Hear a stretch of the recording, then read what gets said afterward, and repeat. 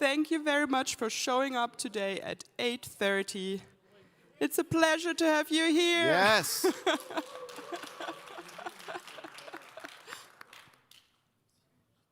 So, without further ado, we have a lot of things going on today, don't we? Absolutely.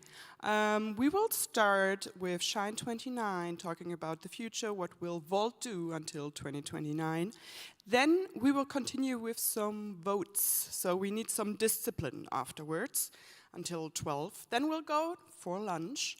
And in the afternoon, we will talk about Israel, Palestine, and also about our future, which is sustainable and carbon-free. Yes, yes, yes. Is everybody here been here as well yesterday? Or is there anybody here new for the first time? Yeah? Okay, good. So that means, do you guys remember what happened yesterday? We just want to do a quick little recap and kind of celebrate some of those things. Yeah, yeah? Looks good. We talked about AI. We talked about computers and AI. We talked about robots. Yeah, we did. We had leadership training and leadership discussions. We talked about Cyprus elections, winning those elections. We had some votes for the first time. We learned about the Halo app, so if you haven't, or the Halo platform, so if you haven't downloaded that or used that, we're going to be using that again today. And what else am I missing? Yeah, perhaps yesterday we had informal votes, was for testing. Today it's formal votes, so we will hear a lot more from Fabian sitting there. He will lead us through the whole process. Vote now, stop voting now, results. He's our man today. So always take a quick look on the left to see what is going on for the votes. Yeah. And one more thing. I remember now that we'll be having some awards later tonight, some volunteer awards. At the very end, Mel's is going to announce that. And so please be around for that. And at the end of the day, we will announce where and when the next GA will happen. So try to make it until the end. We will end today at 5. Yeah, 5. 5. 5? Yeah, 5. Yeah. All right. For the people who made it here, and probably some of you did go out and enjoy some nighttime activities, but we want to do something this morning to kind of gently wake us up. Is that fine for everybody? Gentle. We're having some coffee, we're being gentle, we're being nice. So this thing is called Your Morning Elixirs. Okay, the first one is called the I Survived Last Night Serum. Did anyone go out for some late night activities? Yeah? Good. Was it good? Did you guys go to the Japanese place? Yeah? Cool. Cool. So for this one, what we want to do, are you ready, is very simply, you want to do it? I don't know what's coming. I'm as okay. as surprised. So I'm ready to do anything. Okay. What do Here we we have to do? Here's what we do. So for anyone who kind of networked aggressively yesterday, we just want to take a moment now. Take one deep breath. Now pretend you had 8 hours of sleep. Roll the shoulders and shake your heads around and your hands. And now we have restored factory settings. Yes. Then we have elixir number 2. And this is called, well, we've changed the name, but it was called the Silent European Win. Yes, don't worry about the words up there. Now for this one, we invite you all to close your eyes if you want, if you're trusting, if you love these people in the room, or you don't feel that your wallet's going to be stolen. Think of one small win from yesterday. It can be a silly or small moment. Maybe it's a message you sent, a conversation you had, maybe a tiny stubborn task that you completed. Hold that thought for a moment, for 3 more seconds. Now, let a quiet, private smile appear.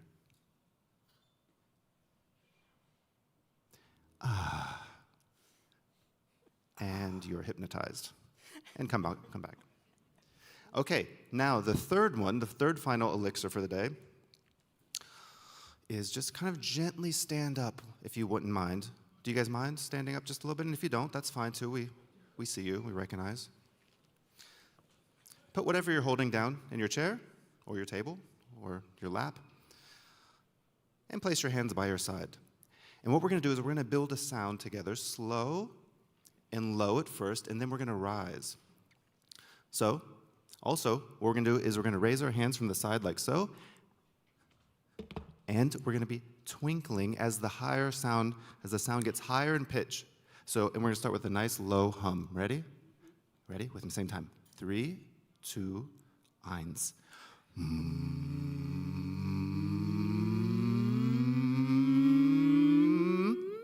Okay, that was very bad. One more time. Okay, let's more energy, more volume. Ready? Yeah. And if you wanted to, you can do like this. Ready? 3, 2, and the moderators too, guys, over there. 3, 2, 1.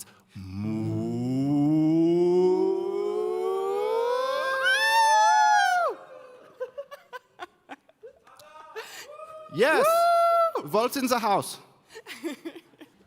Thank you very much. Thank you for being here. And so, Now, let's start into this day, the second day of the GA. yeah. I think that was the handover for me. As a warm good morning and welcome again from my side. Thanks on everyone being here in the room, but also thanks to the surely hundreds of people tuning in on the stream. I hope you have nice breakfast in bed. I hereby officially reopen the General Assembly at 8:37. As you heard before, we're going to have a lot of voting today, so please be advised to always listen so you know what we do for voting. We're going to start later to try to enlarge our internal audit committee. We will have proposed changes to the integrity syllabus, also changes to the statutes and internal regulations. We will discuss some rights to the country council and also our budget for 2026. And also in the end, we're going to talk and then also vote on the definition of anti-Semitism we involved use. This would be all from my side for now, and then I immediately hand it over to our hosts again. Woo! Thank you, Fabian. I want to give it up for Fabian. If you don't know, he's a very, very fun person, inside and outside of Volt.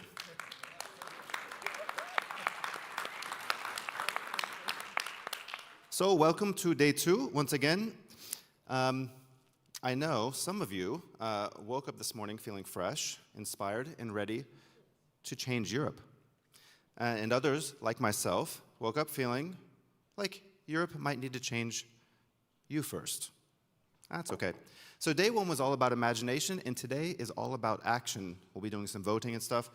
And yesterday we explored, basically what Europe could become. Today we want to talk about how to get there. And we start the day with something perfectly symbolic, which is called Shine 29. So I hope you're ready to rise and Shine 29. Shine 29 is basically, it's Volt's strategy looking to 2029 to kind of win elections and to make a really big impact in the election cycles. So, to walk you through this next step of the Volt evolution, I'd like to welcome to the stage now, Sebastian. Is Sebastian around here? There we go. As well as Achille.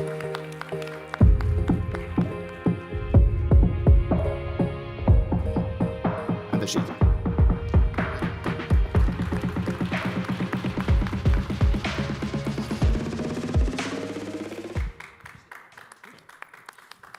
And this is Teska, also, Entschuldigung. Good morning, everyone. Thank you so much for giving us the opportunity to present an update on Shine 29, our strategy for success. This General Assembly, and especially yesterday's public action, is definitely the first key milestone that is demonstrating how Volt will shine across Europe by 2029. As most of you know, Shine 29 is our strategy for the years 2024 to 2029. Shine 29 is not just a slogan. Shine 29 is a promise. It is a promise to ourselves, to our community, and to our Europe. A promise to turn scattered efforts into focused impact. A promise that we will act as one European movement. We now need a shared direction that connects all of us, and Shine 29 is supposed to be our compass. Shine 29 builds on 5 core elements, which are also the foundation of our organization: our utopia, our vision, our mission, our identity, and our call to action. Shine 29 focuses on our organizational strategy, while the political strategy is also one key part of it that continues to evolve. This political strategy, however, must be aligned with our organizational foundation. To unite European citizens around a vision, we must tell a story that Europeans remember after one sentence. One story that makes Volt instantly recognizable. One story that matters to the people. One story that can be applied to all different levels. Our strategy foundation addresses this. However, I believe that we must sharpen our story. I invite all of us, and especially our leadership teams, to now come together to craft the story so that we are able to tell and repeat it now during the next years. Because we are one movement, and we should have one story told in many different languages. Europe is changing fast. Democracy is under pressure, inequality is rising, climate risks are intensifying. But there's hope, because more and more people believe in cooperation instead of fragmentation. They want solutions that do not stop at borders. They want a Europe that protects, empowers, and innovates. And this is exactly where Volt belongs. We aim for a united, and yes, I have to use the F word, federal Europe, where everyone has equal chances to fulfill their unique potential. We strive to achieve the highest standards of human, social, environmental, and technical development together. This is the North Star, and this is why we are doing all of this. Our vision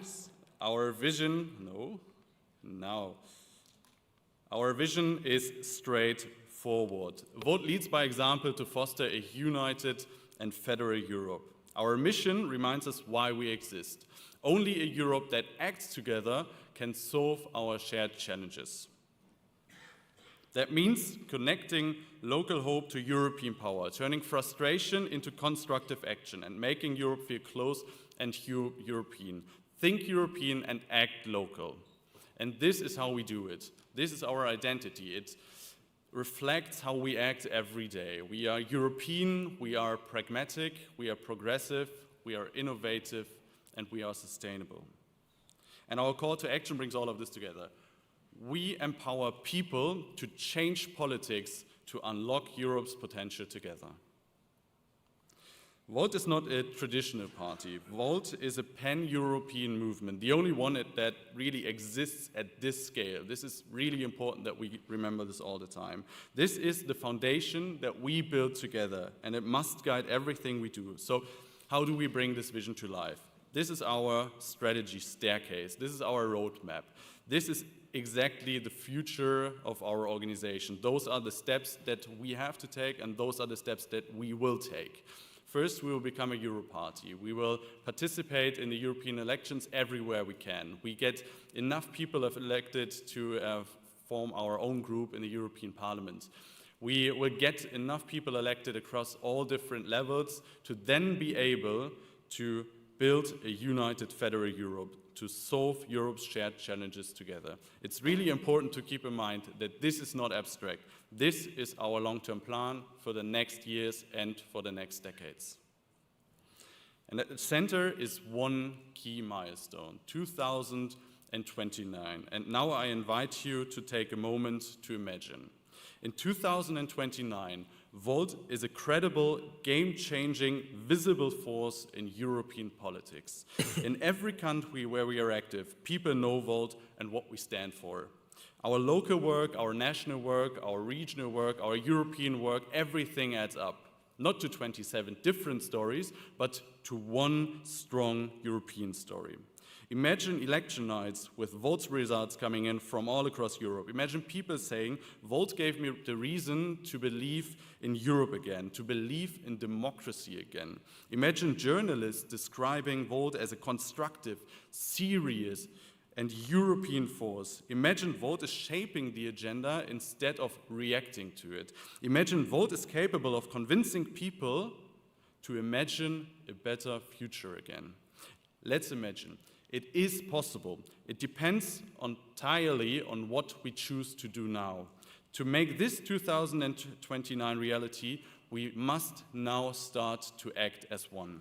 That means coordination across chapters, shared calendars, common toolkits, clear roads, asking who else in Europe is already working on this, offering how can we help your chapter succeed.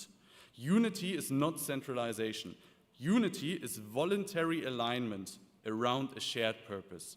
Local autonomy with European alignment. This is how we win, and this is how Europe wins. So let us start to imagine, and then let us ensure that all Europeans will start to imagine again as well. Shine 29 is a first step to get us there. But strategy without action, well, is just a slide deck. And this is why I'm very happy to see that Shine 29 is now also being implemented within our organization across the different levels. Last week, Recharge 29 made its first step into this world. Recharge 29 is the proposal for the strategy for Volt Germany for the years 2025-26 to 2029. With 2029 in mind, based and aligned with Shine 29, and most importantly, also based on your inputs. Other chapters, large and small, have also already started aligning their plans. I call on Volt Netherlands and also our focus chapters. Now it's the time to align. Let's align, let's combine our resources, and let's build our shared path to 2029. Because our strategy only works when we act as one movement. Our purpose for the next years is very clear and powerful. We need to empower and grow our community to maximize our impact. Everything else flows from that. To achieve this, we are working within a structured strategic framework that is built on 3 key pillars and 12 concrete strategic actions. Enable is this year about creating the foundation, improving the foundation of our organization. Create next year and the year after is about building one movement and our solutions. Impact is then, well, quite clear about delivering real impact. So what do we need from you starting today? First, commit to our organizational strategy, foundation, and also to Shine 29 as our North Star, and let us unite behind it. Say it, repeat it, and most importantly, use it. Second, choose your contribution and show up for each other. Share tools, share knowledge, share support across borders. Third, and finally, remember this.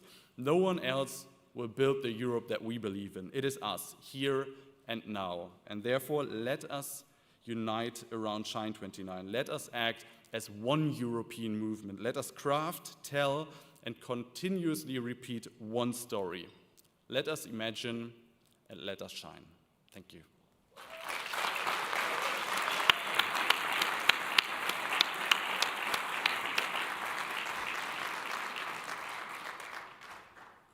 Thank you so much, Sebastian. A lot of energy. Thank you so much for being here this early in the morning. I don't know about you, I'm not a morning person, but I'm happy that I'm talking to you this morning. Whatever Sebastian was talking about now, our strategy, Shine 29, you made a real effort to not make it sound abstract, and I'm really happy about that. But Achille and I are here to talk to you about what we're really doing. How are we implementing this strategy? We talk about our work, which is very exciting work, but we don't do this on our own. We do this together with a small but amazing dedicated team of staff members, and we do this with all of you, a lot of volunteers who put in hard work to implement this strategy. And we've achieved a lot this year, so we have a lot to talk about. I hope we can make it within the allocated time.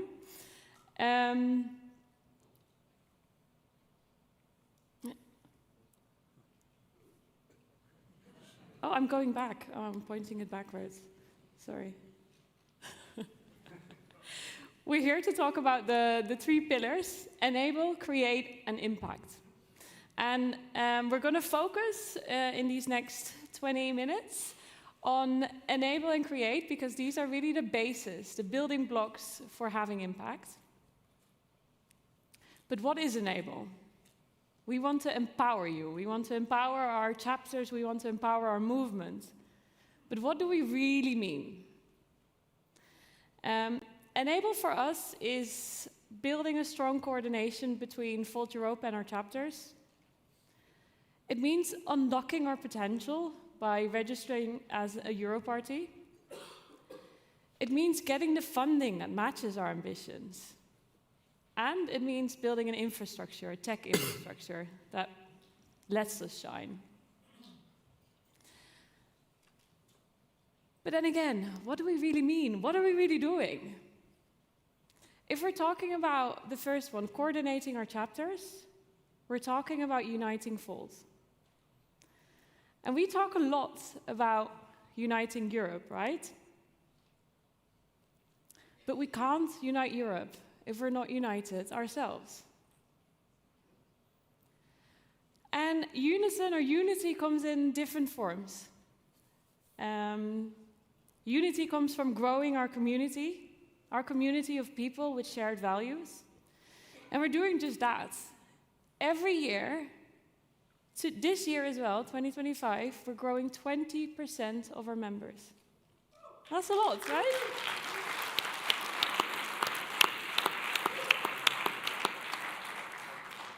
Unity also comes from building our foundation, a uniform foundation.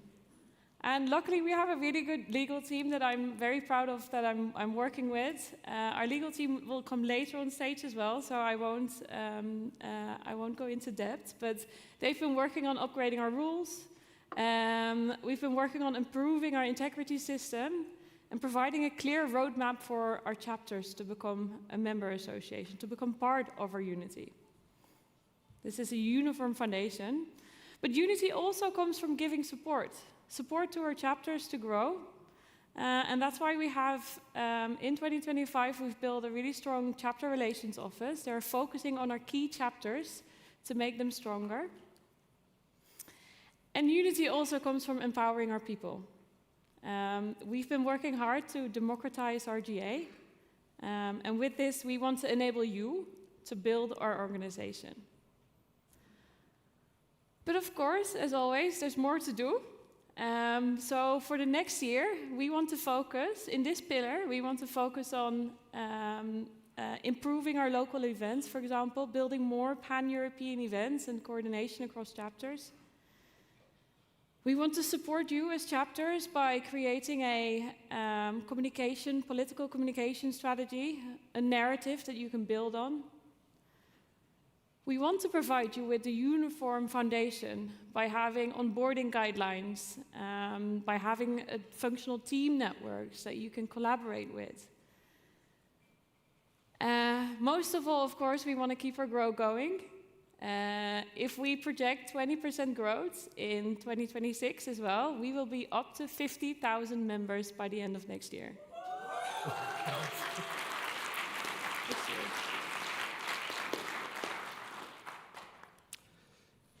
All right, I can take it. Good morning, everybody. So, Achille here, yeah. So after Sebastian eloquently gave us the assignment, we got to work here together, all with you. Actually, it's you who are at work here, as Tetske said. We're, speaking here on behalf of all of you on the tremendous work that you're doing, because Volt Europa team, we are 8.2 full-timers, that's it, and all the rest, the $40,000, that's all you, and you are making this happen. Fantastic. So the first step also in the strategy staircase was to achieve our Euro party status. Why is this important? Because we need to align, we need to work together with progressive politicians, with aligned people, to work together towards an integrated, functional Europe. For that, the Euro Party is a stepping stone To make that happen, we are working in teams in lots of chapters. And just I want to let you know that we have now 9 active, let's say, projects where we are actively collaborating with other politicians to get on board, to get closer to us, and to work towards further integration. That's right. So that is on 9 countries. We have a path forward. The second is, we are building a task force around that, a European task force. For now, this was very much managed country by country, but we need to break the silos and work together, European-wise. Also, a party is fantastic. A foundation is also a great purpose for us to work on advocacy for Volt's talking points, for the things that we want to fight for in Europe, to establish this. If we achieve Europarty status, this would be a funded organization that would benefit of approximately 400,000 to 500,000 euros per year to really, let's say, give some power to our policy development. We're working on a communication plan. And that's not all. We're also working on creating a European campaign team to help local, regional, national campaigns that are ongoing all over Europe. Next year there are several very important campaigns, and we want to give all the Volters from over Europe the opportunity to step in and contribute to these occasions to really make Volt more successful. That's also the difference between Volt and the other parties. With Volt, we can really, as a European community, show that we are European and not just say that we are it. Right? We are also working on these growing the number of Volt officials. We're holding a public mandate. Ian already mentioned it yesterday. We are now at 276 Volt public mandate holders and counting. Right? So, for next year, Europarties are fantastic, but there is a lot of governance that is involved to make this happen in terms of legal entities, how it is going to, we have to change a little bit. Also the work on the setup of the European Foundation. So we need to achieve plus for maybe 3 qualifier countries. We want to achieve next year at least 350 Volt officials. We want to train new leaders, and we want to grow the capacity of the chapter relations office to help, say, our focus chapters across the continent. So if you're interested, give us a sign to jump on board on one of these projects, be it in a campaign, be it in the Europarty, be it in the foundation, be it in chapter support. Then I pass it back on to you. Thank you, Ashil. Okay. So we talk about the Europarty as a way of funding, unlocking money for our organization, obviously also about having impact. But to build a Europarty, we need actually money to get there. So we need to step up our money game. And of course, I have to admit, our true capital is our volunteers. We wouldn't be anywhere without our volunteers who dedicate their free time.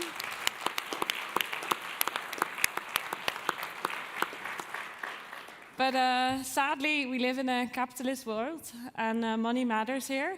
We need money for digital ads. We need money to build even bigger and better GAs. We need money for our tools, to hire more staff, to do all these projects that we're talking about. So if we want to professionalize and build, we need money. And the money that comes in on the income side, we have our donations. We have some very generous donors. We rely on our membership fees as well. Last year, the donations that we got made us able to hire 3 new staff members, building our small, dedicated team of people. We hired Alena, who is sat here, our fundraising lead.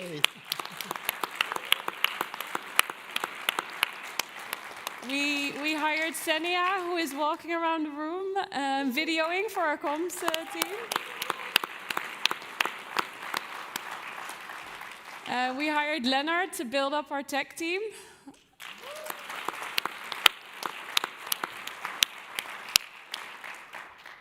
And we're growing. And these hires have been super, super valuable for us because with Senia in our comms team, who is focusing a lot on all those emails that you get every day, almost every day, every week, with those emails, we are actually on track to meeting our crowdfunding goal for this year, which is 150,000 euros, I believe, so it's a lot. You make this happen by clicking on that button. With Elena in-house, we want to expand our fundraising efforts. We want to step it up even more next year. And that's why we're focusing on building a Fold ambassador network. So we're building a network of people who can really tap into their networks and create more impact for us. With Elena and with Senia there, we are confident that we can double our crowdfunding efforts, our goal. So let's see where that gets us. And also what we want to do is focus on our chapters and increase the capacity of our chapters on the ground, make our chapters more self-sustainable, so that they can actually grow and have more members and have more income. When we talk about our members and our income, we also have to talk about our membership fees and the financing proposal that we'll discuss later today in the budget presentation. So we're making efforts to step up our money game. We also have to step up our tech game. And we've been talking a lot as Fold about digitalization, about innovation. When you talk the talk, you also have to walk the walk, right? So we've been focusing on innovating our systems. And we have an incredible tech team who is doing that. I really want to thank our help desk team, who are doing an incredible effort to leave no falter behind, as they call it. So maybe a big applause for them.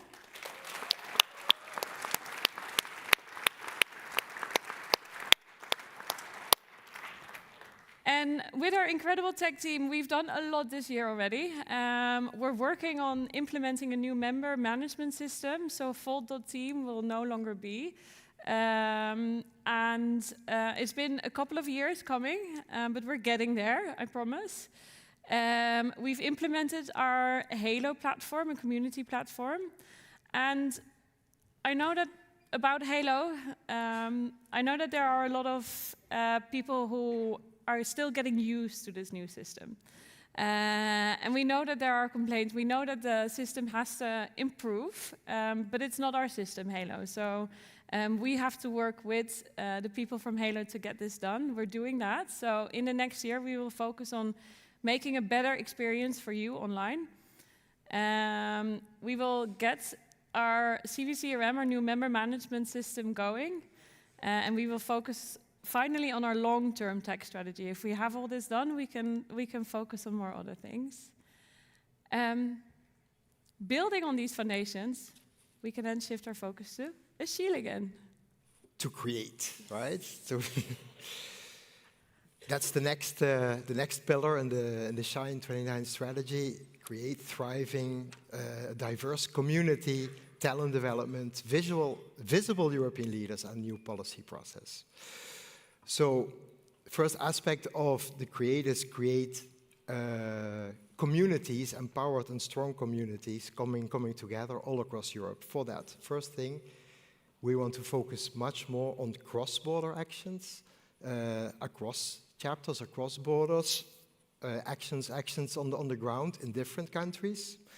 We want to further build out and develop initiatives around Eurosense, a very effective, very interesting, very useful tool that is also presented and used here at this GA.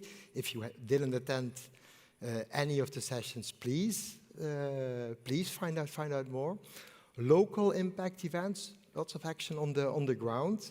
So on the proactive support to the chapters, we're going to have a keynote just after this one. If you want to sit to hear more, then please stay, because we need to focus as a small team on where we can really, let's say, have an impact. So we're going to proactively support a certain number of chapters and more reactively support all the others with, let's say, also strong systems as much as we can. Pan-European communities, what does it mean?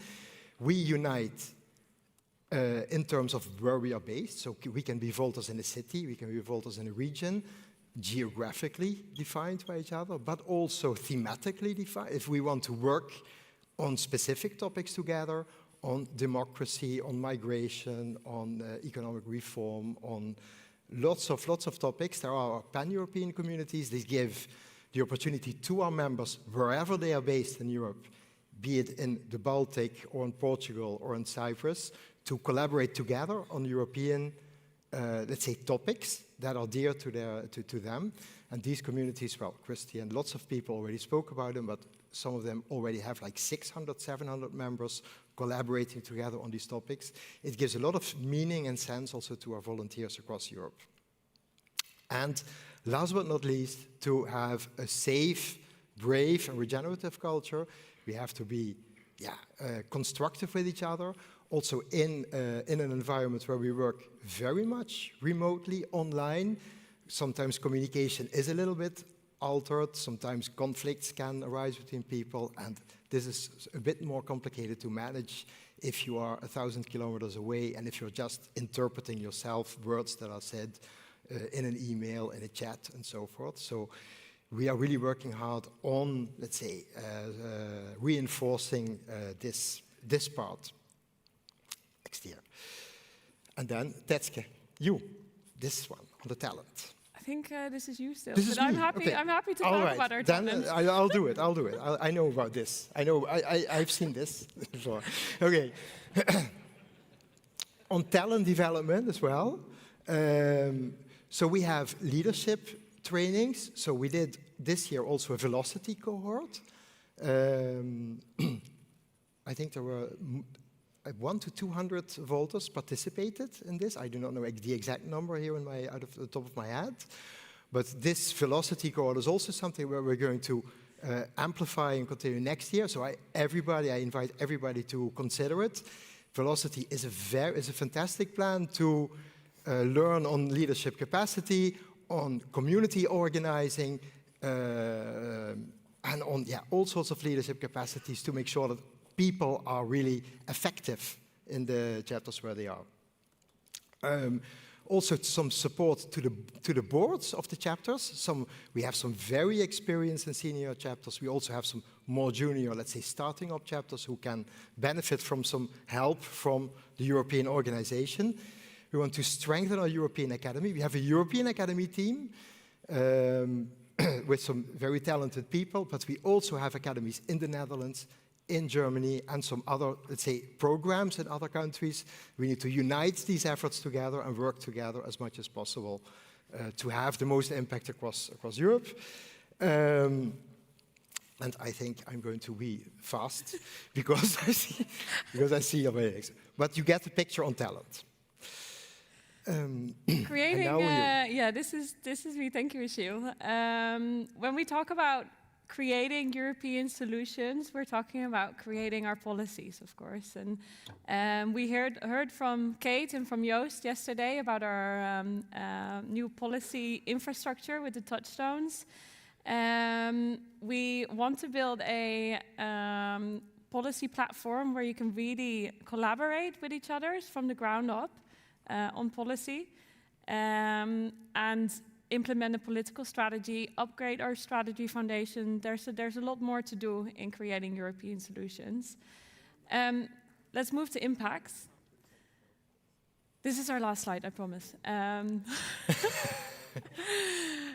We end with... You're sad. Yeah. We end with impact, with these building blocks, with enabling you, with creating. We want to create impact. And It may not feel very tangible right now. It may not feel like we've toppled those old political systems yet. But actually, everything that you do has an impact. If you join one of our communities and actually offer your expertise or your opinions to our communities, with every elected official, locally, regionally, nationally, in our European Parliament, we're having impact. And I'm really happy that we're here together on this journey. So thank you very much. Thank you, everybody.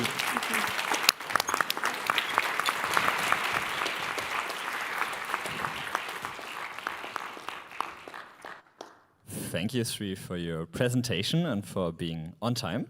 It worked very well. So now it's actually the hosts have a bit of a slower day today because we will do some moderation for the legal stuff. We now get to the presentation of the Internal Audit Committee candidates. We go to the next slide and then, yes, also the next slide. As you can see, and the video will play afterwards, we have one candidate for the Internal Audit Committee. It's Milo van Hulst. I hope I pronounced that somewhat correctly. The Internal Audit Committee currently only consists of one member. It's Antoni Arbona from Volt, Spain. He has been elected for a period of 3 years at the June 2025 annual GA. The internal regulations provide that the Internal Audit Committee shall be composed of 3 members. So we are going to be one short, even if you vote him in today. Therefore, to support the current internal auditors and their activities, the Electoral Commission opened the call for candidates for the Internal Audit Committee. The person elected will be elected for a full 3-year term. There's one verified candidate that you can vote on, as you see already. And yes, please turn on your attention, and we can now play the video. Hello everyone, my name is Milo van Hulst. I'm 26 years old and I'm living in Amsterdam, the Netherlands, where I study. And I'm running to become a member of the Internal Audit Committee of Volt Europe. The reason I'm doing this is because I really want to help the party to grow bigger. And I think with my knowledge, I am able to contribute here. My knowledge is that I have 2 years of experience as treasurer for 2 different associations. Both are student associations, and all the internal audits there were done fine, so that's a good part about my job.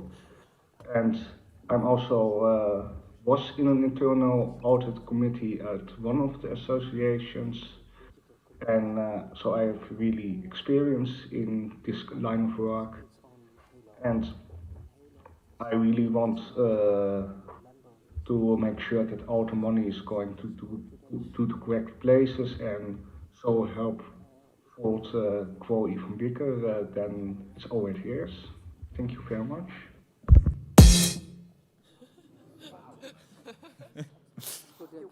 Yeah, please a round of applause.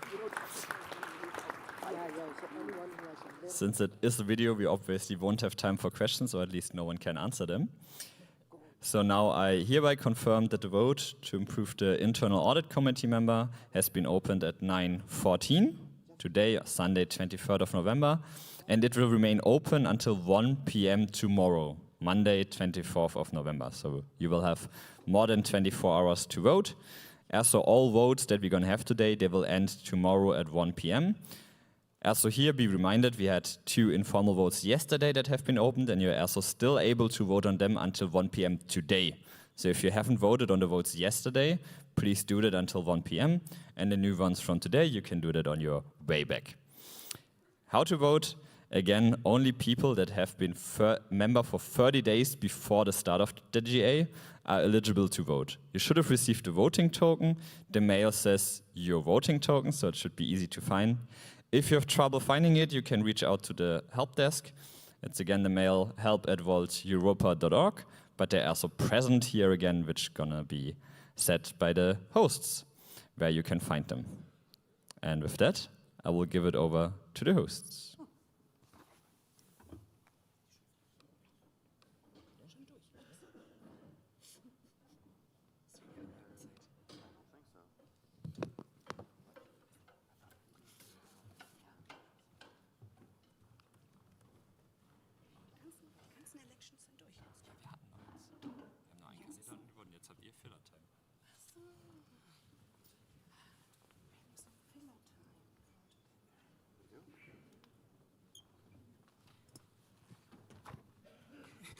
Okay, this was faster than we thought, which doesn't happen so often.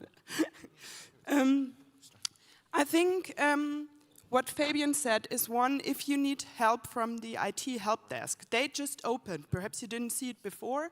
They just opened in level 2. You can actually go there if you have problems with voting or any other IT problems. And I just got the information that actually yesterday we had here a panel discussion and we talked about Serbia and Mariva Pavlovic and about her organization, and we got the information that actually her Instagram account is being attacked by bots, and that they are having now at the moment real problems with that. So if you know something about IT, if you know how to deal with these cyber attacks, please contact Digicom and perhaps stand up. Let's recognize Digicom in the house. Yeah, thank you. So if you know how to deal that and you have time actually today, please contact him and see how you can help, because we're a European movement and we see that if our rights and our values are under attack, also digitally, we have to stand up. Thank you very much. Wunderbar. Did any of you make it out last night to the public action? If so, raise of hands. Oh, wow, great work, guys. Awesome. I was also there.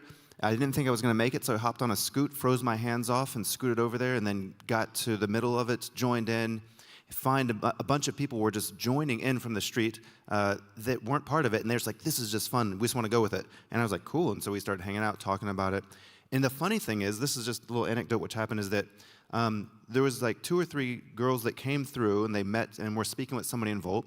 And then as I'm coming in, they handed me the cards and told me about Volt as they were passing through. It's like, oh, this is a really cool thing. And I was like, wow, that was fast. I mean, that's a instant communication. Maybe they liked the color, I don't know. But then we made it down to the end, the rally point, by the big Euro sign. It took some great pictures, which I don't have here to show.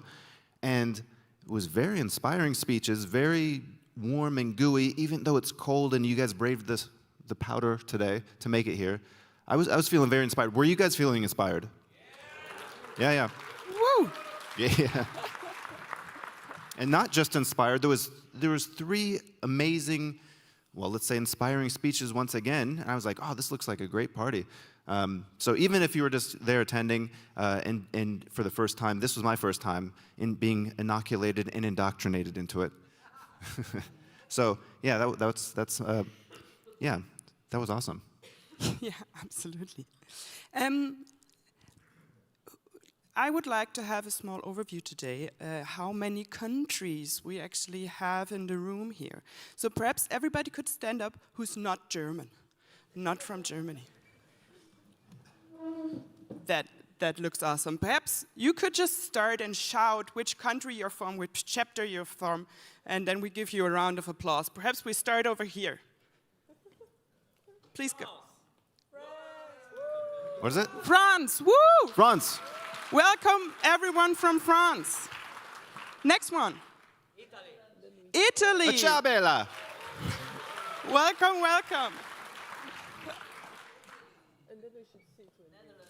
Netherlands In the house. Thank you Nice. for making the way to Frankfurt. Norway and Luxembourg. Norway. Thank you very much. Sweden. Woohoo. Thank you. Spain. Wow, thank you Welcome very in much Spanje. for coming. Cyprus and Belgium.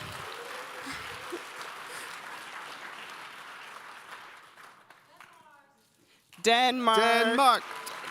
Wow, this is amazing. This is amazing. What? We have UK and Denmark. Awesome. Yeah, yes. We have to also UK is welcome. UK. Eins. Ah, Yeah, that's really cool. bring you back into the EU. We have still some people standing. Sorry, again? Czech Czech, Republic.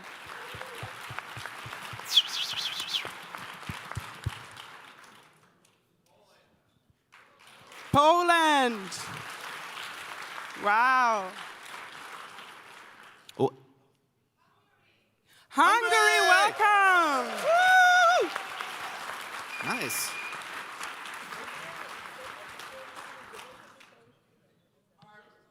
Ireland. Thank you for being here.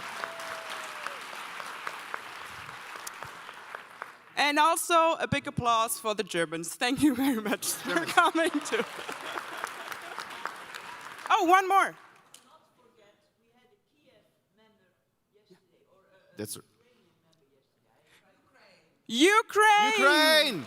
Thank you, Ukraine. Thank you. Okay, and that's only the people that are here in the room. So if you're following online, please feel free to write your chapter in the chat. And then you can online give some applauses. We don't forget you. We also know that the online people are joining, perhaps from Bad, also from Frankfurt, and perhaps from all over Europe. So, Yeah, this is thank you good. very much. Are we ready for the next session? Perfect. Okay, thank you very much. So the next topic is growing Volt, and where did the focus country investments take us? So last time in Tirana, we launched the strategy to say we will invest in focus countries and spend money on that. And now, 1 year later, we will see what did work, what didn't, where did us take this investment as Volt Europa. And I will welcome on stage Achil and Melch. I don't see Melch. He got replaced. Yeah, Achil, welcome. I go there. Do I have sound now? Yeah. Yeah, you I have do. sound. You're fine. All right. Yeah. I don't think so. Okay, well, good morning again, everybody. So here, as was just said, last year, 1 year ago, we announced that we want to really focus on a few countries where we want to break through the glass ceiling and build some new solid pillars under the Volt table in Europe. We decided to focus on 4 countries this year, and this strategic investment is, let's say, is accompanied by some money, by human resources, and by, let's say, coordination and proactive support to these countries. We have worked with these countries very narrowly together during 1 year, and now we're going to look a little bit how this all went.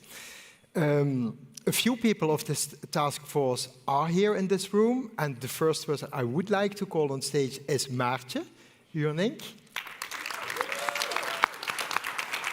She has been very instrumental to make this a success. And Maartje, I would like to give you the floor to introduce the topic. Thank you, Akil. Is it working? Yeah? No? Now it is. Now it is. So this is me, Akil, and Mara will join a little bit later. Can we go? Sorry, I didn't have the clicker. I forgot it. Or the next slide. Thank you. Yes, so what does it mean to be a focus chapter? What did we do? I first want to emphasize that this project, this pilot, was the first year, was a partnership. It really was a collaboration between the Volt chapter, Volt Europa, and Volt There. Quickly, Volt There is the Dutch International Foundation. I don't know if everyone knows that. We have the aim of strengthening democracy via citizens' empowerment. So we also wanted to include in this process, in this project, that citizens' empowerment, that grassroots movement that we are. So, very practically, what did we do? Obviously, we had check-ins. Once a month or once every week, we would talk to each other, see what was needed, what were the wins, what are the challenges now, and what do they foresee that will happen soon, that we can help each other out. And this is very, very crucial. So they started the year with creating these goals. What do they want to achieve? Linking that to KPIs. and seeing at the end of the year, did we actually achieve those? That was one of the main things that came in every time with the check-ins. So then, of course, a little bit later in the process, but we started to include also the chapter-to-chapter learning, or like the peer-to-peer learning. So it wasn't just me talking with the focus chapter, but it was also the focus chapters talking together. Because obviously they have a lot of experiences, a lot of knowledge to share. Best practices is what we need, and we shouldn't figure out the wheel every time, right? Then we are a European network. We are a European movement, and that is very, very useful for the chapters as well. So we looked at what the chapters really needed within this year. It could be they had elections and they needed expertise when it came down to campaigning, or they were still a little bit small on social media online and they needed expertise for visibility. And we would see if obviously we have that within our network, how the experts could distill their knowledge into the chapter and give their support to them as well. Then, as said, we had a budget. Voltaire reserved a budget, and Europa reserved a budget specifically for these focus chapters. That just meant financially supporting with events, campaigning, all the elements that come along with building a political party, obviously. Yeah, and I want to emphasize it's me now, it's Akil now, but that a lot of volunteers helped along the way. Then I would like to ask the focus chapters to share their... Oh, sorry. Who are the focus chapters? Yes. Which countries are there? Please come, so I don't have to say what we did, but you can also share your experiences of this pilot.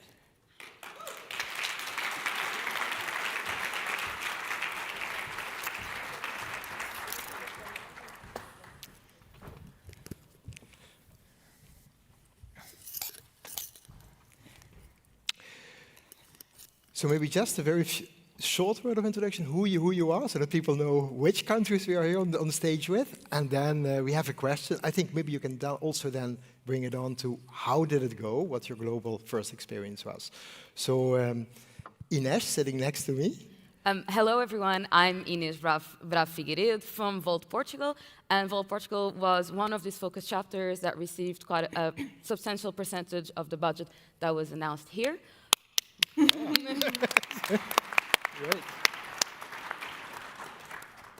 Hi everyone, my name is Sacha and I'm co-president of Volt France, which was a focus chapter this year since April. Yes. Hi everyone, I'm Licia. I'm the co-vice president of Volt Cyprus. Hey.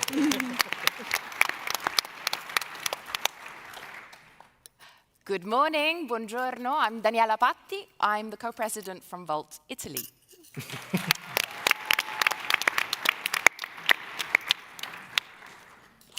So, Dani, do you want to tell us how did it go for you this year? Oh, it has been quite a year, eh? So, first of all, buongiorno, everybody. Good morning. It's lovely to be here, and thank you very much to all the Volt team for the support. Let me tell you a little bit how this year has been. First of all, just to start a bit the morning, are we here to change Europe? Yay!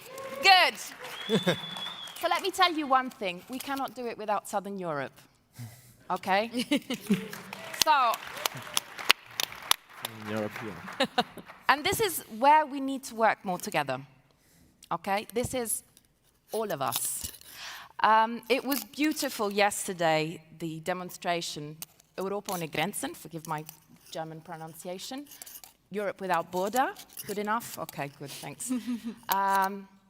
Europe without borders. So let me tell you one thing, when we're talking about migration policy, from an Italian perspective, this is a really strong topic. GA last year in Tirana, we, together with our MEPs and together with the comrades from Volt Albania, organized a visit to the migration detention centers just outside Tirana.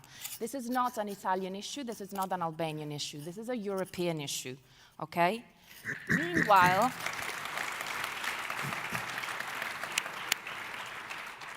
Meanwhile, the Migration and Asylum Pact has been passed, and it's worse than it was before. Dears, we need to work on this much more together. It's not enough to be doing inspection visits and videos on social media. We have to make sure that we are much stronger in our political action. Okay, so this is something we really need to work together. And if we want to make an impact, there's an issue here I would like to also raise. A year and a half ago, on national TV in Italy, we denounced the genocide in Gaza. The level of the discussion now is on the level of the definitions. Are we sure this is the level of the discussion we want to be holding right now on what is happening? But what's next? So what are we going to work on? We have EU elections in 29. Are we ready for this? And we have to be doing a lot for this. And we, as an Italian chapter, and this is where it's been fundamental to have all the European support up to here, is we're having elections in 27, okay? Now, you all have an idea of who Meloni is, right? Okay, so it's not going to be easy. So we need your help for that. And I have 3 little things I would like to help you with, because Focus Chapter was fantastic, but we need to be working furthermore towards the EU elections. And for us, a milestone will be in 27. I have 3 things quickly I would like to ask you. One is, does anybody have an Italian friend back home? Okay, well, did you ask them to join Volt Italy expat team? If you haven't, please do. And by the way, maybe the Germans can allow for the double membership. That would help us. But anyway, the second thing is we need to work more on political leverage. And there's been a lot of discussion up until now. What if maybe this is the moment to really start working towards a European citizen initiative? Could this be the time in which we start working, for example, maybe towards housing? Where is housing an issue in your country? Can somebody put their hands up if housing is an issue in your country? Let's talk about it with the policy framework, but maybe that could be a direction. And the third thing is that we definitely hope to host you, definitely in Southern Europe for the next year, maybe in Italy from our side. So it's been quite a journey, and thank you very much. Dani, I can hear you're a good politician, hijacking this meeting for your political purposes. Very good.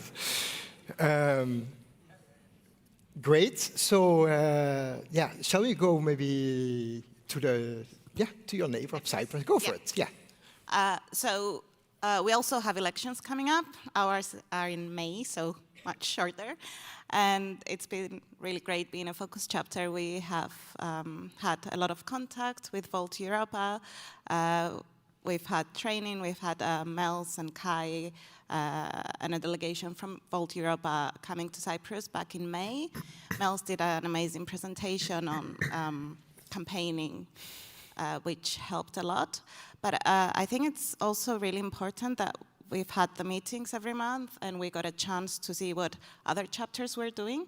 I think this is really important because even though circumstances in each country are very different, it still helps to see how other countries are tackling maybe the same issues or even different issues. It's nice to have this visibility between chapters.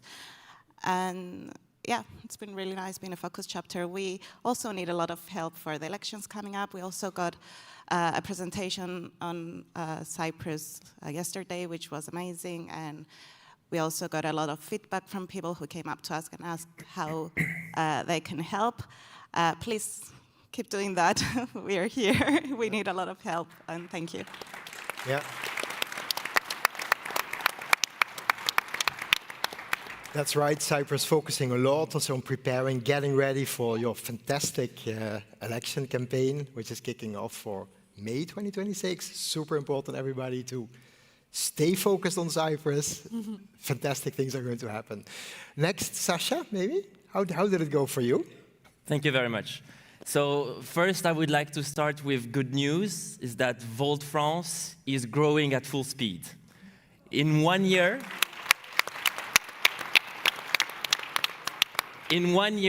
we grow by 50% in members, 50. As of now, we have public funding thanks to our result in the last national elections. And we have amazing teams this year that I really want to thank, that you can meet here in Frankfurt, because we have hit our presence record. We are 40 members of Volt France here in Frankfurt. 40. Wow. So I'm very happy for all those improvements. And what, of course, as many chapters, we have our weaknesses. And what we lack in France is training and visibility. And that's exactly what the Focus Chapter program has provided us for the past year. So we're really thankful for Volt Europa, because we joined quite late the program at the mid-year. And first, it has been a very important moral boost for us. It's very hard in France, because of our regulation, to get help from Volt Europa. We didn't have the chance to get some expansion manager in the past years. And getting the Focus Chapter, it has helped us with trainings in communication, and it has helped us with projects. So in 2025, we have run 3 projects with the Focus Chapter. In September, we have held in the beautiful city of Mulhouse a Volt Europa event, inviting 7 French political parties, some of which we are discussing with to reach the Europa Party goal that we are really dedicated to achieve to help the whole of Volt Europa. Yeah, bravo. The second project we had is actually right now. In November, we are boosting our communication on social network, and also be able to hiring someone dedicated to take videos here. So we're very grateful for that. And the last project is trainings for all our communication team that we will do before December. In 2026 will be a big year for us, because we're still growing, and we have our local election in March. So it's an important milestone for us to anchor our local teams, to develop, to show that Europe can be present as well in France rurality, in France small cities. So for us, we're very looking forward 2026 to work with Volt Europa on developing in France. Thank you very much. Fantastic. Thank you a lot, Sasha. That's these are very inspiring words. Ines, what about you? What do you want to say? I actually want to year. start by saying that thank you so much, all of you, for being here this morning. I was not expecting to see so many interested faces here, because usually Sunday mornings are not the best times. So honestly, thank you for being here. And I'm very glad you are, because I was the one who initially proposed that we organize this panel. Because Volt Europa invested, I think, almost 50,000 euros in total, and countless volunteer hours, but also hours from our full-time employees dedicated to supporting our chapters. And I wanted to let all of the membership know how much has been invested, and that you can see transparently and with accountability where this investment is taking us. Okay.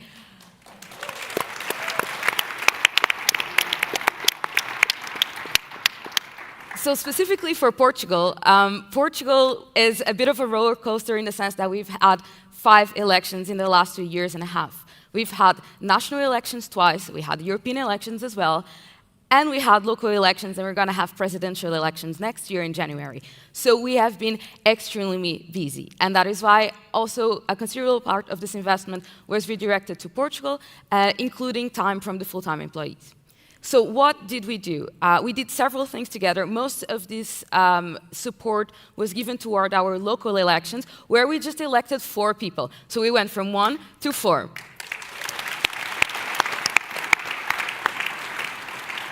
And not only we elected 4 people, but we actually elected people that I want to tell you about. One of them in a coalition where we got absolute majority, and we are now have 1 person in the local government working on citizen empowerment and culture. Yeah. we can actually start changing, and this is in a very critical region of Portugal that is going to allow us to have better results in the national elections and possibly elect for the national parliament in 27 when we get there again. Yes. And then we also ran as Volt, just as Volt, in one city, and in this city we had 6% of the votes, and we elected 2 people to the local parliament. Yeah.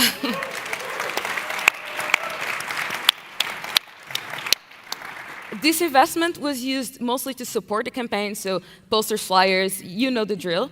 But also, we had a very excellent program that I want to tell you about, in which we trained people to become elected at local level. So what does this mean? We invited people from Volt, but also outside of Volt, and we gave them training on how local politics works and incentivized them to run through this program. And also through this program, we got quite a lot of new members into Volt and people interested in making a change in their cities. This was actually, Volt there supported us quite a lot with this program, and this is also one of the reasons why we've got so many new people that actually know how to do politics at local level running with us. So I would say that this focus chapter investment is actually a great idea. It helped us considerably, and I think that we should keep on doing it. We will. Thank you. So we want to continue. We definitely want to continue, but before we go to the next steps and to the future, I want to ask you if there is one thing that you learned specifically this year through this program, if there's one learning that you want to share with us, learning from the experience or learning from the others. That's also actually a great idea, if you have that you could table. I know if somebody feel ready to answer this question here. Sasha, you're nodding, so... Okay. So one learning is that there is a lot of resources and know-how in Volt Europa. It's amazing already with the membership we have, all the know-how that is inside our movements. So if we manage to get that, to focus that on specific project, we can really achieve the impossible.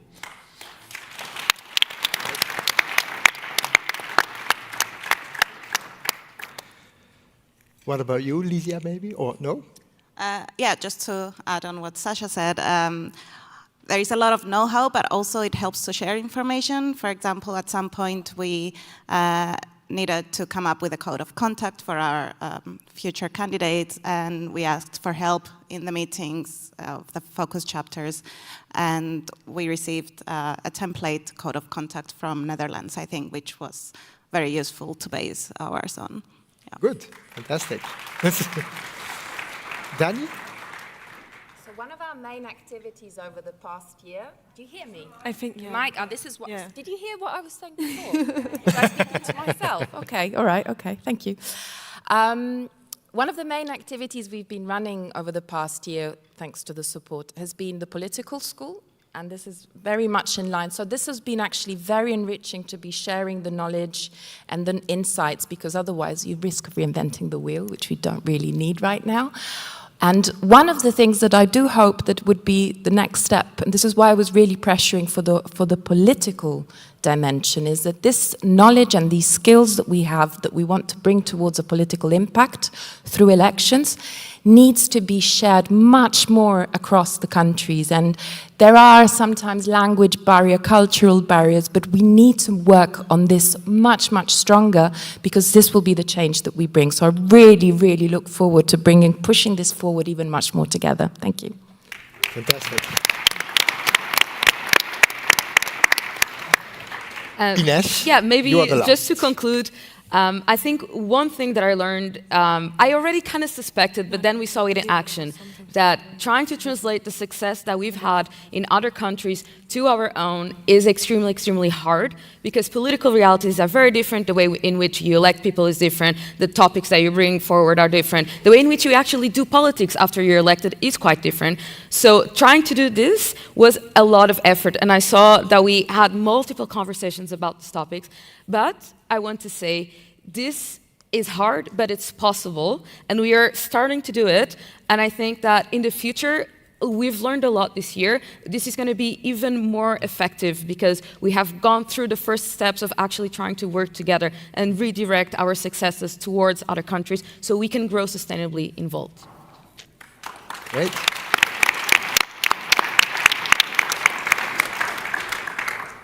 Maartje, shall I give the floor back to you for the concluding words? So, yes. Everyone, I think, with this experience, we can say we want to continue, we already said it, we want to continue this pilot, but we need to improve it a little bit, so I wanted to share 3 elements that we really, really, really want to include next year to make it better. We started from scratch this year, sort of, we had already some support, but this project was very much from scratch, and now we have a good, solid foundation, and we want to try to make it better and create more impact together. I think you somehow already summarized what I wanted to say, so that's really nice. Really have this proactive support, tailored to what is needed to create more effectively, create more impact. And I also wanted to include that we next year want to try to communicate better to the movement, so to you, what we are doing with these chapters, because I think that was an element that was missing. We're now on stage a year later, but we should have already mentioned this a couple of times. So that was, I think, a good element to include. So we have the focus chapters. That means that we're prioritizing a certain group of chapters, but obviously we're not forgetting the other chapters. This focus chapter does not mean we're like not looking in the other countries that we just heard you shouting. So Mara, please join and tell us a little bit about what you're doing.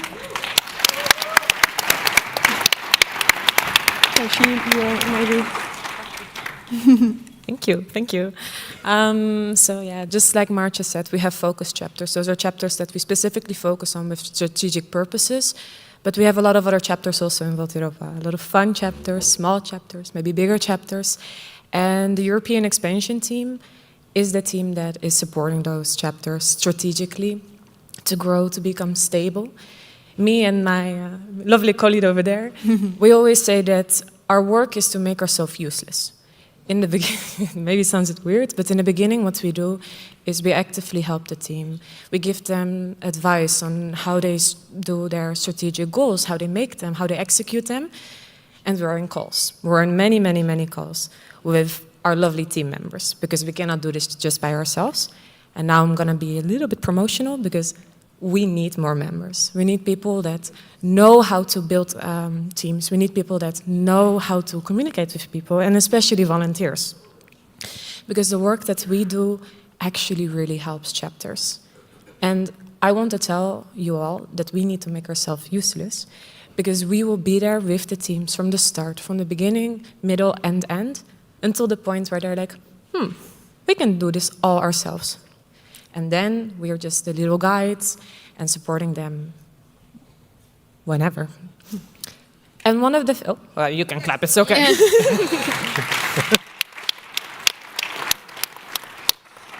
And one of the teams I actually want to highlight over here is Volt Norway. They started with a handful of people this year. The European expansion team went there, helped them. We organized all the calls with them. We organized groups with them, talked about politics, made it fun, helped them with their social medias. And now sometimes, when the European expansion team cannot join, they fix everything themselves. And they're a team that's vastly spread around Norway, and they haven't seen each other. We only work together, online, every time. Doesn't matter which country you live in, we work with each other, and we support each other. And today, at the Volt Europa event, we finally met each other. So it's actually really, really, really fun that we're here all together. But it's not only Volt Norway. There's also a lot of other chapters. For example, Volt Denmark that we supported this year. And there are many other chapters that we want to support future on, such as Eastern European chapters, such as more Baltic chapters, which we're already here now. But we want to do it much stronger, but we would need more people. So if you feel like you have the knowledge, doesn't matter what type of knowledge, project management or anything, join our team, go to volteuropa.org and see the vacancies for the European expansion team. That was my little presentation. Okay. Thank you, Mara.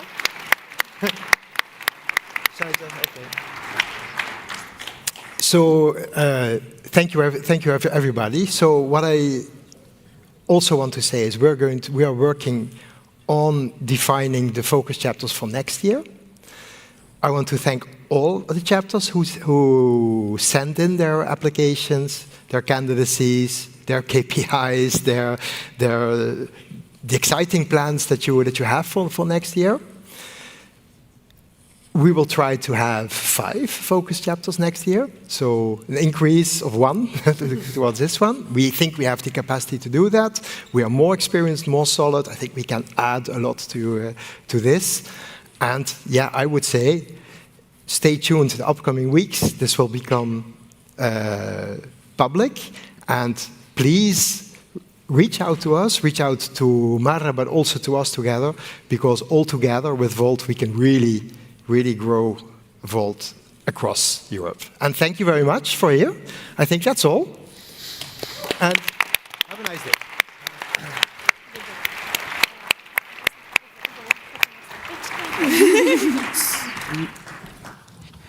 Perhaps you could stay on. So, yeah, please. Thank you very much for the session. We will. You stay. And you both stay. You have to stay. Thank you. No. Yeah, just the Italian. Thank you very much for the session. Thank you very much. So, this was really interesting. I think the whole focus chapter topic is a topic that brings us together and sees how we do like a hand reach for other countries. So now we will have a short focus on Italy and the elections coming up. So you have some more time to do a shout out. How could we help you in the next election time? Fantastic. Thank you so much. Actually, the elections are not coming up. The elections are happening right now. We're running in 2 regions. We're running in Veneto and in Campania. So we would like for you to shout with us an encouragement to our candidates. Can we say good luck, Davide and Volt Veneto? So I'd say let's try it in Italian at this point, no? I think. Prego. Go. In bocca al lupo. In bocca al lupo. Davide. Davide. E Volt Veneto. E Volte Veneto. Thank you, grazie.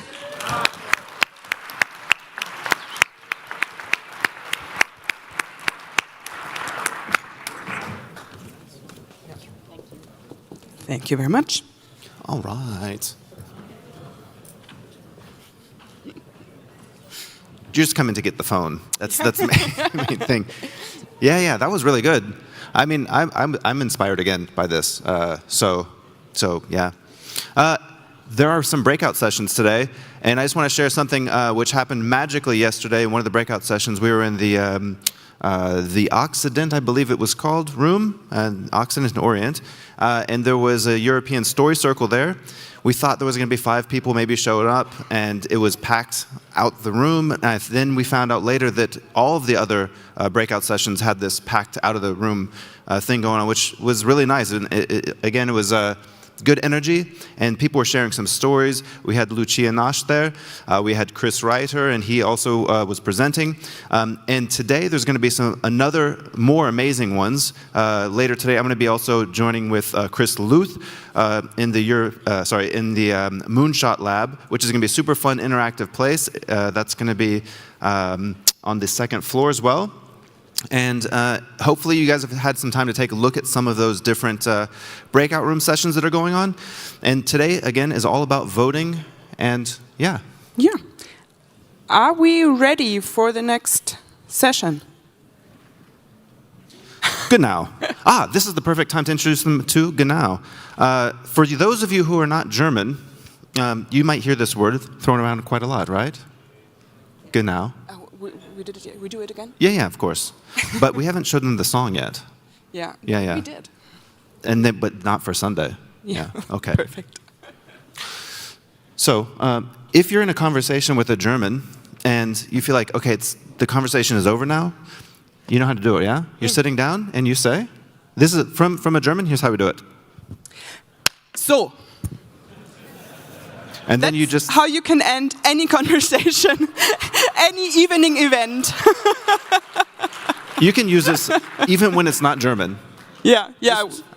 Yeah, I went back to the US and I went and did that, and people are like, I think he's done with us. I think we're gonna finito, huh? Yeah, now, there are a lot of options. Okay, I think this is a good time to jump into our next stage. Here, let me try this. What it feels like at the podium. Don't forget this one. Yeah. Perfect. Yes. So I want to script this one out. Guys, so now we're moving to a very important part of the General Assembly. This is our voting session for integrity at Volt Europa. And who knows what integrity means specifically within Volt? Hands? Okay, good. Nobody. So this basically means honesty, responsibility, and creating a culture where everyone can speak up, contribute, and feel safe and welcome. Do you guys feel safe and welcome? Yeah, a little bit, Sunday. So today we're going to be voting on several updates that strengthen the commitment, including improvement to the integrity syllabus, updates to the European Code of Conduct, a new Code of Conduct at Volt, and enhancements to the integrity procedures. So now I'd like to welcome to the stage a few of our speakers. We have Tetske Welling, contributor to the development of behavioral standards, Thomas Lambert, supporting the operational and procedural improvements, Clemens Zeitz, and Ian Hendricks. Thank you.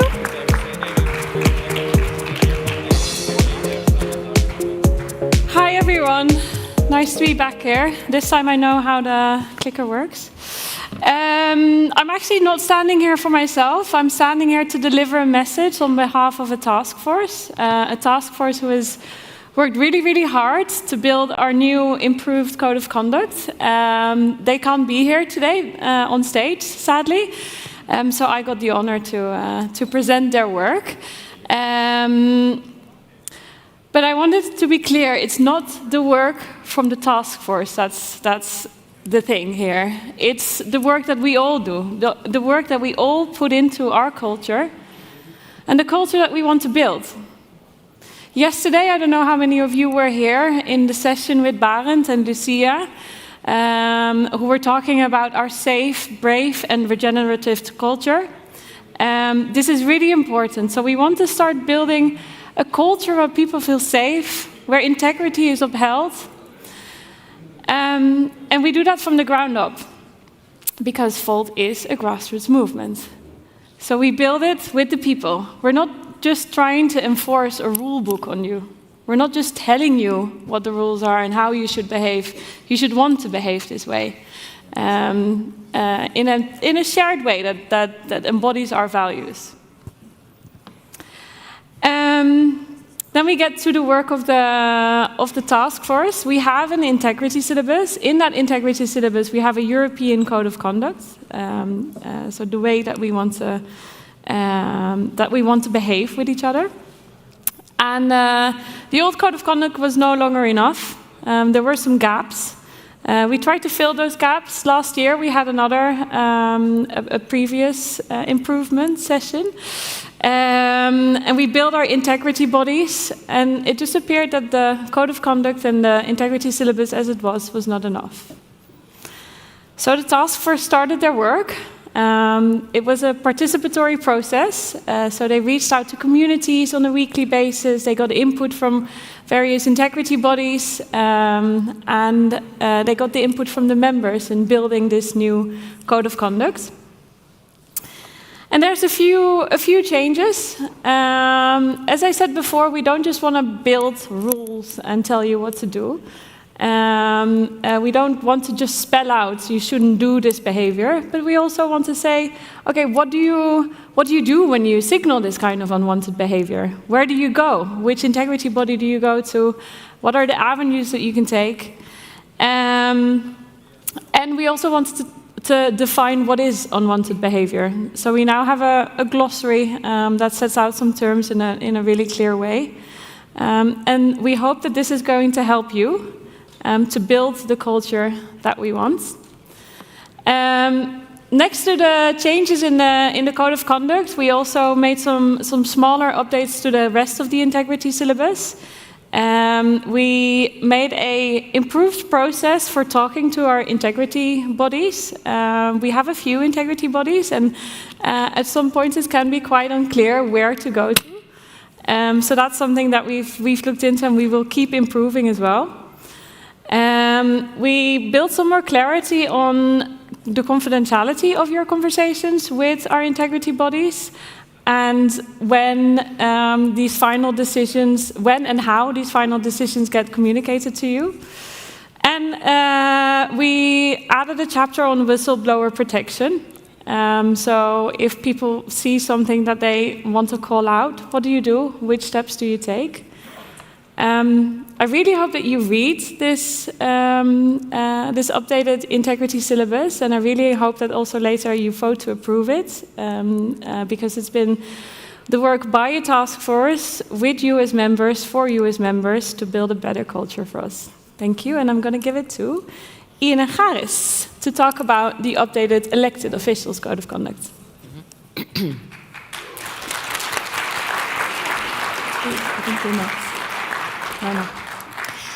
So, the code of conduct and what it is that we are achieving with it, why we need it. We need more transparency as a movement, as a party, but with that transparency also comes accountability. So the reason this document has been built is to be able to use it as a tool to hold our elected officials accountable, to know that what they're doing aligns with the values of Volt. And now I can give it to Ian. Yes, thank you. So in the past we've had some issues with some of our elected officials, the faces of our party, behaving in a way that we don't think is in line with what we want. So we tried to have this done, I think 3 years ago or 2 years ago, and that failed. So now we took really the time, the last 18 months, to come up with something with the Volt elected officials to say what do you think you can expect on transparency and accountability from your colleagues, and for the membership, what can you expect from your Volt elected? What do you want to expect? So there's something on financial interest declarations, so that we can have a conversation. Hey, you have some shares here, and you're voting on this. Perhaps we should have a conversation about this. There's something on transparency on meeting with lobbyists. There's a lobby register. So the membership can hold their own elected officials accountable. And as Tetske said, I also think it would be great if everybody read the Volt elected officials code of conduct and ask lovely questions to us later in this session or later today when we're around here. Thank you. I don't know who's next. That's you.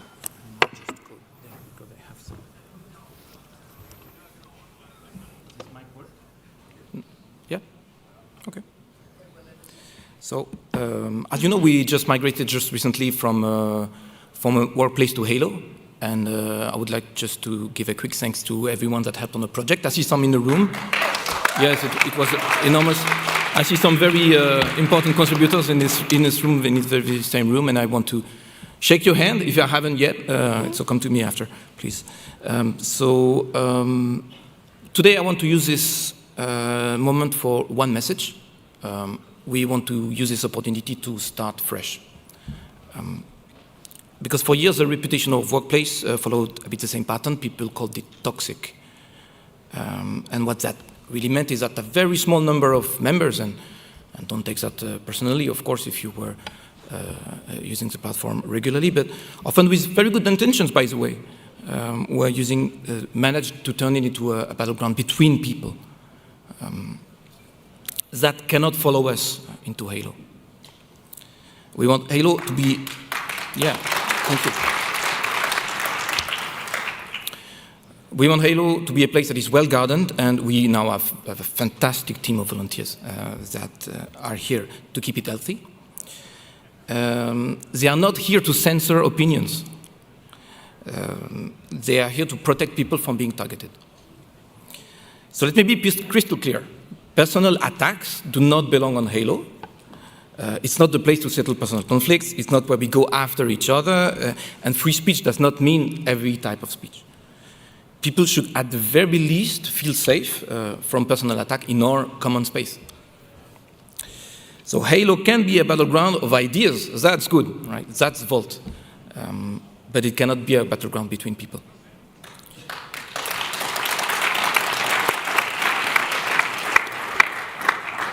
If you completely disagree with someone's ideas, that's fine.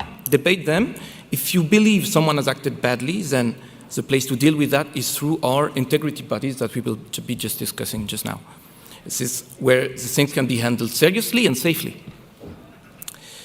What you cannot do is use Halo to attack somebody. And that's for a simple reason. It's not because we want a culture where people feel allowed to try things, to experiment, to make mistakes even, to be brave, as we were mentioning in the safe and regenerative culture, which was brilliant yesterday, without the fear of being dragged through the mud. That's how we stay creative, and that's Vault as a whole grows more resilient, I think. But on a more positive note, come on the platform, use it. Build thing is not perfect, nothing ever is, but we're making it work. There's a lot happening already, so let's start this new chapter together. Let's make Halo a place where ideas collide and people don't.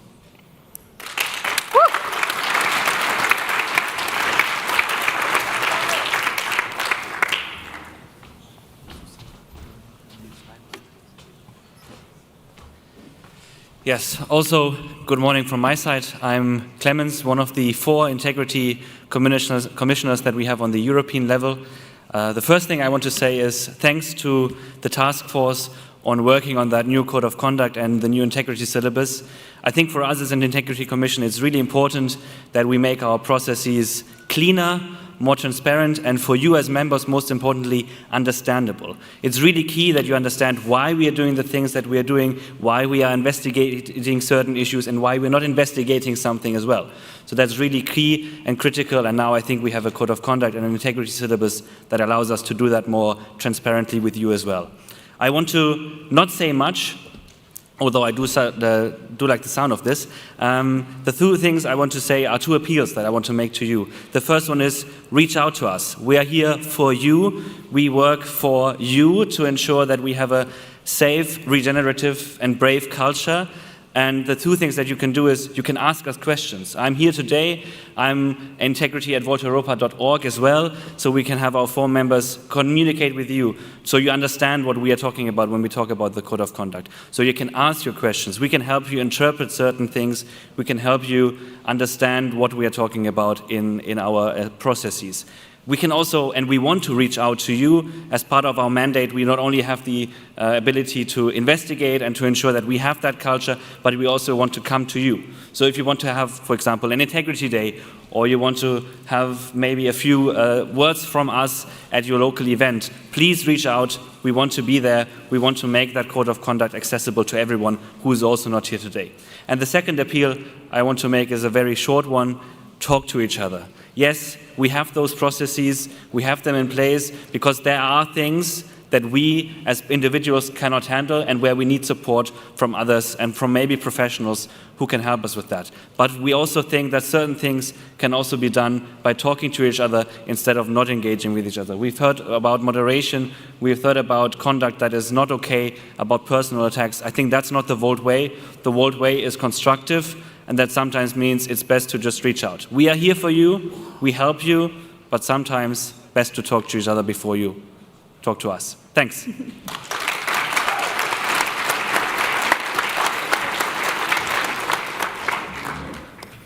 Thank you to all of you for this beautiful session. You have been quite efficient on time, so now we have time for questions.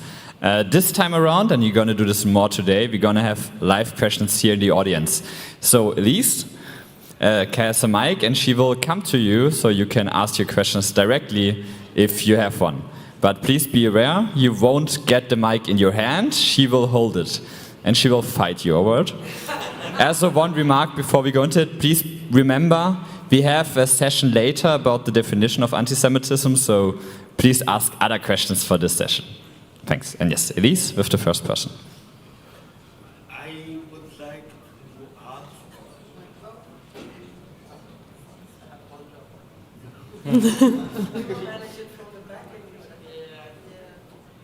Hello? Yes.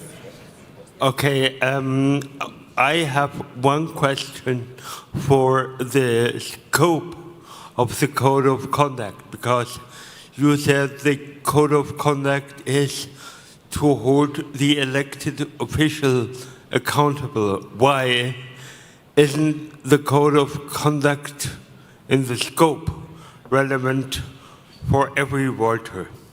This would be my question. Thank you. Thank you. That's a really good question, and I think it's really important to clarify this. We have one European Code of Conduct that is applicable to everyone who is part of our organization, all our members. And part of that European Code of Conduct is the Code of Conduct for elected officials, because we feel that we can hold our elected officials to an even higher standard. And maybe Ian or Gareth want to say a bit more about this, but this is the difference there. So there is a Code of Conduct for everyone, but for the elected officials, we want them to be more clear about who they meet, which funds that they receive, just more transparency and accountability. Thank you for your question. Thank you for the answering, and also thank you for asking the question, Paris. Before we go further, I would also like if everyone who has a question, first make yourself known. Good job there, so Elise can find you, but also say your name. I think it's nice if you know each other's names. So as in German assemblies, there's actually you need to say your name, and it would be also nice if you do that here. Thanks. And maybe you can say your chapter too, just after. Okay, I'm Vecchi from Germany, Bavaria specific, which you can see on my clothing. Thank you. So, as we all seem to agree, the integrity processes didn't work perfectly in the past.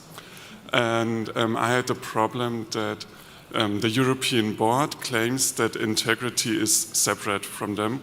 And that's why they, in my point of view, try to not take up on the responsibility. How would you argue will your cooperation with the European board be in the future? Are you still separate from them? Or do they have responsibility on integrity being enacted within Volt? Thank you. I'm not sure who this question is addressed to, but I'm happy to try and formulate an answer, and maybe my colleagues here on stage would like to add. So I think your question is why does integrity not apply to the European board, or why is it not integrated in the? No, rather when we have conflicts, and in the past the integrity systems didn't work, at least for me. I never really got responses for my emails, for example. And I made the European board aware, and they basically said, okay, we are not responsible. The integrity systems worked independent from us. I see. I think that's a really good question. Well, the integrity bodies are independent bodies. They should act independent from the board, because there should be a separation of those kind of powers. Maybe Clemens, you want to say a bit more about this? Yeah, so sorry to hear that your emails were not answered. That would not be in line with what we strive to in our quality of work. But yes, we are independent in the sense that the board does not decide what we do and how we do it. There is the integrity syllabus, which is voted on by the General Assembly, that defines our processes, that defines our work. But we do report to the board in the sense that the findings that we find or the recommendations that we make on our complaints that we receive go to the European board, because they are, as per our statutes and as per IODIS, are the body that can actually decide on measures against members, for example. So we have our independence and how we work. They cannot see who we are talking to, how we're working, but they get the end result of our work, because they have to make the decisions as to what happens with individuals, for example, as that might happen. But I hope that answers your question. Yeah. Okay. Seems like it. Next questions. Hi, good morning. I'm Mara from Germany. And first of all, thank you very much for your great work on the COC and the integral syllabus. You can really see that you put a lot of effort into this super important task. So thank you for that.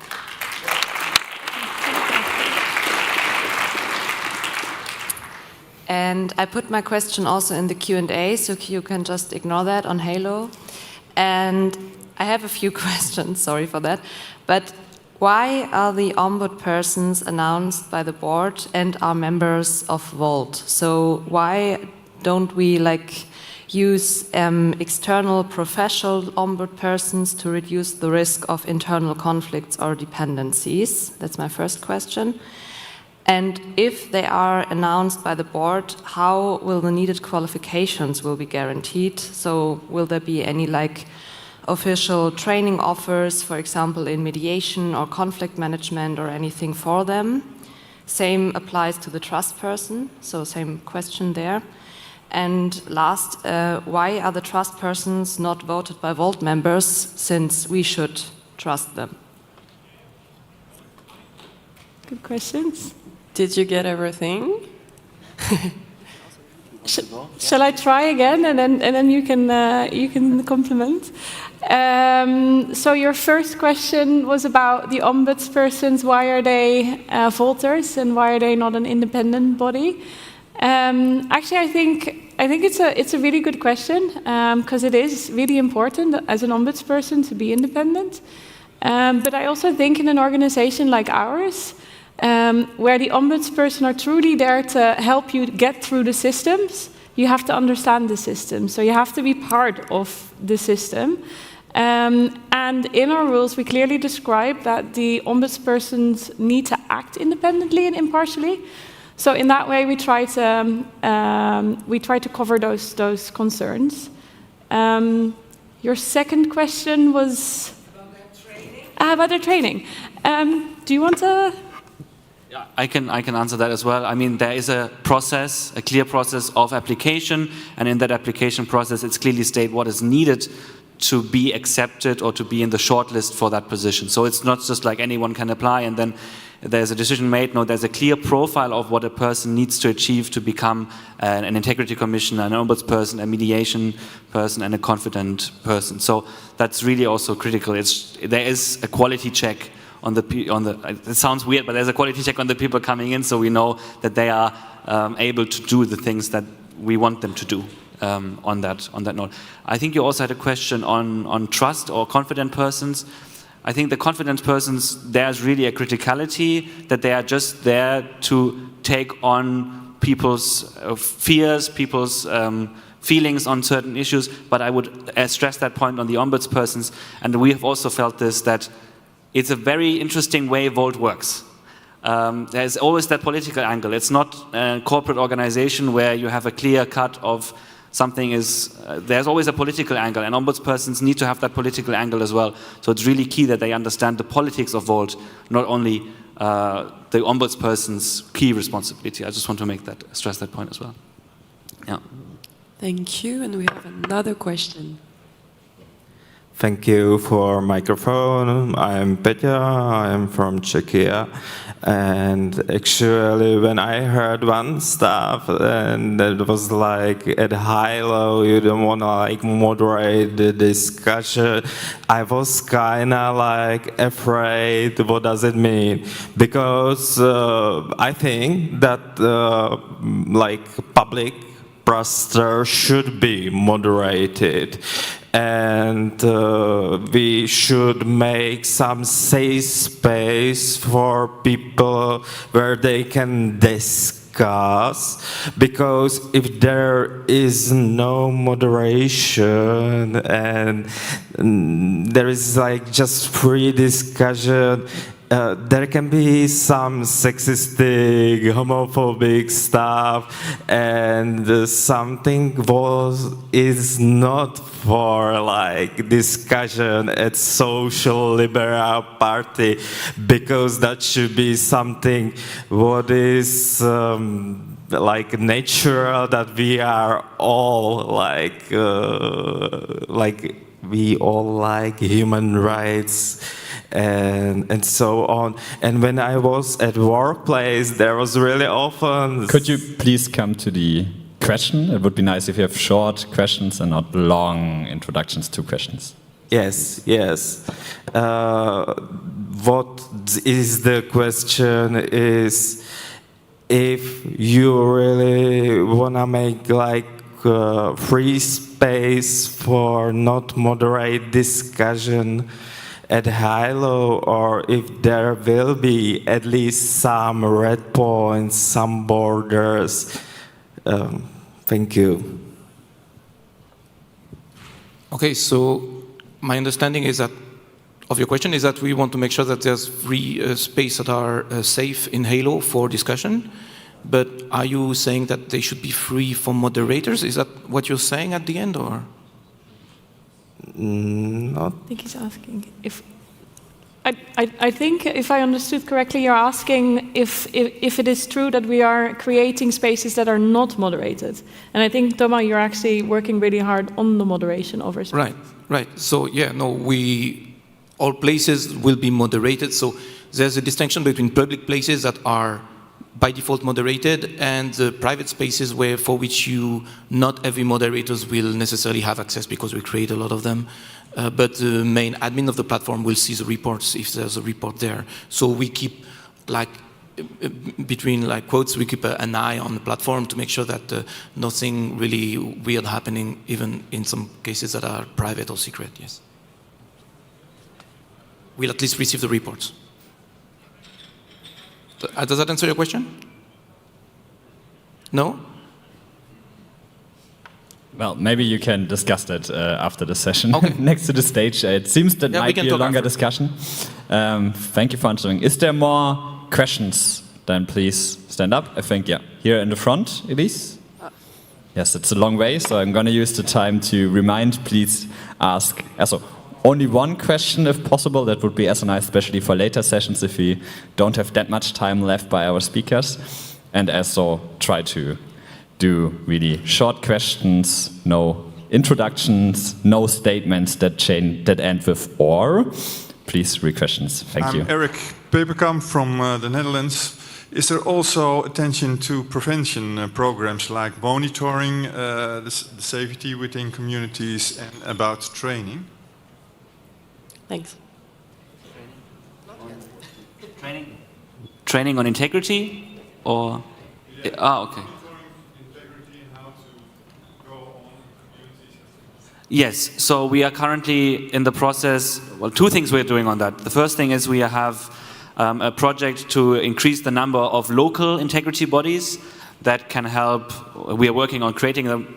Yeah, we're creating a white paper at the moment to create more local bodies that have more language knowledge and also knowledge of the local chapter. That's the first thing we're doing, and they will also then diffuse the code of conduct into those chapters. And the second thing is we have a timeline now in place, or we're working also on that, to go into the chapters to explain the code of conduct. We had a trial session with one of the very local chapters to see how they respond to what we are telling them, to see how our training module is set up. But yes, that is also planned, and that's why one of my appeals was to say also, it's a big organization, Vault, there's a lot of chapters. We are very keen to work with you to be invited also, because that's for us an easy way to know, okay, where's an interest maybe, or that's a very fast way to say, okay, we can go to your chapter, we can come in to an online meeting and quickly do a half an hour on the integrity syllabus.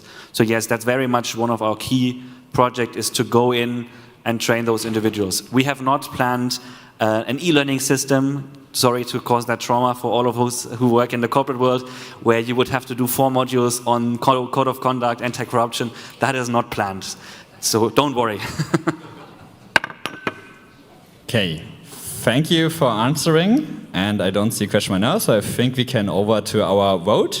I will thank the speakers, and you can leave the stage now.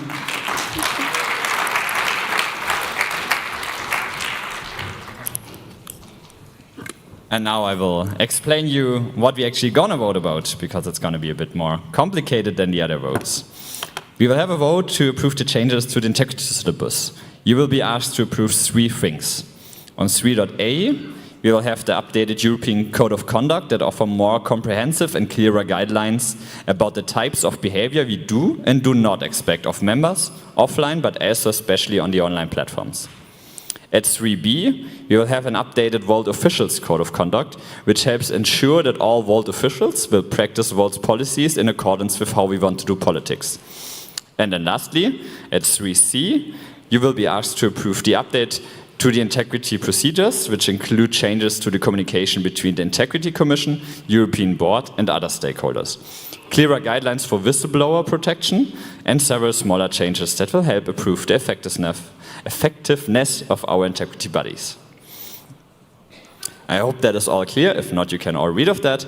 And now I confirm that the vote has been opened at 10:25 on Sunday, the 23rd of November. Again, also this one is going to run until tomorrow, 1 p.m., Monday, 24th of November. So please make sure to vote latest on your way back. Reminder on how to vote. You are allowed to vote if you have been a member for 30 days before the GA was opened. So if you are that, you should have received your voting token. The mail title is Your Voting Token. If you haven't, please reach out to the help desk. You reach them via help@vaulteuropa.org, but also can find them on the second floor. And with that, I hand back to our moderators. Perfect, thank you very much. So exciting. Many votes, and I think the integrity vote is really one we all have to think about a bit and perhaps also read and get it into our everyday working, because that's, I mean, Vault takes up a lot of time, and this also forms your life. So how do you want to communicate? How do you want to work together? That's a really important question. Now, I want to remind you on what's going on in the other breakout sessions. So in Mistral, we have now a discussion about rethinking growth. It's actually about economics and how we want to shape the goals of our European economy. It's with Damian Böselager, and also an external expert will join, so I think it will be a good discussion. The second one is in Orient. It's the launch of the policy roadmap on disability rights. We have the disability community also join there. I think this is also a topic that it's special for Vault, that we focus also on the disability rights. For our next session, we will talk about the changes of the statutes and internal regulations by the legal team. So I welcome on stage, sorry. Yeah, Jochem and Isa. Right. Thank you very much. Is the clicker? Yeah, thank you.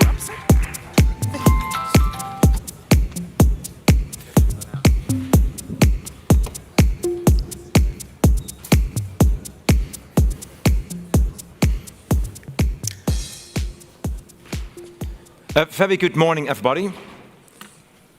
Isa and I will guide you to the most exciting part of today, and therefore I'm so glad that so many people are in this room and so many people are watching online, because we are going to talk about power, we are going to talk about democracy, and we are going to talk about how we make this association work in practice.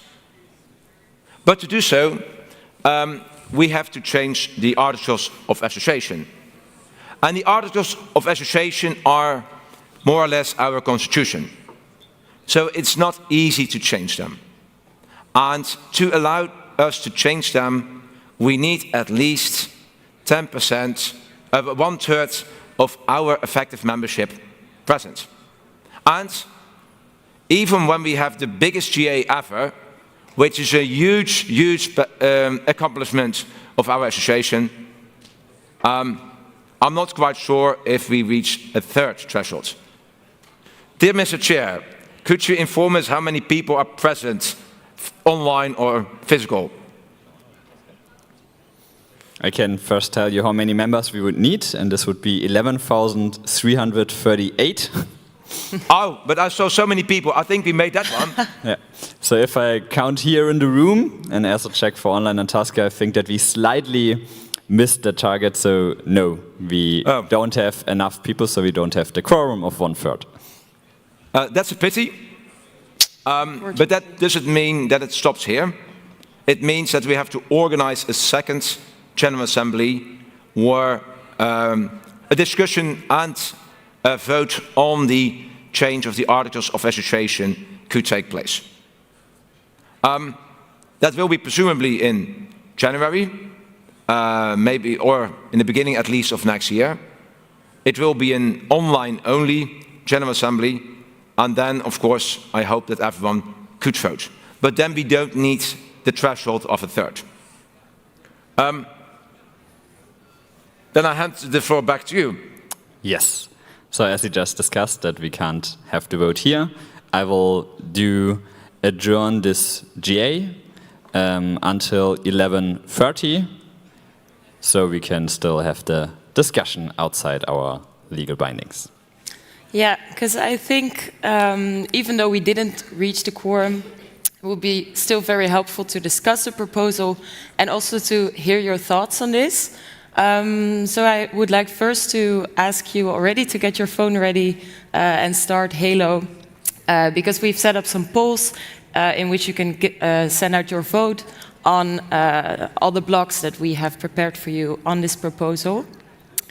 Yeah, as Jochem already explained, the statutes are really at the heart of our organization. They're really our legal foundation, and therefore also very important. So I think maybe it would be good to start with the question, how many people here in the room have at least once read the statutes? Can I see some hands? Okay. Much more than I expected, actually. Yeah. This is a good score. So if you didn't raise your hand, please don't worry, because I think a lot of us actually only discover the statutes at the moment they really need them. So that is actually also part of why we are here today. I think we can go to the next slide. So let me take you through this journey of why we started this whole proposal and what we did.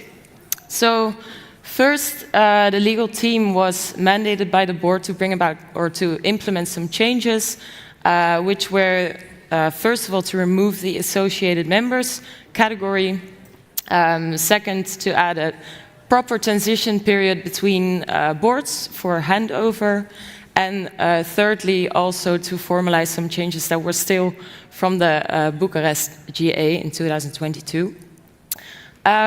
So when we started this process, we actually discovered that we were dealing with a very confusing and often also contradictory patchwork of rules that were both spread out over these statutes, but also over the internal regulations.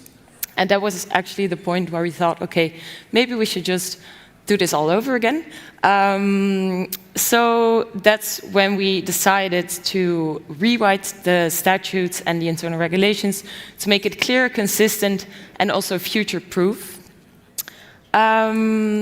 So the proposal that we have right now both reflects the Shine 29 strategy and also ensures that, our governance is clear, fair and democratic. And even though we consolidated the statutes, it resulted in a bit larger document, but therefore it's also now really the single source of truth of the statutes. And for the internal regulations, we've separated them in 7 distinct categories, from the GA to collaboration and all of them. And in bringing about these changes, there are 4 actually main pillars that we try to improve. That is first, a stronger GA. Oh, I think we can go to the next. Let's go. Stronger GA, clearer responsibilities for members or for the chapters. Last one, more transparency in leadership and stronger and also simplified rights for members so that you all really know what your rights are.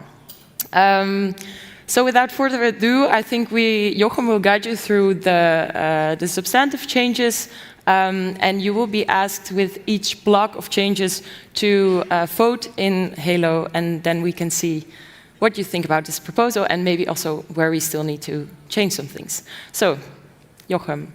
Thank you, Isa, and I will go briefly to the different parts or chapters. Of course, I won't explain everything in detail. If you have a question, we will have an interactive Q&A session afterwards, so don't hesitate to raise questions. It's an informal vote, so it's not a formal vote, it's not a decision, because that will be at the next GA. But at least for us, it will be a strong indication if the proposals are solid enough, could be supported by the membership, etc. When everyone had the chance to scan the QR code, I will go to the first part. No, we are not going to change the name Volt. We are not going to change the seats from Brussels. We had quite a lot of discussions to change the purpose. We're not going to change it right now, but we have to do it as soon as we are setting up a formal political party at the European level. Because we all hope that this will be the last huge change of our statutes. No, it won't. So presumably in Bratislava we come forward with the next proposal to make Volt a proper European political party, which is of course one of the biggest means of our association. In Article 3 it's still the aim of our association, but now we are reaching the goal almost certain the next year or the year after.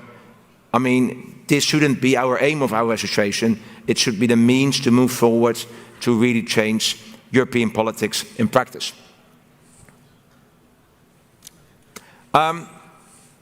So you could already click on if you support this part, but then I will just slowly move to the next one.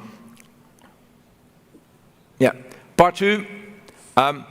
Here we had quite a lot of changes. And also here I think we are going to change things back in the future afterwards. At this moment we have 4 types of membership.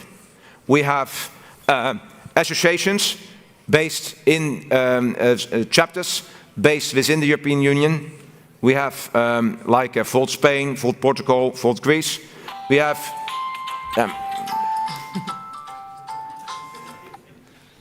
Yes, reminder to everyone to please put your phone on silent mode.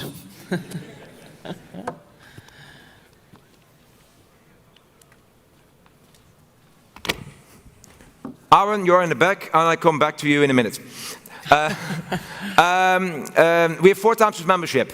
One is chapters based within the European Union. Secondly, chapters which are outside of the European Union, like Volt Switzerland, Volt Ukraine, Volt UK. And then we have members of associations based within the European Union and members of associations not based in the European Union. At this moment, members who are a member of an association which is not based within the European Union, they don't have the right to vote. So if you are a member of Volt UK, you cannot vote at the General Assembly. If you are a member of Volt Ukraine, you cannot vote at the General Assembly. We are for democracy. We are for equality.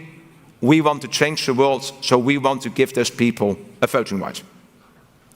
But at the same time, members of the European Parliament are renegotiating regulation, explaining how European political parties should be governed. And they are, in my view, honestly and reasonably concerned that state actors, for example Russia, tries to influence European politics by taking over chapters or associations. So they want to limit the possibilities of non-EU persons to participate in decision making. So we had to include some safeguards to allow our party to be an open party, to be an inclusive party, where everyone could vote, but at the same time limiting the possible power of people from non-European countries. The regulation is almost, the changes of the regulation are almost finished. Thereafter we'll have to check how this will influence our statutes again. Secondly, we are growing, and that's marvelous. But we have many chapters, they say, what do you expect of us? At this moment, you have only two options. Either you're a chapter or not. But when you're a small group setting up a chapter, you want to have some guidance what you could expect from Volt and how Volt could help you. Are you allowed to use the name Volt? Are you allowed to use the Halo platform? And now we are introducing rules to set up a life cycle procedure from start up to a candidate membership, to full membership, and also what do we expect from members when they are a member.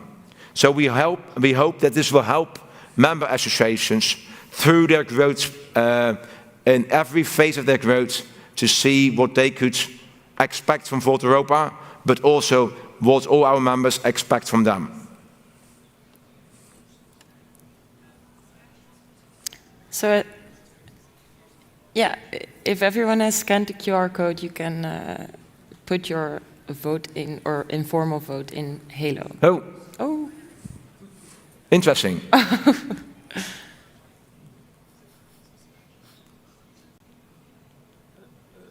just going back. No, he's going to the front again. Yeah. There we You're go almost again. there.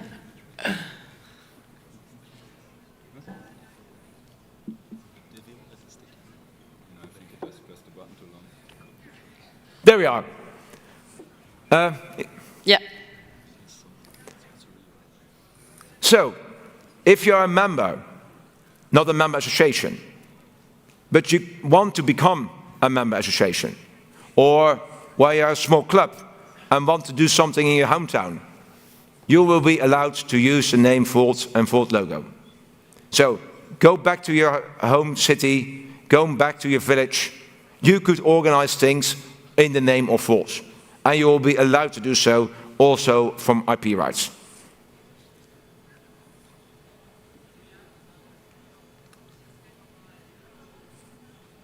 And then we reach the General Assembly. We reach you. At this moment, we have a marvelous General Assembly. We have many people, and today we are already practicing with a more interactive way of getting the General Assembly going. We want to expand on that. We want to make the General Assembly a real forum for debate. Which means that it becomes possible to put things on the agenda you want to discuss much more easily. At this moment, you could only put things on the agenda which are within the scope of the powers of the General Assembly. We want to broaden that, and then you could put everything on the agenda of the GA. Secondly, we changed the rules to show that what we are doing here in practice is also legally solid. And three, with a much larger GA, we expect much more of the chair of the GA. He is doing a brilliant job, by the way. Give him a big hand of applause.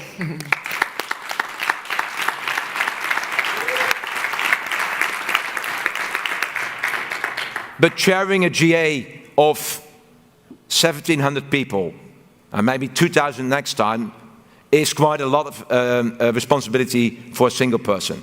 So we want to broaden the presidency of the GA towards three-person chairmanship, so they could have a break in between, could take a nap, could share the responsibilities, could discuss among themselves. You don't want to have a break? So that they could really keep control about such a large event. And I think it's a really important step forward, but it's also thanks to you that you are willing to come to such large European events. And I'm really proud that we are making this happen in practice.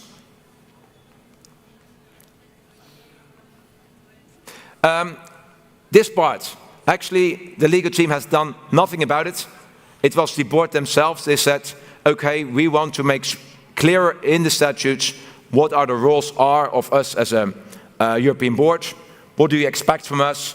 But also, the board gets more responsibility. At the current situation, when the GA ends, they just, and their term ends, they're just out of job, and the next board, maybe still in a job, has to spring in immediately. We are also introducing a phase period that the going out board could take over the responsibility and transmit the responsibility to the incoming board in a more relaxed period.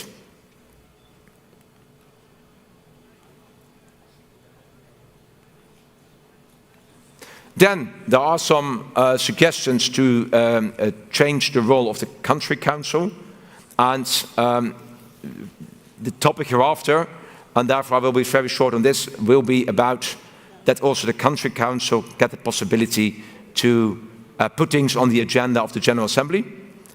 And we also want to make simpler rules how we elect our officials at European level.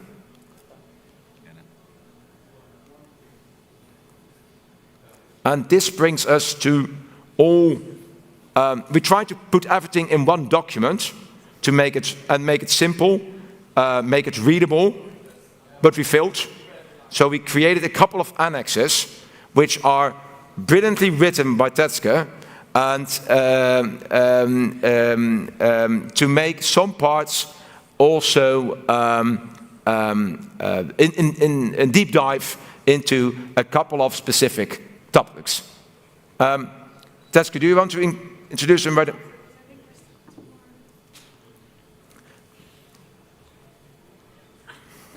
There you go.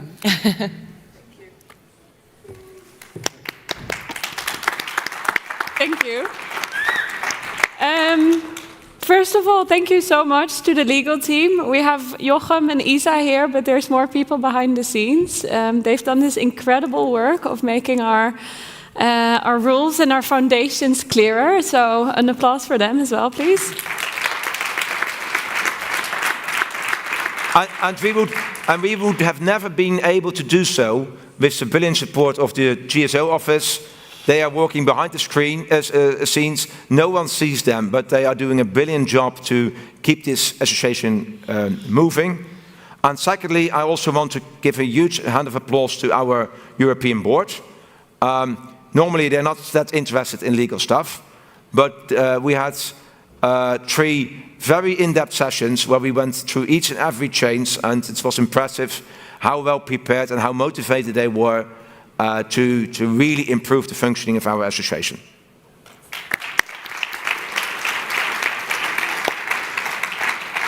So to look at the internal regulations a bit more, what we did, instead of having internal regulations that actually repeat what's in the statutes, but in different words and create a bit of clarity, we built different sections for the internal regulations. So we have a section for the arbitration regulations that set out all the arbitration rules.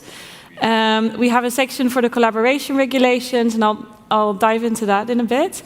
The country council regulations, electoral regulations, so they set out what our electoral committee is allowed to do and how they set up elections, how they run the votes. We have our financial regulations. These remain relatively unchanged from what was already in the internal regulations, but we rewritten them to make them more comprehensible for all of you.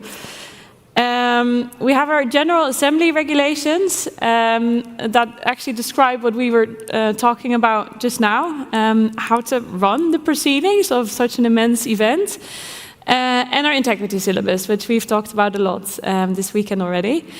I want to dive into 2 new bits, which are the collaboration regulations and the country council regulations. To start with the collaboration regulations, it sounds a bit vague, but this is really the rule book between our way of working with our chapters and Volt Europa on the other side. Years ago, I think this was in 2022, we already started a process to create memorandums of understanding with our chapters. So we would write down in a few pages what we expect of our chapters. This project was never finished, which actually meant that we had no formal relationship with our chapters. We have a lot of chapters, but what do we expect of them? What do we want them to do? How can we help them as Volt Europa? How can we support them? How can we coordinate best? So when we realized that this is really a gap in our organization, we created a task force. We love creating task force.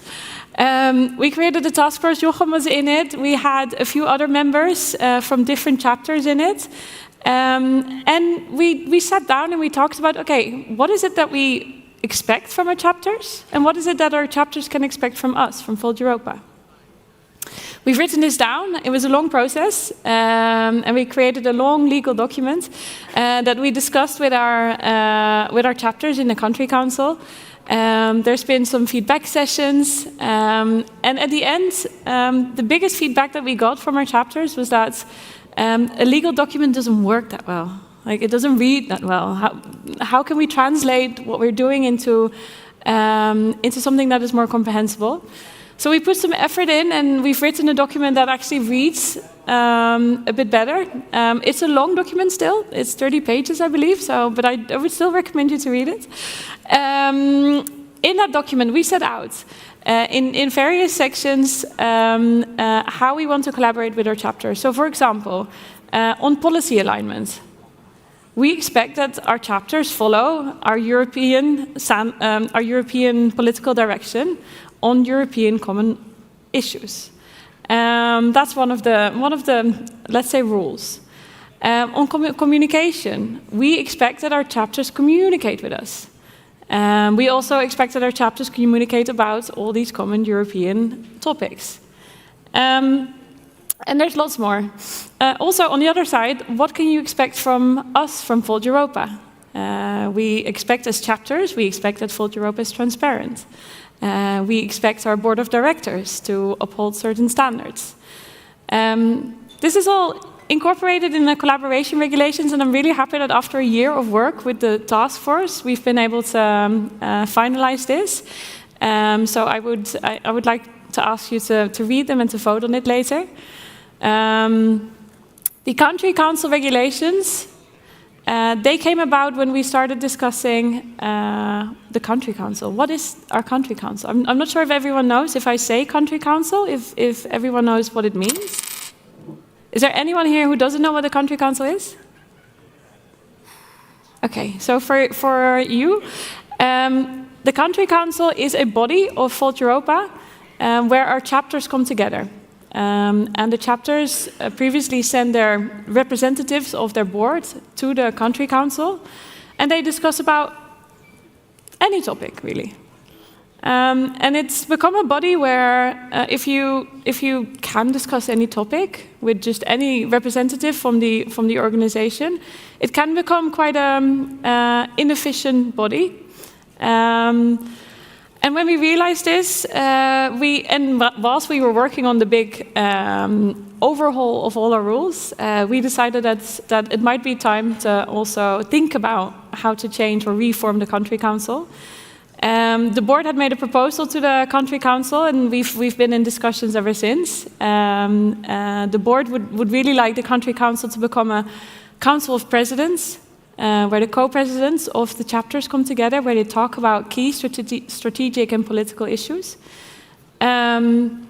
where they can vote, each of the co-presidents in this council on these topics, and become an advisory body for our board, and actually become like the pinnacle of European coordination.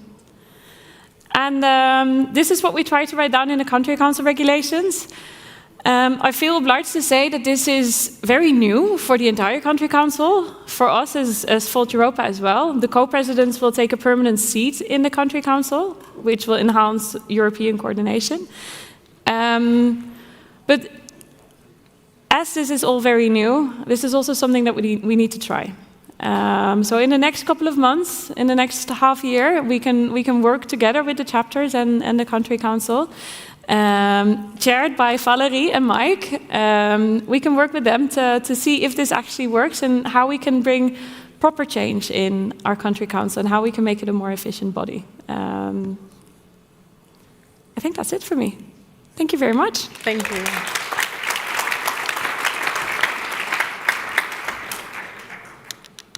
Vote. Has everyone scanned the QR code? Move back 1 second. There you are. You haven't, now is the time. And now we have the nicest part of this presentation. That's a dialogue with you. So, yeah, so again, we have time for Q&A. So whoever wants to ask a question about our nice legal regulations to our great legal team.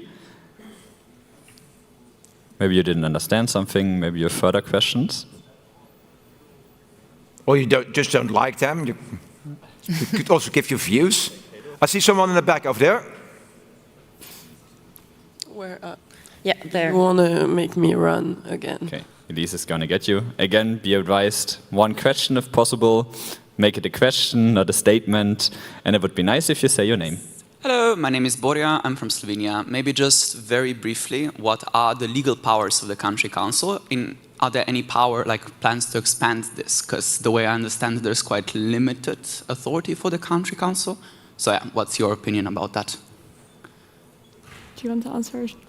The Country Council at the moment, the competences are indeed quite limited. From the top of my head, they have a co-approval of new member associations within the organization. So if a chapter applies to become a member association, the European board has to approve them.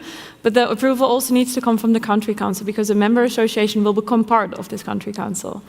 At the same time, if the European board wants to dismiss a member association, the Country Council should also be allowed to approve that dismissal and be consulted.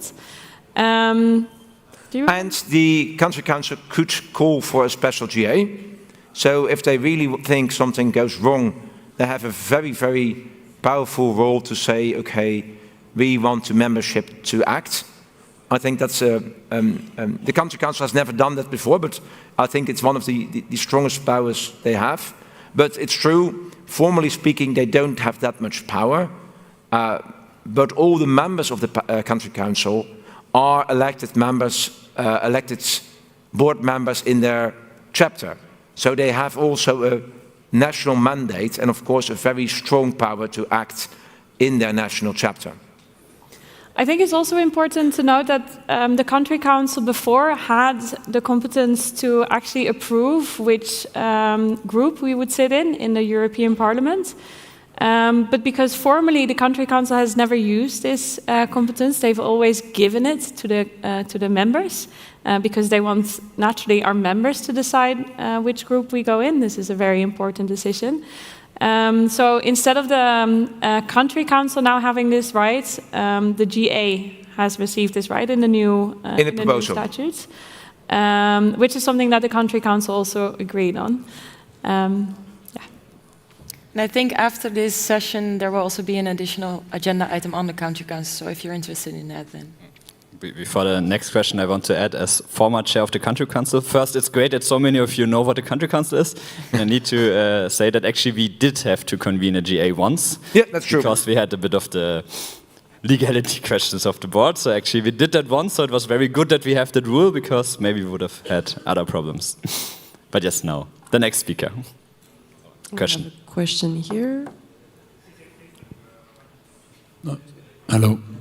Yeah, no, to just give a bit of context, when we started our strategy 1 year ago, we kind of had this decision to make, how do we want to strengthen our democracy? And the question was, do we want to strengthen the GA and really strengthen member democracy? Or do we want to give more powers to the Country Council? And our discussions, also with back then the chairs of the Country Council, was, let's first really make the GA a proper GA and give members the rights to shape the agenda and so on. So that's a bit the answer to why we didn't expand the legal profile of the Country Council, because we said member democracy first and the nationalized channels. Janko, also for you, it would be nice if you get to the question faster. I can raise my voice in the end of what I'm saying. Maybe good to say this was Janko Heineke, our board member for Volt Europa.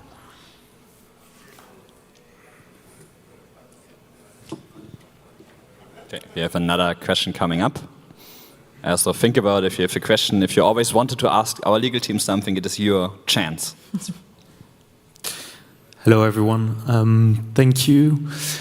I had some questions regarding the competences of the Electoral Commission, and in particular, a question pertaining to the extent to which the Electoral Commission could potentially issue notices or has the capacity to ensure that there are no measures to subvert elections.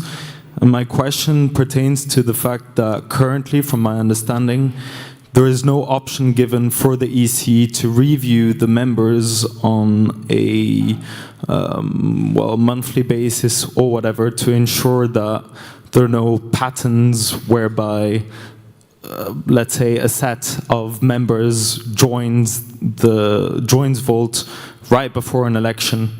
This is not something that the EC is currently capacitated to do. And from my perspective, that also raises additional questions also pertaining to background checks, etc., on individuals. So I was wondering if there are any ways whereby this is being considered to ensure that the votes, the elections of votes are fully transparent and everyone knows who their role is. Yeah, that was also quite long, but since I'm reliant on him because he's the electoral committee, I'm going to let it pass. And it was I think it's a very relevant question. The question is, are we, and the question was now raised, is the electoral committee able to check it, but are we as an association able to check if members just join the association solely to influence the decision-making within our body or to get a particular person voted into a particular role? Honestly, at this moment, we are not. The selection of new members, the admittance of new members is done by the different chapters. And when a chapter allows somebody, the European approval follows almost automatically. We are a large association, and it will be very difficult to have stricter checks on who we will allow or not. But I think, but that's my personal opinion, that this should be the way we are moving in the future. Because I was referring to the large amount of criticism within the European Parliament to non-EU actors, like a chapter from a non-EU country wanting to intervene in our decision-making. I think we also should look in, are we willing to allow non-EU actors to become members of our different chapters? Or do we want to limit that percentage? What kind of checks do we expect from our chapters to do on new membership? Part of that is in the collaboration rules between the Volt Europa and the chapters, where we want to make clear how the process is to allow new members. But our focus at this time is still on growth and growth. But I think we should also see how we could improve it in the future, not only in growth and growth, but also in better and better. Here in the middle, and oh, there, sorry. Yeah, hi. I'm Robert from Germany, and first of all, thank you very much for this great work you put into there. I have a question concerning the change of the threshold of support for a proposal to the GA. You fixed that number to 100, and I was wondering what is the motivation behind this? And also maybe a question, could you also make it relative to the total number of Volt members? If you make it relatively to the number of Volt members, the thresholds presumably will only rise. So hopefully, because then our membership will grow, it will become more and more difficult in the future to put new things on the agenda. And I think it would be actually very helpful when it would be easy to get things on the agenda, so that we allow our members to discuss the things they want to discuss.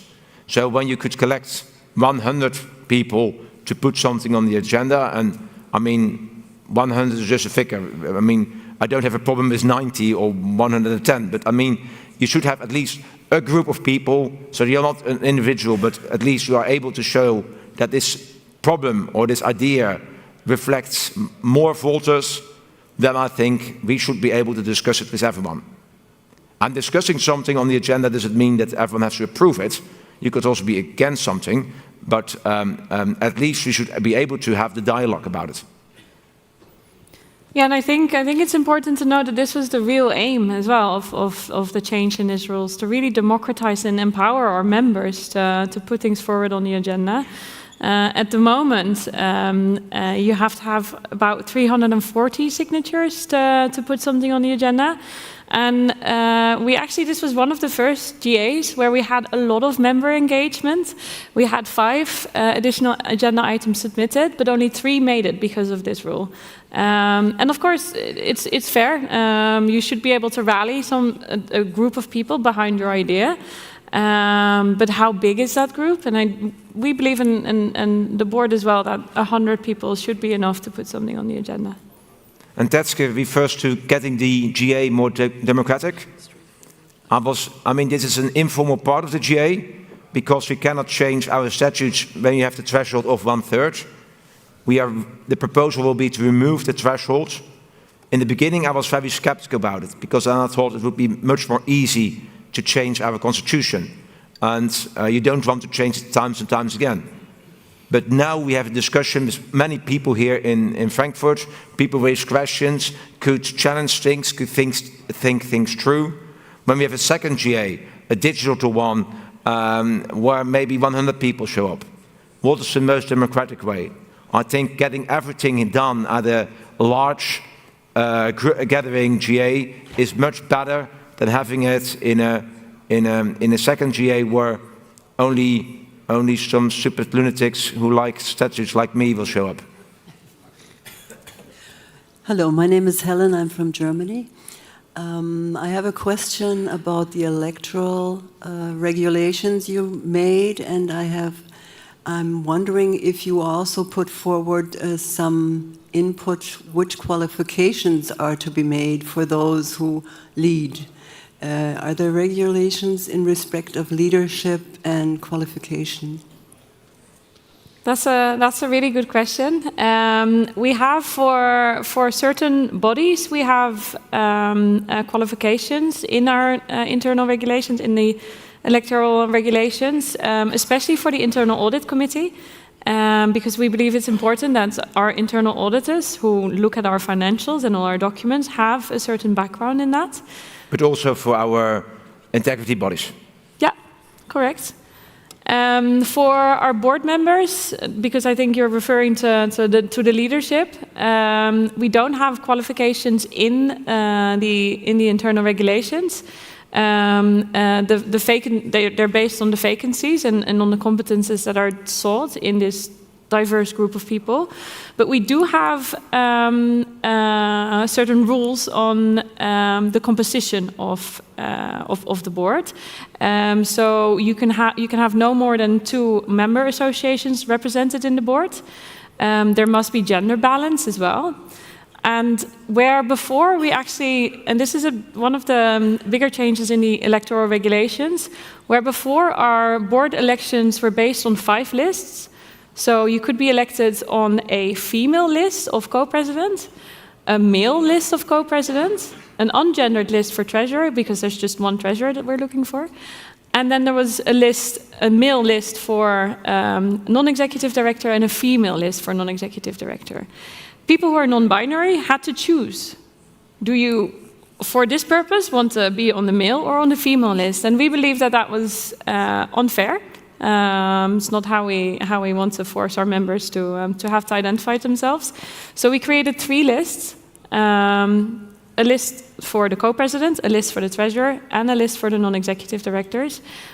If you're male, female, non-binary, Whatever gender identity you have, you've put yourself forward on that list, and then we have clear, quite technical rules on how then the elections go. And hopefully with a new technical solution, we can actually have results real quickly on this basis. Thank you so much. With that, I think we are done with the time. So you're allowed to leave the stage with some applause. Thank you. Thank you. You see, we are getting bad on the Q&A. Just as a quick reminder here, please don't grab the microphone. Keep it with Elise. You can still speak into it. You don't need to have it in your hand. It will also work. It will even work better in Elise's hands because she has the microphone hand. So please don't grab it. Okay. This vote, you already had like all the QR codes. It's going to be on Halo, so this time no voting link. It's going to be an informal vote, obviously, because we are still adjourned and not in the official session. There's also, it was told me that it's going to be unlimited, so you can vote also in a year, but I think it would be nice if you like vote in the next 5 business days, so also the legal team can keep working on it. So, with that, I will hand it over to the host so she can introduce the next breakout rooms. Perfect. Thank you very much. As a little reminder, now it's 11. And in 4 minutes, we will have 2 sessions starting in the breakout rooms. The first one is the Moonshot Lab, and that's actually where Conrad went. I lost my co-host. He's there to do a little workshop on how to have creative and unconventional ideas for politics. And the second one is about the future of food. So what will we eat in the future in Europe? Where's technology bringing us? Which new options will be available? So that's the second discussion round in the room Orient. We will now continue with important legal topics, and I'm going back to Fabian. Yes. So as on the next one, we're going to now talk about the Country Council GA agenda rights, and because that's also a vote which we would need a quorum for, we will keep the GA adjourned, and it can be then voted upon on the second online GA that Joachim earlier described. But still, we're going to have the presentation and also the possibility for a Q&A. And with that, I welcome Sven Frank up the stage.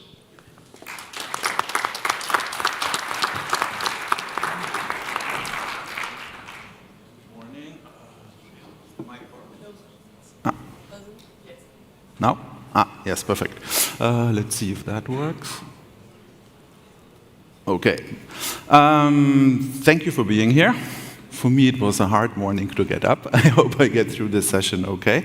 We will talk about one more additional agenda item, which, as Tetske announced earlier, is a member motion which I tried to put on the agenda, and it was one of the successful ones. I will quickly introduce myself, then talk about the motion, how it went, and then explain to you what you can vote informally on now, and then at the extraordinary GA when it's scheduled officially. So, for myself, if you don't know me, my name is Sven Frank. I joined Void in France, I think 2018, so a long time ago. I was on the French board for 4 years, 2 as a co-president, and I was also the lead candidate in the European elections in France. And last year I moved to Slovenia, so I said after 8 years politics in France, let's try Volt in Slovenia. So this is my current mission to help us register as a party, which is a challenge in many ways. But also moving to Slovenia, and this is where I want to enter. I'm seeing myself almost not every weekend still, but I'm going to IKEA a lot, and we're putting together furniture.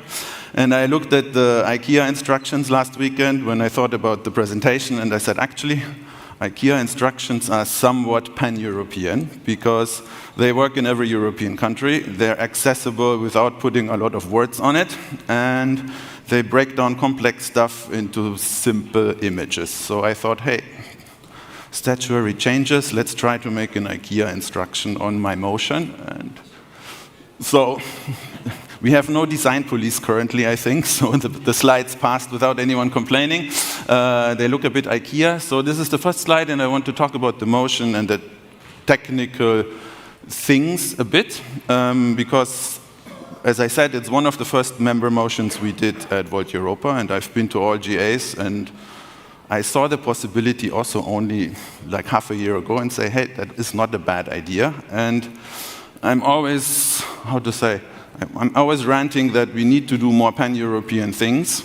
And a member motion is a pan-European thing if you do it correctly, because you need to actually convince a lot of people to support what you want to propose.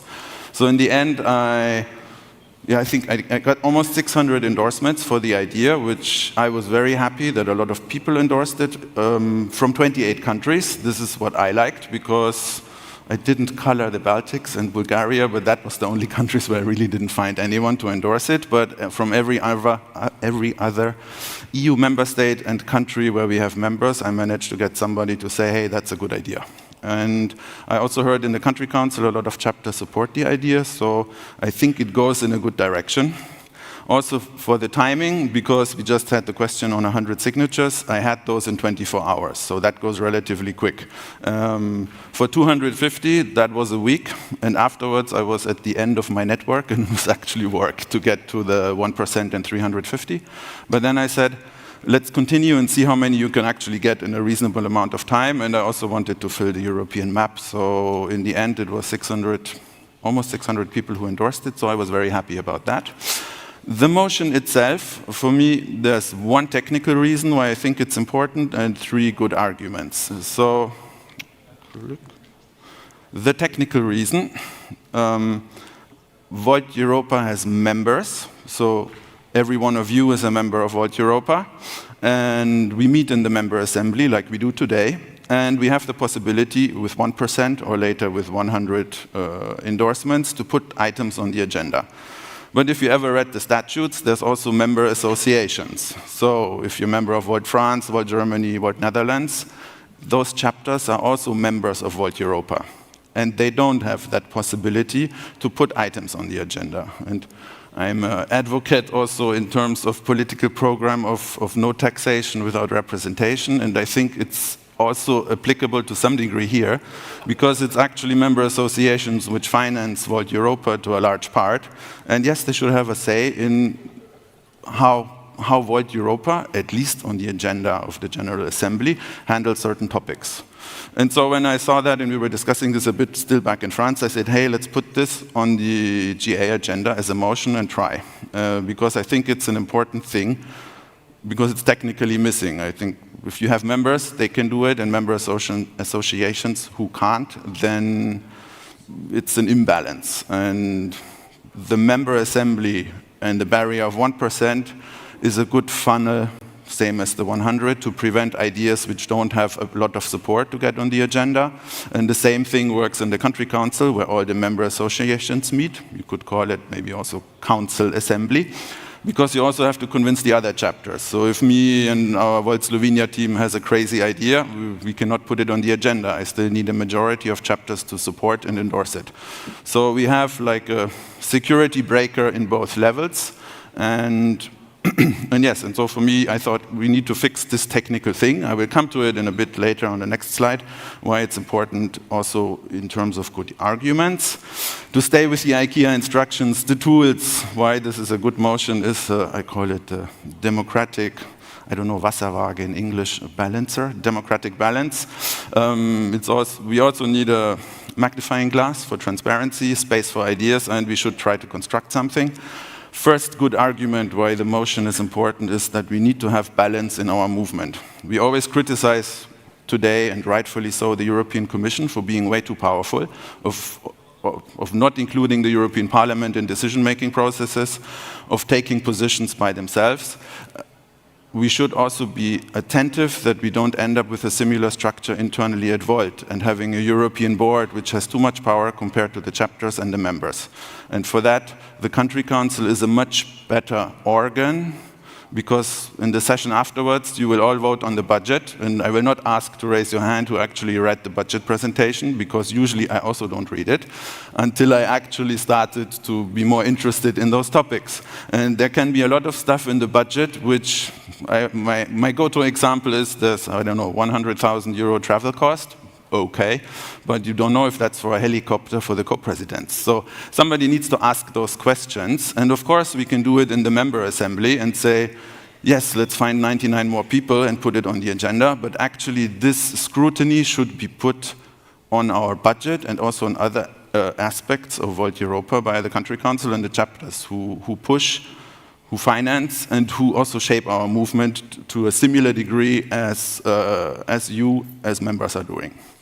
Second argument is it's a space for ideas, because we always say we want the best practice in terms of politics, so social housing like in Austria, bike infrastructure like in the Netherlands. This also applies to organizational topics, in my opinion. It shouldn't only be politics, it should also be organizational, and so countries and chapters should have the possibility to present those ideas also to the member assembly. So currently, there's no way to do it. With the motion, if they have the possibility to add items to the GA agenda, it would be possible also for chapters to say, okay, I'm now in the group of Central and Eastern European chapters. We are 6 or 7, so we do discuss topics and say, okay, this would be interesting to discuss with all members, but currently we don't have a vehicle to do it. So it's something we would like to change, and with the motion, yes, we're trying to make a step in this direction. And the last argument for this motion is, you can say it even twofold. So yesterday we heard a lot about what we want. We want a united Europe, we want a federal Europe, United States of Europe. I think we all know what we want. For me, the question is actually, how do we get there? So I'm always looking for ideas. What can we do beyond running in elections to create leverage? And for me, Volt Europa is, I always say, it's like a mini European Union with all good and bad things. You have big chapters, small chapters, you have big issues, you have small issues. And like the real European Union, we don't really have decision-making processes which work for everyone. And I would like at some point to go to Ursula von der Leyen and say, like, hey, you always talk about a stronger Europe, but you never do anything. Actually, look what we are doing at Volt, because our internal democracy works. All chapters buy into it, the members feel represented, and it's something where we can actually build something by doing organizational, let's say, experimentation, evolution, where we actually can develop leverage beyond sitting in the parliament. Because for me, ideally, Volt Europa would actually be able to poke Ursula von der Leyen and also heads of state and say, hey, it can work, this is an idea, at least try it, so we can push the narrative doing it like this. And so this is for me the one brick I'm adding to this, to our internal pan-European democracy, is the right for the country council to add topics on the GA agenda, because this will, in my opinion, it will give the country council more reasons to meet to discuss, so it will create an internal, how to say, in the beginning I wrote, it fills our pan-European democratic vacuum, because chapters now have a reason to talk with each other and say, hey, shouldn't we do this? Shouldn't we go that way? Shouldn't we try this? Should our organization evolve into this direction? And I will close before I will ask you if you have questions, comments, opinions, with the main point which I had in the discussions I had with members who said, good idea, bad idea. A lot of times the question was asked, but doesn't this make Volt more nationalistic when we actually want to have a federal Europe? And my answer to this is, we also need to be, I say, more political, because United States of Europe, does it mean that a country like Germany or France will become like a US state of Kentucky or California? Is this possible when you have countries with centuries of history, also democratic histories, compared to Kentucky, which I don't know how long it existed before the United States was made? They surely didn't fight for their democratic history. So, in my opinion, Volt needs to be realistic if we actually want to develop leverage with our organization. So, our ideal federal Europe, I like, it was yesterday, like federal Europe, everybody has a different definition. My definition is one where a country like France or Germany buys into it and say, yes, I support it because I still feel represented in this federal Europe. Oh, thank you. And so basically, I think it was Field of Dreams. If you build it, they will come, the movie, if you remember. So I think we should spend some effort on our own internal organization and build something we can show, and then actually start chasing people with it in a way of like come on, we are building it, why don't you? And this will also develop later on into electoral leverage, because we can say, hey, we proposed it 10 times and you never do it, so just vote for Volt, because we will actually put it into place. We already have the plan and it works for us. Thank you very much. I don't know how much time we have left. Yeah, we still have time for questions, so anyone? We would have time for 1 or 2, 3 questions. Yeah, because yes, remember, questions, no statements, keep it short and simple, don't take away the microphone.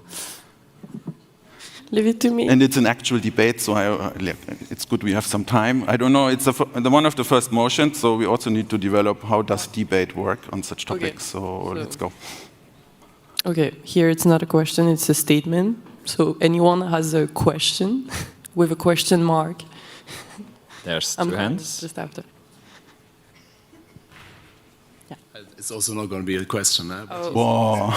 But you also commented on every post I made on Halo, so maybe also give the word to somebody else. He said explicitly opinions are welcome, but I can wait for questions. Okay, first questions, I guess.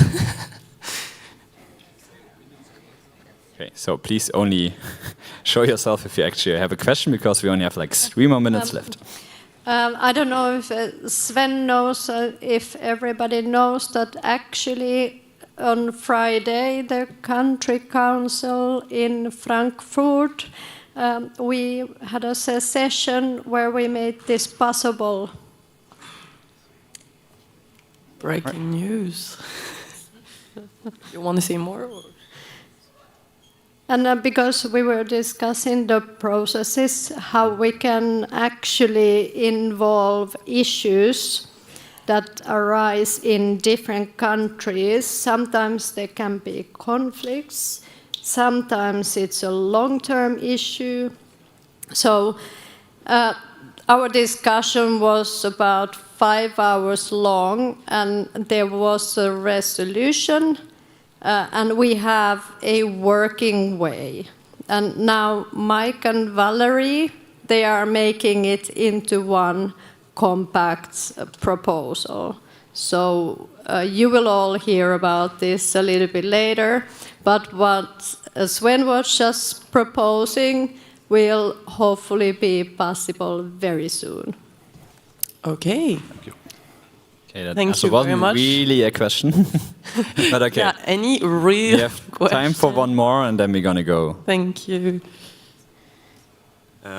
So my question was, you mentioned that to put the topics on the agenda, only individual members are being able to do that right now, and the country council can't do that. I had 2 questions. First of all, why don't we just encourage the councils, if they have ideas, to ask one of their members to put it forward and then say, as a council, we support this? And secondly, if there's a difference in what kind of threshold would be needed if a suggestion comes from the council that might already have a lot of people agreeing with it, but not outside of its bubble, so to say. Yes, so on the first question, I think going through members is a bit of, how to say, let's say if chapters have, so personally I think the 100 should also involve more than one country. I would say we don't have 100 members in Strasbourg, but they could just propose, okay, let's change the seat of the European Parliament permanently to Strasbourg. We are 100, put it on the agenda. So I think there's member motions, and there should also be topics which are backed by chapters, and it will have more weight.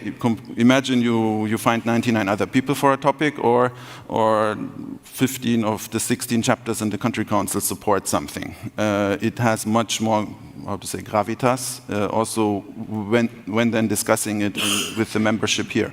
So it's not me and 594 others, but it's actually most of the chapters of Volt Europa who represent most of the members. It's more weight. And on the second part,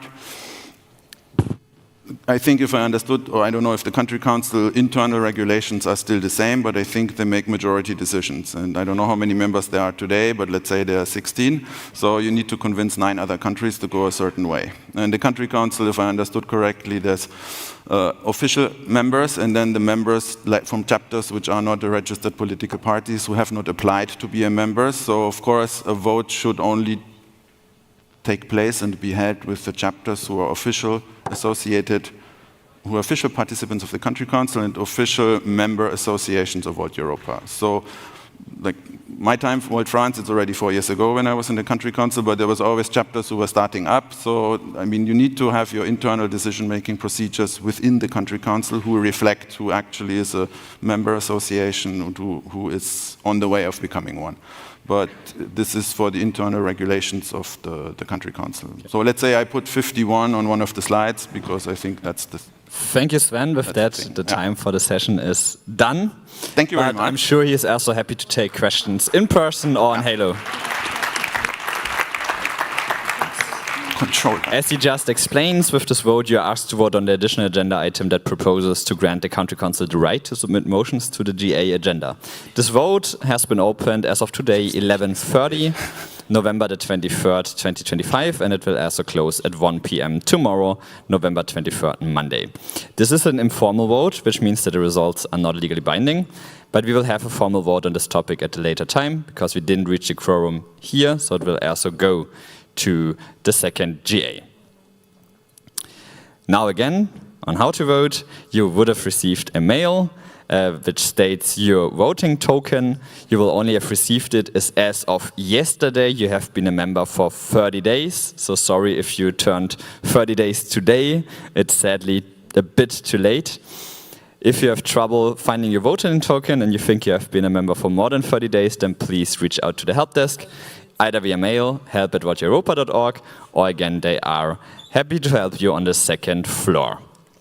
Now, those were our two, let's say, unofficial discussions.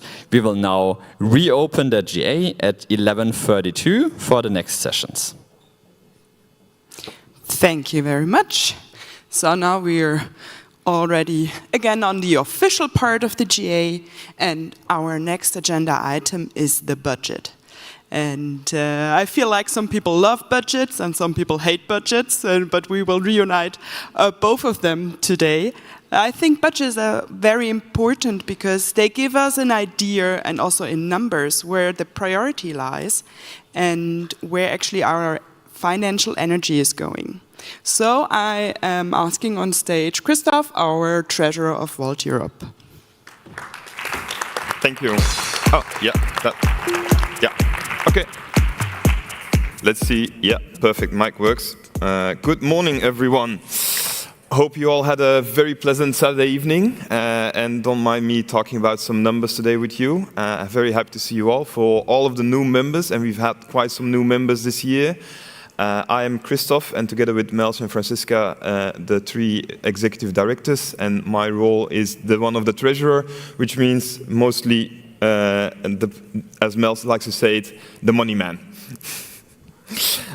Before I start my presentation, I want to express my deep, deep gratitude to our legal team, who has done, in the previous session, a lot of work, and I really commend the work that they've been doing. I think it's such an important step that we are taking in strengthening our governance, and I really want to thank them again for all their effort that they're doing.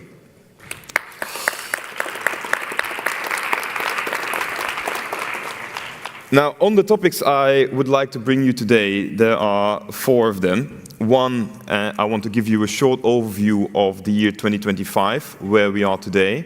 And 2025 is a bit of a strange year, right? So in 2024, we had elections mid-year, and then we started building our new strategy. And 2025 is really this first year of the Shine 29 strategy, where we are executing and where we are entering the next cycle towards the 2029 election. And I think that's a very important item to remember, that we are in that first year of our 5-year plan.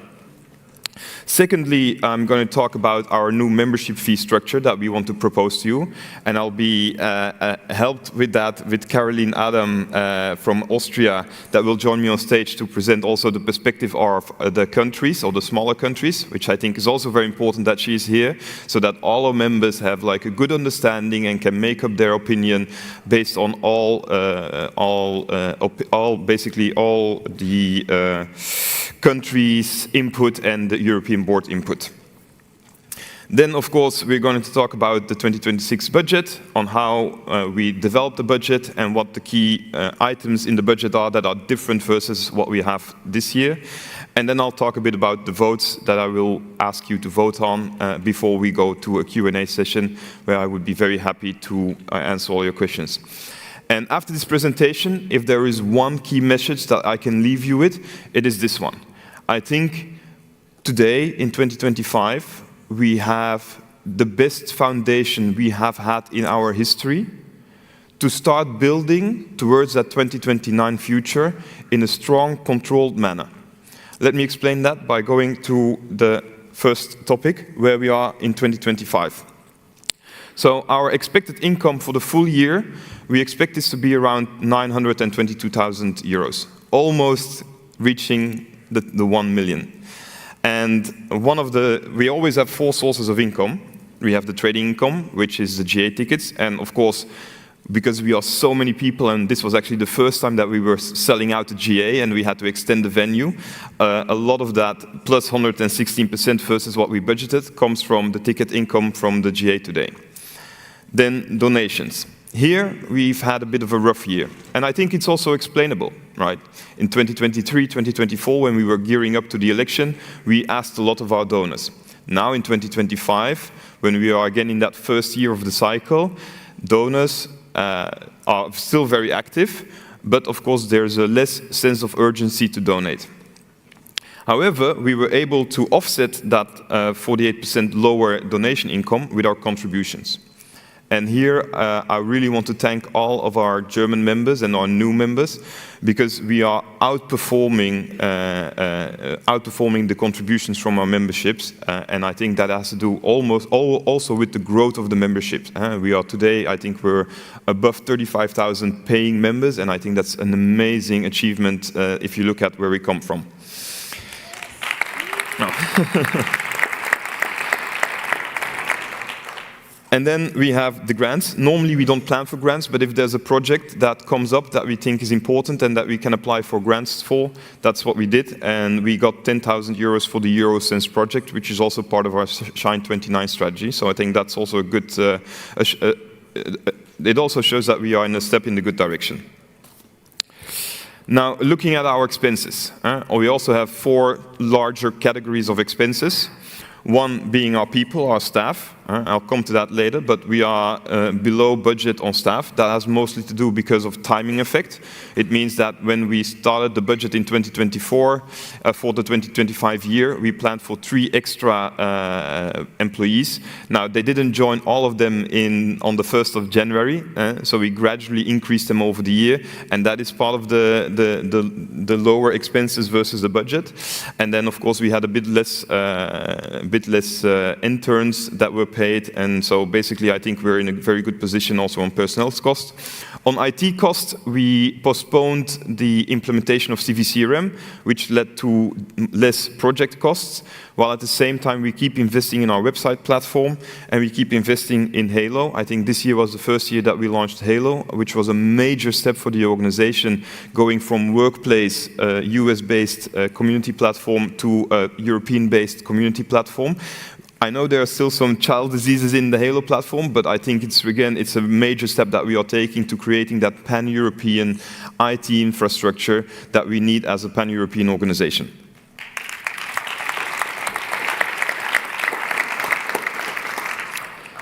And then we have general and admin expenses. And Sven just mentioned that Mels, Francesca and I have helicopters. I'm afraid that's not the case. If you look at general administrative expenses, they as well are roughly 20K below budget, or expect them will be 20K below budget. And that is mostly because we are very cost conscious also on travel costs. right? So the travel costs are, I think, roughly 40,000 euros lower than that we budgeted for. So that means that every time one of us travels, we constantly look at, is this a necessary expense or not? And so we try to be very cost conscious with the money that the members give us and entrust us with.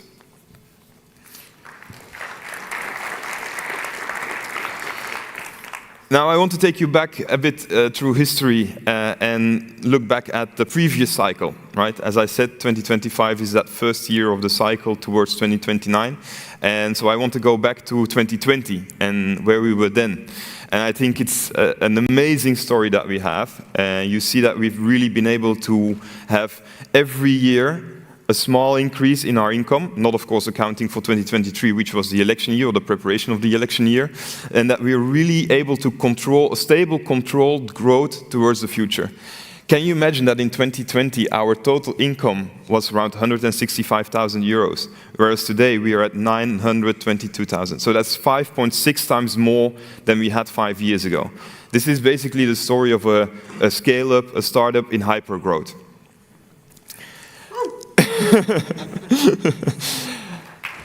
And I think this will also hold for the future.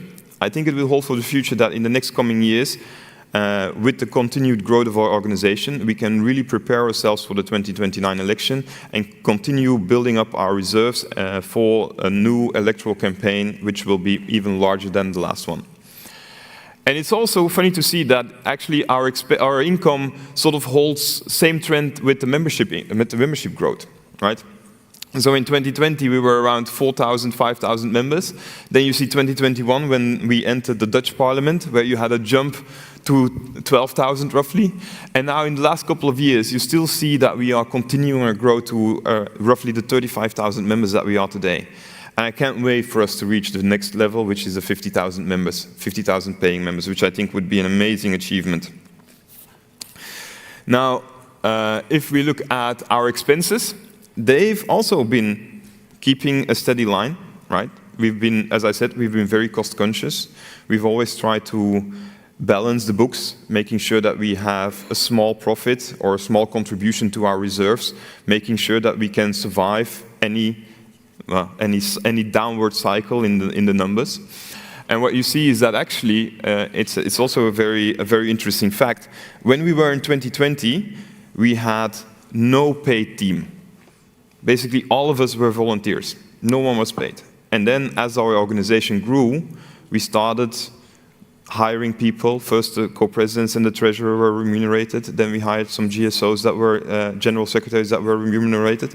And I'm very proud to say that today, given the stability of the organization that we have, we've been able to grow the team to 9.5 full-time equivalent staff that are remunerated and paid, plus additional paid interns. So I think that really shows how we as an organization have grown, have professionalized, and that we are now with a stable, recurring team that makes sure that we can achieve the strategy of Shine 29.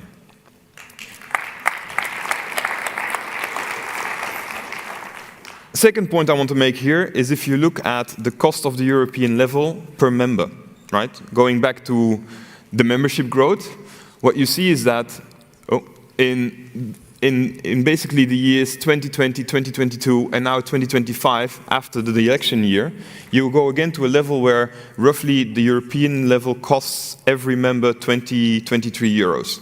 And I think this is a very good, again, this is our idea of being cost conscious, that we make sure that we make the investments at a level that is acceptable to the members, and that we make sure that our costs on the European level are not rising much above the membership growth. And then, as I said, every year we try to balance the books, make sure that we have a small contribution to the reserves, which then allows us to, in the election year in 2024, have a loss. Then we really can sort of absorb that loss. So overall, I think if you look at our liquidity as well, and liquidity is basically how much cash we have on the bank account, we have been doing a really good job, right? We've had in 2023, that was the Dreamery Foundation donations, some good donations in October 23. in July 2024. And now you see that basically we constantly have around 400 to 600,000 euros on the bank account, which to me as a treasurer feels very comfortable. Because we have been increasing our expenses, as I said before. And I think roughly now our monthly expenses are around 65,000 euros. So for me, it is important that we have sufficient reserves on the bank account, making sure that we have a runway of a couple of months that I can make sure that we can pay our staff, that we can pay our expenses without falling without money. Right? So by the end of this year, my estimate is that we will be roughly at 406,000 euros on the bank account, which gives us a runway, basically how many months can we survive without income, of around 6 months. And for me, that is very comfortable, because it means that if there is a downturn, we can focus on fundraising, and we can have 6 months to focus on fundraising, making sure that we can again increase our income to the level that is required to pay our expenses. And that's what I've said. I think, coming back to my key message, we have now a very strong foundation ready for the 2026 income. Oh. Now, the membership fee structure. I want to be, again, Sven mentioned something, and I want to be very clear about this. The membership income is not about the country giving money to the European level. No, we are a pan-European organization, and we have all the members are members of our pan-European organization. And so what we decide here at the GA is not how much money the country will give to the European level, but it is how your membership fee as an individual member is divided between the European level and the country. And we, as an organization, need to constantly think about, if we divide that membership fee between the different levels, what level or what actions will give us the maximum return on investment. And I think that's a very important point. Now, in the past, we've favored our countries, where we focused on building up the countries and building up the presence with low contribution, or the division very much scaled towards the country level. Now, I think, again, we are in that first 2 years of the cycle where we want to accelerate our Shine 29 strategy.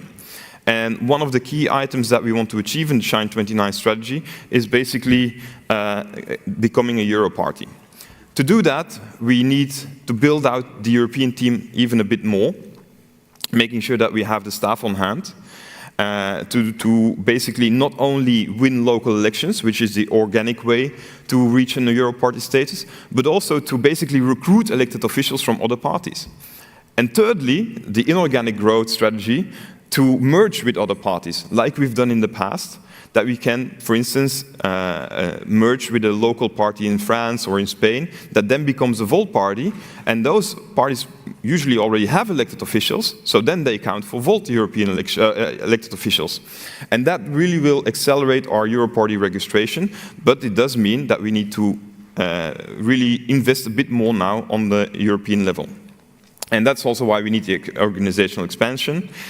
The funding that matches our ambition is basically the reason that we are also moving away from donations towards more membership fee. Because if on the European level we decrease our dependency on donations, it also means that there are more donations available for the countries. And we've always been in the past in this sort of challenging environment where we need to fight against each other, pit against each other for the donations. And with funding that matches our ambition means that we have a stable funding. We become a Euro party that will unlock a lot of money, that will unlock roughly 1.2 million. And then we have some additional money from the membership income. The other reason is that we have large disparity between the contribution of the members and the country, between the different countries. So some members in some countries have a very high membership fee, and in some countries it's very, very low. And this discrepancy is also, I think, not fair towards other people. Now, we... 1 minute. Oh, but, yes. So for the country perspective, I really would like to invite Caroline on stage.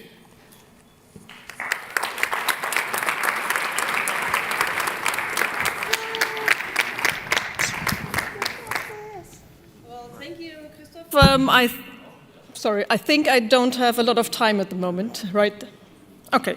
Well, dear members of Volt Europa, I stand here as a member of the Country Council, and though I'm not representing the Country Council as a whole, I speak for representatives from Austria, Belgium, Cyprus, Denmark, Switzerland, Greece, Italy, Malta, Poland, Portugal, Romania, Slovenia, Sweden, and the UK. And we want to let you know what we think were and still are the problems with this membership fee proposal.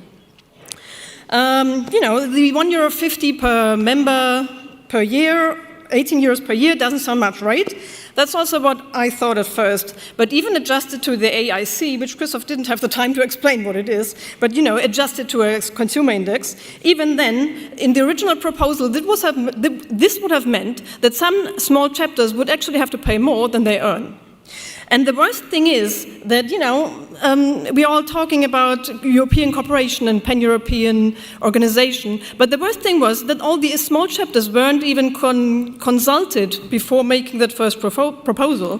Instead, there were bilateral talks with Volt Netherlands and Volt Germany.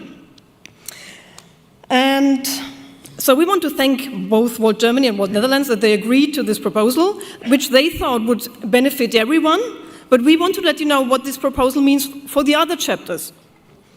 And I know we all have our blind spots, right? We're Europe, we're diverse, and we live in sometimes very different realities. And we as the Country Council, we could, help providing these realities, but then we need to work together and we need to be included in the process from the start. So after the proposal was voted down in the Country Council with 11 out of 13 votes, there was a 25% cap introduced for the smaller chapters. So that doesn't sound too bad, right? Unfortunately, less bad is far from good, and it's even further from being fair. Because there's a large difference between equality, everyone pays the same, and equity, everyone pays a fair share. And this proposal would mean that the contributions of the small chapters would rise by 400%, from 5% to 25%. At the same time, a strong chapter like Volt Germany would actually lower its contributions from the 25% to roughly 17%. And we think, well, we support progressive taxation in Europe, but our own system is regressive. We think that doesn't make sense. And we appreciate the board listening to our arguments, and therefore a working group was set up to develop a better proposal. But the question is, what until then? What about the 400% increase in the coming year for the small chapters? With little time to adjust, with budgets for 2026 already planned. What will happen if the small chapters will pass on the 400% increase to their members? People will cancel memberships, the small chapters will become even smaller, and they will have to pay even more in the end because of the regressive system. So, to make it clear, the problem is not diverting more money to a strong European level itself, because yes, we are one European movement, but the problem is, this proposal completely lacks our European spirit of solidarity, that the strong help and support the weak, especially because the contributions of the small chapters make up a tiny fragment in the overall Euro budget anyway. And B, why was this working group not set up in the first place, long before presenting the proposal? Bilateral talks instead with the big players, while ignoring the rest? Sounds a lot like the current EU to me, but is it European? We think it's definitely not the pan-European decision-making we would expect from our leadership.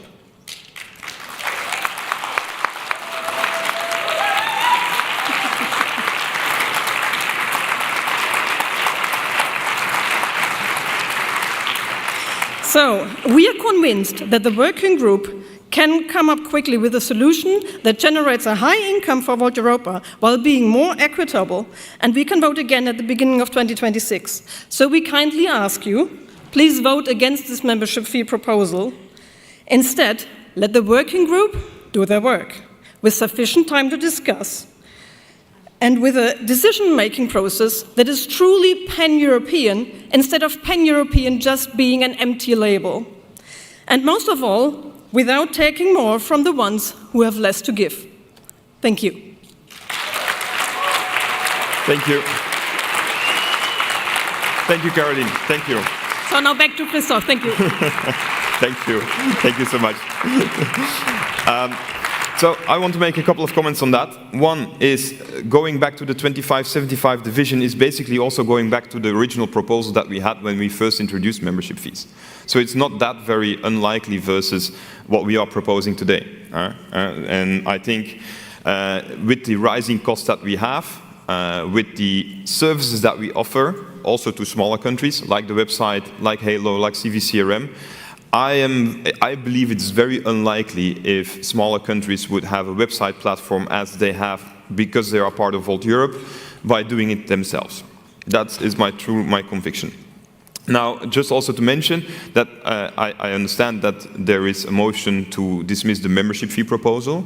If that is the case, just to be transparent and open, it means that we go back to the old system for 2026, which means the 5%, 15% and 25%. Now, the process to the European budget, I think Caroline also mentioned it. It is a very bottom-up process, but what I want to stress here is that it's also a very short process, right? Budgets are made in a month's time, 5-6 weeks, that's it, right? And so basically, every year, when people come back from the holiday, end of August, that is when the teams make the plans. That is when end of September, we have a first draft put together. That is also when the first draft is discussed with the country council and with the board. We make the adaptations, and then essentially the country council voted, I think on 20th of October, to approve the budget. So the country council did approve the budget, and then also the board did the final approval of the budget. Now, how does the budget look? Again, our income distribution will not change. And our total income expected is 1.1 million, with the majority coming now from the contributions and less focus on donations. We still expect a growth in donations, but not as much as we've had the stress on it as the last couple of years. And that also means that our funding is becoming more stable. That means that we have a funding that matches our ambitions as we voted in the Shine 29 strategy. And then our expenses. Our expenses are also, again, in line with our income, so we try to balance the books. And what we do next year, or what we hope to do, is focus on people again, right? So in our budget, there is now, from next year in July as well, a paid treasurer, because I've always done it as a volunteer. But I think it's very good that we have a paid treasurer again, as Johannes was a full-time paid treasurer. But we're also hiring a person for policy. We've done our Moonshot program in 2023, 2024. We've now redesigned, with thanks to Joost, who is at the back of the room, I think, our policy process. And I think that is also why we need to invest in people running the policy and making sure that we have a good standardized policy process, that we have policy that is from the European level all the way to the local level. We continue investing in our IT. I think we constantly make improvements to our IT system, and we want to make sure that we move away from big American companies to more European local companies. But of course, often the price for that is a bit higher. We continue where we can. We continue supporting our chapters, our events, our comms team, making sure that we have our brand value from Volt. And our general admin expenses are roughly in line with where we are today. Now, of course, we also make some scenarios. What if we fundraise more? What can we do then? Because being prepared is better than being unprepared. And so we always think in the board, what if our fundraising, all of a sudden we have a donor that comes and you have €1 million, what can we do then? And so we invest more in our events and in pan-European events. We invest more in our team. We hire additional FTE until we have sort of this stable team of, I think, around 15 FTE. And I think for Europe, a stable budget of around 1.5 to 2 million. After which we then again, by 2027, 2028, we can flip it again and make sure that our money is going to the countries. Because then we can start preparing for the European election in 2029, and we can again sort of support the countries to their maximum that they can run a local election. Now, quickly the votes. And I'm sorry, I'm speeding up a bit because I think Fabian is already very angry with me. Yes, and I will also explain the votes when we go to the voting, so you can be really quick. Okay, perfect. So the first vote is, do you approve the budget? And so that means the budget with 1.1 million in income, roughly 1.1 million in expenses, and a small profit of 13,000 euros. The vote B is on the membership fee proposal. As I mentioned, if it is approved, then we go to the 75-25 division for the smaller countries, and we now have an agreed contribution in the meantime with the Netherlands, Belgium, and Germany. Key here is that Germany has agreed to keep it at 25%. Basically, it means that changing now does not include a benefit for Germany, but hopefully in the next couple of years it would, becoming a more balanced proposal. And then the last one, also an important one, is every year we vote on the remuneration of the directors. Currently, the remuneration of the directors is, for the co-president, 64,000 euros. This is based on a Belgian employee, so a person living in Belgium. And then, of course, we translate that to the local power price parity with potential adjustments for family, etc., etc. So given that we didn't have an increase in 2024 and 2025, we are proposing a 5% increase in 2026. And then for the new board, and this is an important one as well, for the new boards to bring the remuneration more in line with what we see in the Netherlands team and in the German team, where a small remuneration is not a deterrent for people to become a candidate, right? As our organization grows, we need people with good experience, with a strong background, and we want to make sure that we can attract the talent that we need to run this multinational organization for still quite a good wage, but not the top wages. I leave it at that. I see there is a very pertinent question. Yes, we already have a few questions, so this time Alessia is going to go around. We have one here in front. Please hold up your hands, and then we go there, and then to the gentleman in orange. Oh, no, not the gentleman in orange. It's, yeah. We see the hand. Go. But do short, precise. Okay. Do short, precise questions and short, precise answers.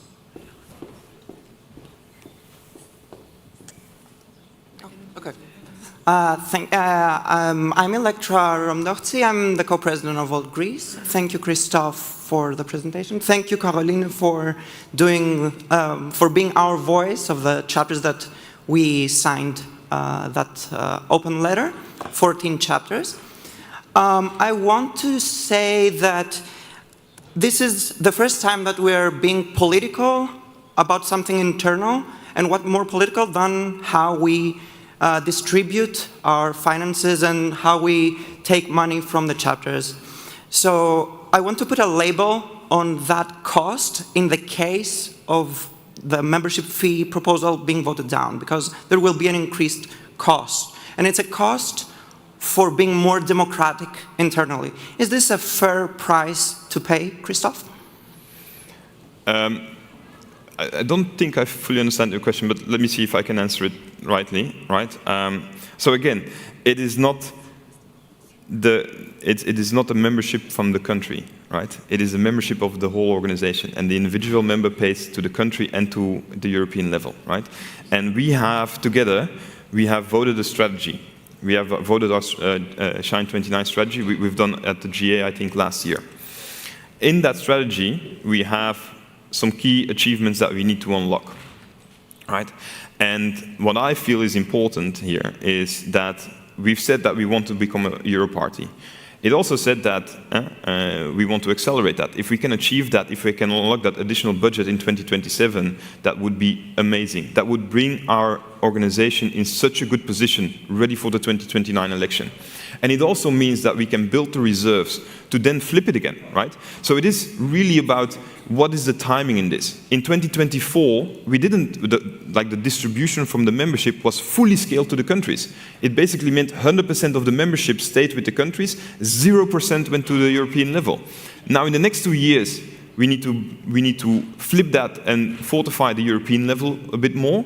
And then I strongly believe that in 2027, 2028, if we unlock the European party status, that we can flip it again, and that we can make sure that in 2028 and 2029, again, the money stays with the countries. And I think that is also the assignment of the European board, is to think about the full organization, not just the European level, but the full pan-European organization with the countries, the local chapters, and the pan-European system that we have. And to do that, that is why we think try to answer a bit faster. Sorry. Yeah. Okay. I'll keep it at that. Perfect. Then the next question. We have another question here. Oh, sorry. Yes, Mara from Germany again. Sorry. I want to know why the documents you sent us in advance for preparing for the votes presented here differ from the presentation you has shown us today, because it really concerns me, because the numbers are, for example, really different. For example, the forecast income for 2025 differs about like 100,000 euros, which is quite a lot. And even the slide where the different votes are explained is different than the slide we used for preparing us for today. And I know we all want to go to lunch, but I think this is really super important, as transparency is a key element of Volt. And I think we really should be able to be prepared for this, for making our votes and use our voting right. So okay, what is your question, please? Yeah, don't make statements. Well, yeah, okay, sorry. I want to know why that is, and I want to put out my request that we get the okay, no requests, only of questions. today. You have put your questions, so please get the mic off, and Christoph can answer now. Thanks. So first point, the forecast that was in the previous presentation was a forecast based on the year-to-date figures up until September, so up until Q3, right? Now, because we are 1 month further, I've updated it with the year-to-date figures up until October, right? And we've had a very good month of October where we got some additional income from the German chapter, and so I thought it was important to present that now we are in a better position than we were a month ago. So that is on the forecast. Now, on the votes, right?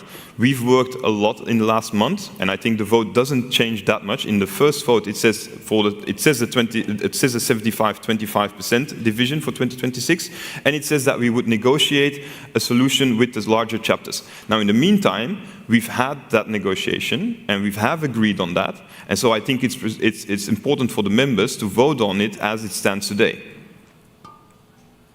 Okay, thank you. Then we have time for one more question. Zurich, maybe you know this. Dominic from Zurich, maybe you know this. Asking you from Zurich city lead to the European treasurer, I would be able to pay the city elections and the Bern elections and so on with this new membership fee, because I'm expecting European level to come to us and give a special solution or special just elections and don't have the capacity to finance this, because in my opinion it's a shame that no opinions, only questions. Okay. Thanks, and maybe Christoph, you can repeat the question because the mic is out from time to so time. I think the question was, there are some countries where next year we have elections. Now, if we increase the membership fee, that will potentially impact the potential of running a local election. So what can we do about that? Is that roughly correctly translated? Yeah, exactly. Right. So there's a special solution for the countries where we have local elections. Now, I'm happy to say, of course, absolutely. Right. I want to make a call to action first. Right.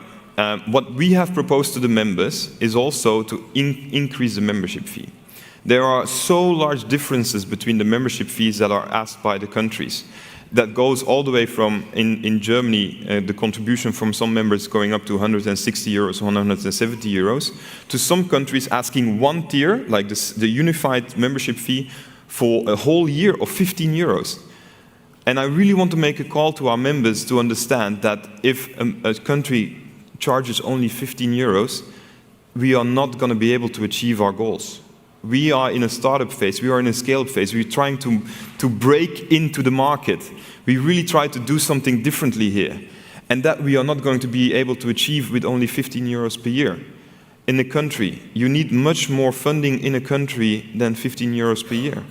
And so what we have proposed to the members is also to make it still accessible, to make sure that you have different tiers, because different people, different members can have a different opportunity to pay for membership fee. So yes, we need a low membership tier, making it accessible for all members and all students and all people, but also understanding that there are people that can give a higher membership fee.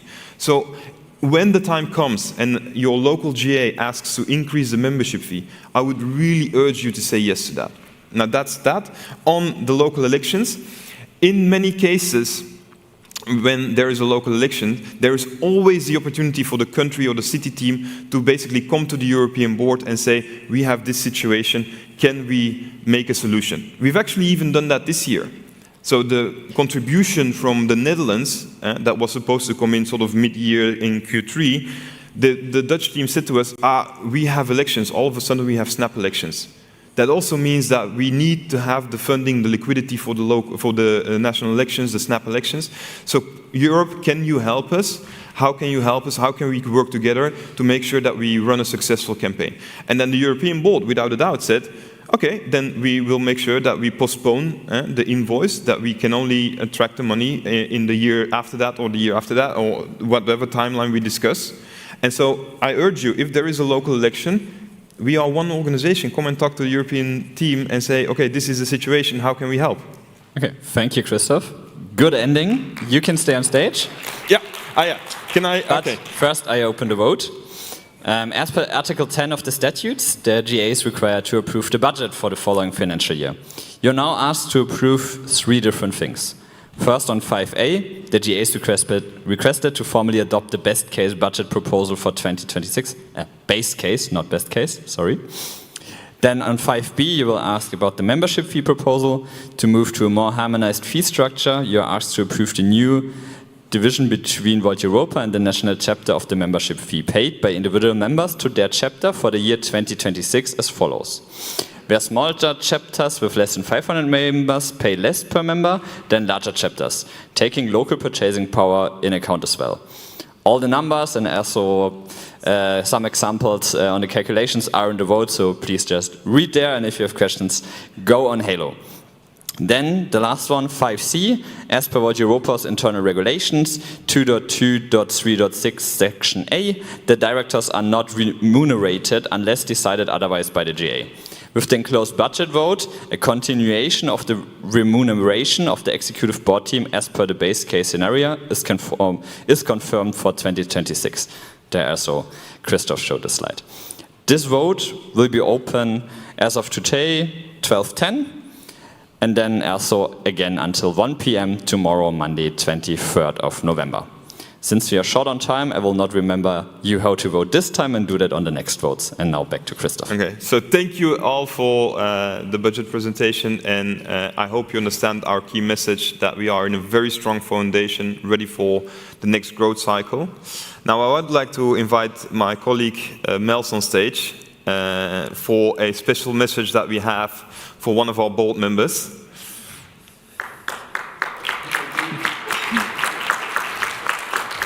Thank you very much. Before I go to that, I also want to state that yesterday we had a big success talking about funding. As co-presidents, we also want to fundraise for the countries.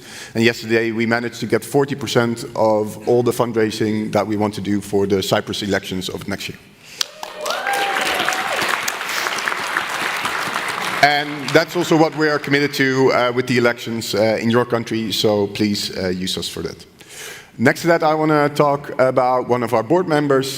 He will be stepping down, Luis. In true fashion, we, as Luis always does, he is by the letter. And with the last GA, we had some statutory changes for the board terms, and in the vacancy of our last board term, there was still a mistake, and it said 2 years. And Luis is by the letter, so for 2 years. He has served us, and he served us very well, but he will be stepping down now also because he has other plans. He started his own company, and he's doing very, very well. So we wish him very much success. Louise has been very good in keeping all our tech running. So all the transitions that we have made in the couple of 2 years that we have done now are also because of him. And I want to thank him very much. And so Luis, if you're looking from home, he couldn't be here with us. Thank you very much, and we had a blast. Thank you.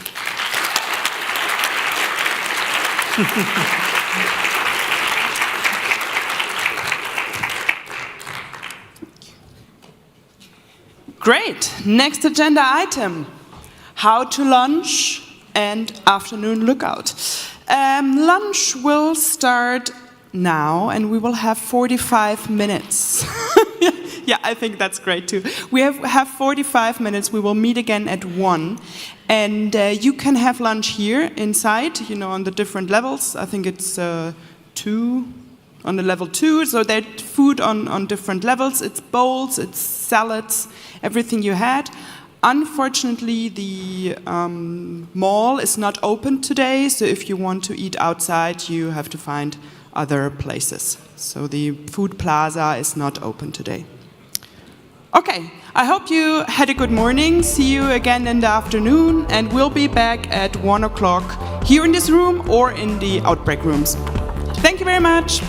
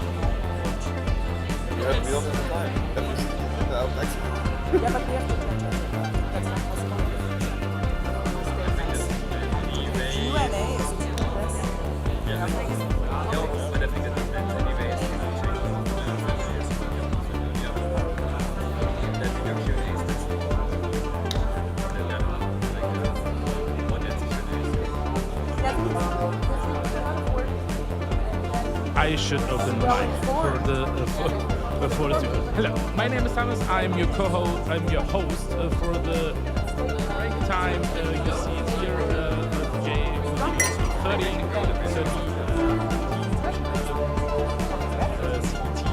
So if you have any questions about GGA, about today, about morning, whatever, write it chat. Yes, we are at the break time here in Frankfurt, in the center of Europe. Yes, if you have any questions, please write it in the chat. Something too loud, too not so good or whatever. So, and then so. Yes, if you have any questions, you can write it in the chat, please. But what I can say, we have new merch. For example, I buy this cap here in the merch booth. I will say. But probably here at the second floor. I mean, I don't know if you can change a vote that's running, but the music is over, so I can put out of this. Good. So, if you have any questions, say it. I'm here to answer your questions and go through the breaking session. Because I think it's better to talk with people than to hear only music. Yeah, if you have any questions, let's talk about it. What I can say, I look for the agenda in the afternoon. So this the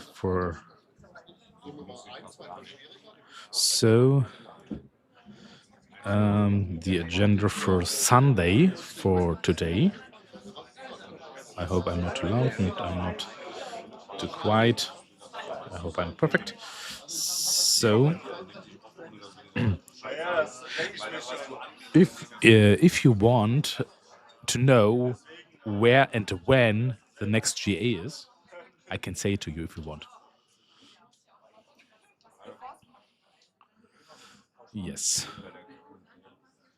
If you want to know where and when the next GA is. Yeah. Hello. Hello there.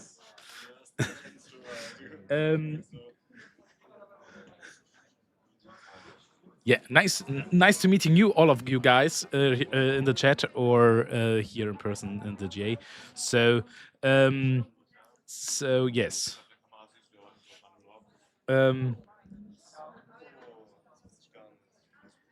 This is correct.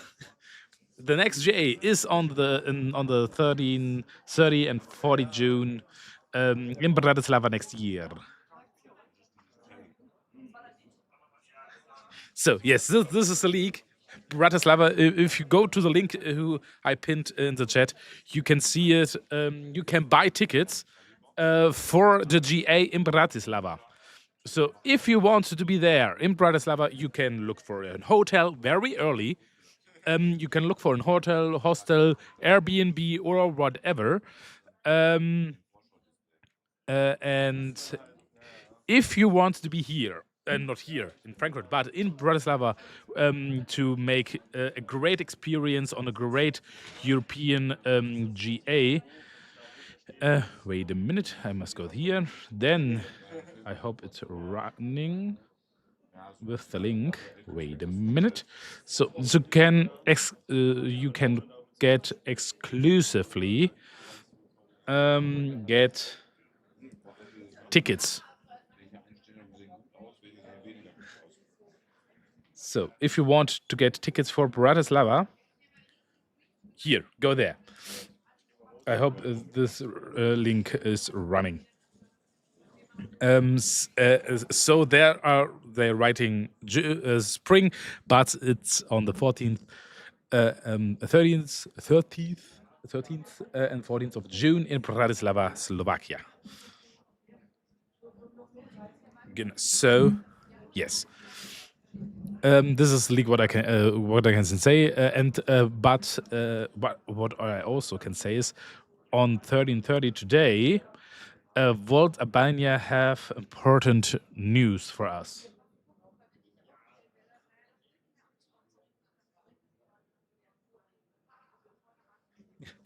Thank you. We have very different laptops, camera settings, sound settings, stream settings, subtitle settings, and over there, the Zoom thing here.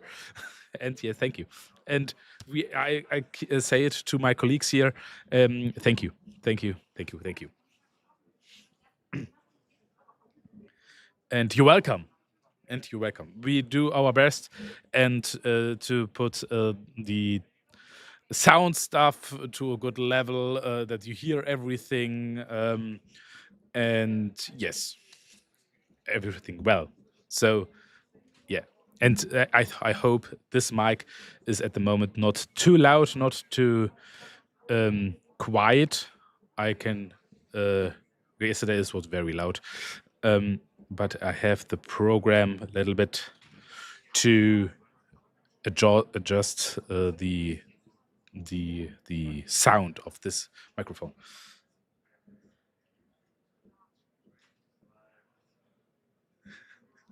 Yay! Yes, this is what I want. This is what I want.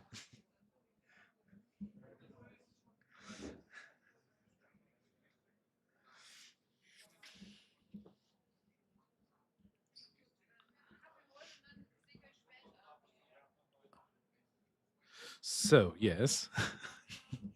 And you can go in the background, go make your meal, or whatever. So yeah, and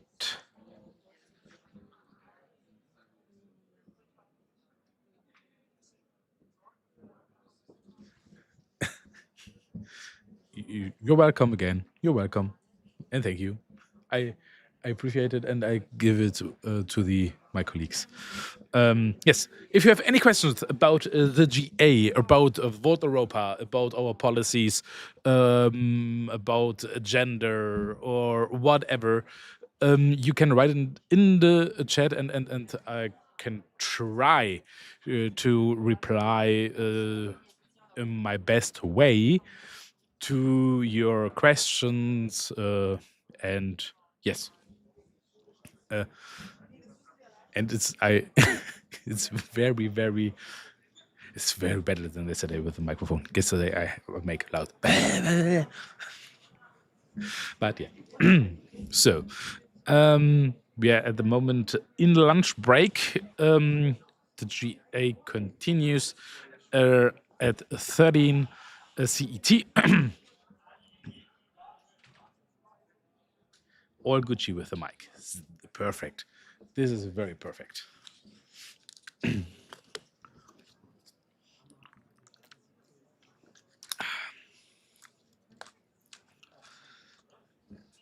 Fun fact about the weather here in Frankfurt: we are snowing in, not snowing in, but it's very cold, very frosty. A bigger snow event, I will call it, is arriving here in Frankfurt very soon. But the public action yesterday was very great. Not so long like in Paris or so, but it was interesting. Or in Bucharest. But yeah, it was very nice and cold. Very cold. Did someone of you was on a GA on a different city, country, year, or is this your first GA you see online, or yes? Basically it's my fifth. When I counted right, this is my fifth GA. My first GA, I don't know. I was in Sofia, I was in Bucharest, I was in Prague, I was in Paris.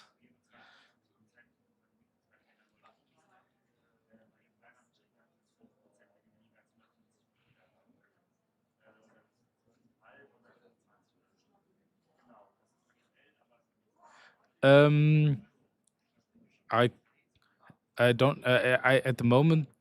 1 minute. But no, at the moment I have no idea to this internal structure. But I can ask a colleague if I can show it somehow. My opinion is because basically it's from European to the local level is so grounded basically. Is my way of thinking, my personal, it's not the way thinking of for Europa, it's my thinking of me as a single person. I'm fine with it. I'm not now, or wait a moment.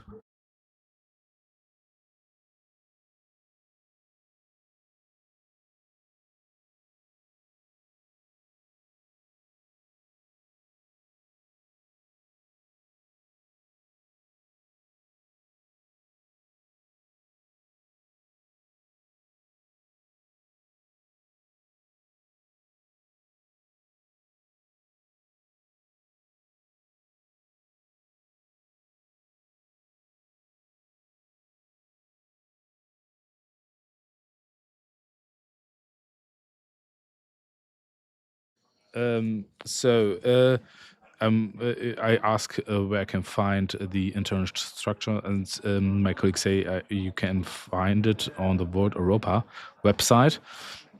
I look there if I can find something about the internal structure. So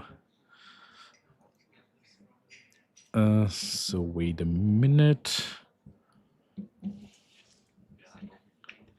So no. Yeah, at the moment I have no link or something like this to show you the internal structure.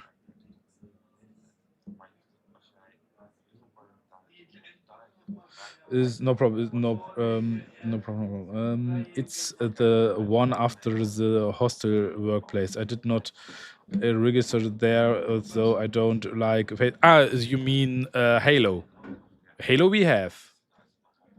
Because we workplace are closing in the end of the year, finally. So we changed I think in July to Halo, and it's not so spamming. I would say to Halo is not so spamming because it's more focus on what you follow, what you like. No, not what you like. Who the persons who follow or in the groups you are, that will show up, and not everything you maybe want to know. So I understand that you don't like Facebook because my personal view, not a view of World Europa, but I think many members think it's just more or less the same. Is Facebook not the best partner for Europeans or about our private data? So yeah. So if you have any other questions, this is my only personal view. So what I can say in 30 minutes, the GA continues here in Frankfurt in Cup Europa Messe Frankfurt. And yes, we have at the moment a lunch break. I'm your host for the lunch break, and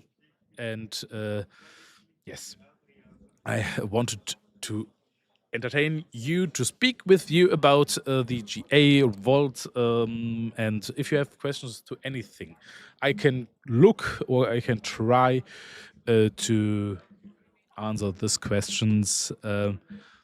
But what I can do is I can say what the agenda is for the afternoon after the lunch break. So what we can see to happen in the afternoon.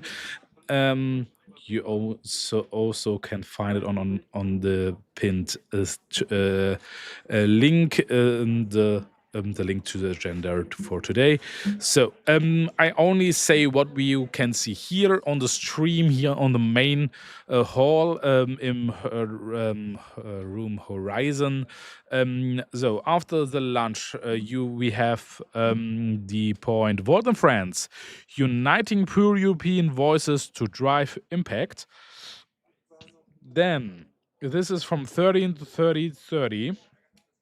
From 1330 to 1340, we have Nisma Jury News. This is something from Albania.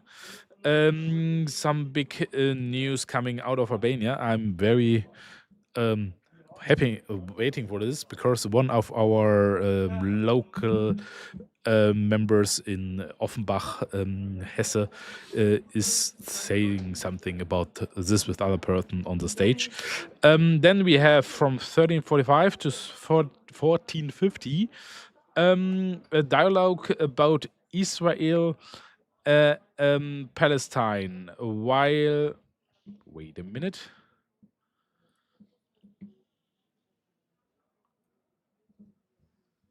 Can I make it more open, bigger.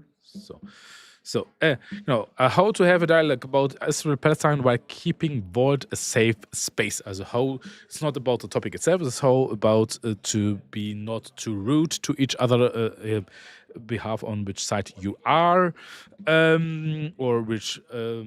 Meaning you have about the topic about this is how to keep for the safe space from 1345 to 1450. Then after this we have the additional gender item definitions of the anti-Semitism in bold. And so there you can also vote about it. I think they will show it on the screen later. Then after this we have from 1525 to 1610 the road to 2040. How can we achieve a net zero carbon emissions? Presented by Clee and Com. Clean.com, by Clean.com. Then from 1610 to 1640, pan-European politics with Eurocents, and from 1640 to 17, closing of the GA. This is what you can see in the main hall. Yes. Do you have your own podcast or Walt's live events regularly? I love to connect. I'm in Walter Hangout on Discord. I'm a streamer. I have no podcast, but I'm a streamer. Personally, I have a Twitch account, a personal Twitch account, a YouTube account, Instagram, and so on and so on. So yeah. I have, but a podcast is in planning. This. I just wanted to come and say hello. Ooh, lovely upcoming events. Looking forward. Thank you. No problem. You're welcome. Road 2040.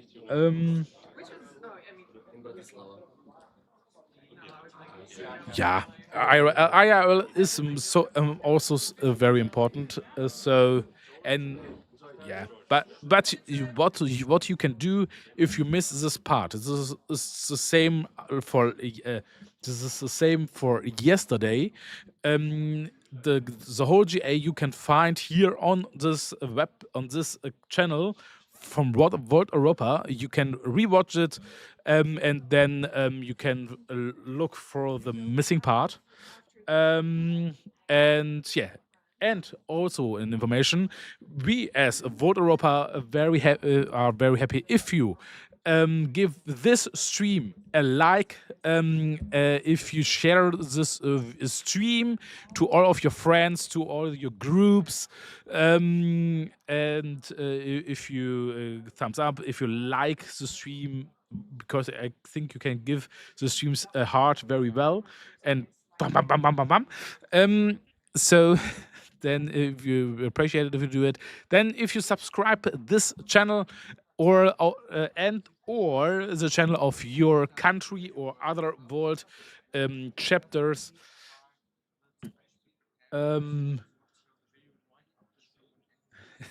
I look something because a colleague doing something here. And yes, you can rewatch it, and we very enjoy it if you subscribe us, like us, follow us on Instagram. Hey, we have a picture.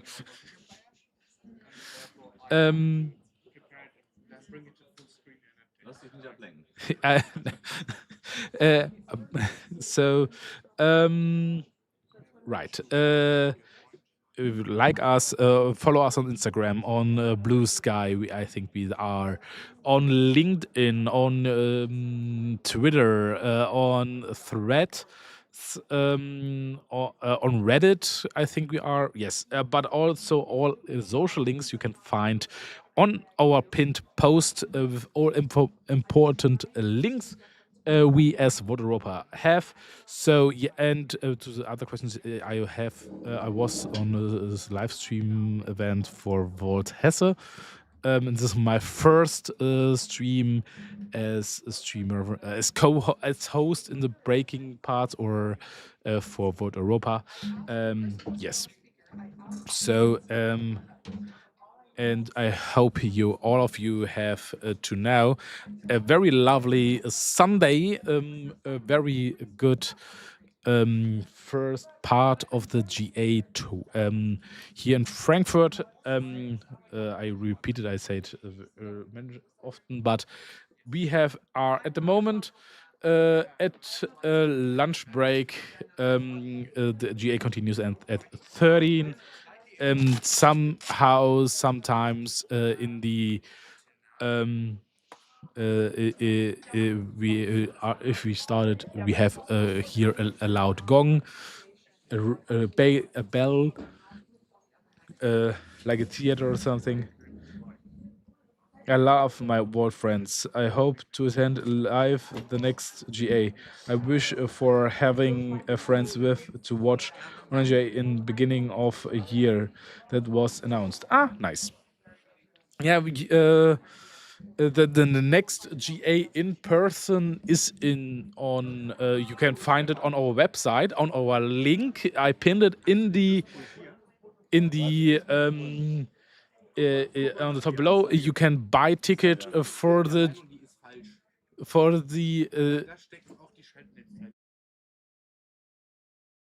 they my technical colleagues doing stuff here. They're doing something with with the electricity behind me over there somewhere. Yes. The next GA is on June. You can find it on our website. I pinned it I pin. There will be announcement officially today, but we leak it for ourselves. I leak it on the meta way.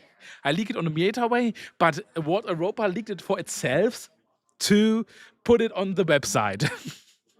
So, yes, the next GA is in June, 13, 14 June in Bratislava, Slovakia.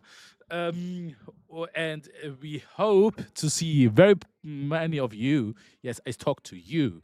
You. To see you there to buy tickets. You can buy it if you click it on the link. I put it in the pinned it here in the comments. If you click there, you can buy very early tickets for the GA, and you can find very good early bird tickets. You can find super fan tickets and so on, and you can go for find Airbnb, hotel, hostel, whatever. Yes. Yes, it's all okay. You can share the link to everyone you want. It's very important that you share the link from this stream. And the stream says thank you for our things we do. You're welcome. So he say, I don't know if you hear it because I regulated the microphone to yesterday. He say, you're welcome. So yes, share the link of the stream everywhere. So we're at the moment at the lunch break, and continues the GA continues at 13 CET. And yes, and if you want to help your local vault chapter or a country or the city, the district or whatever, you can go on the website of Europa. .org or on the website of your country, world Netherlands, Slovakia, Poland, Spain, Portugal, France, Italy, and so on and so on. You can put the link. You can go there, and we are every part of Vault will be happy over donations to do our best politic for Europe, for you. Sorry. Yes.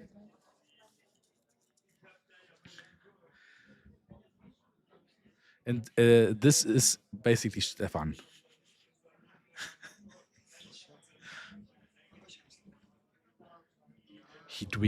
he's a magic. doing things.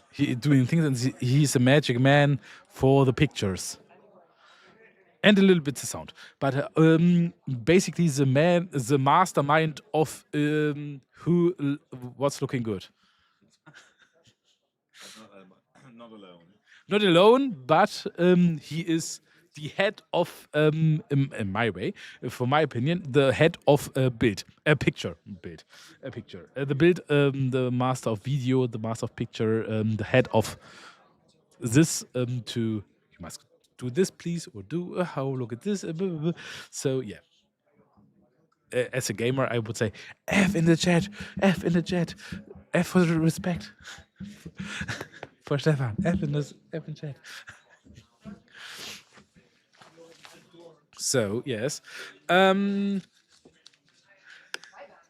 yay, he got an F. Woohoo!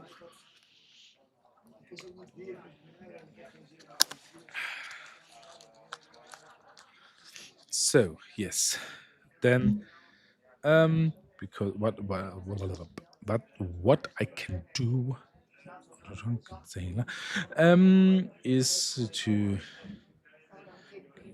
the live stream is there linked.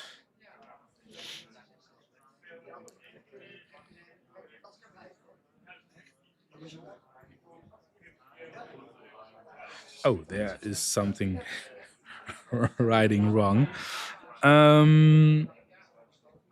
But so if you want, wait a minute, I give you the link where you can donate to Vote Europa. Or where you can find the link to your local thing. Or can you find here the link?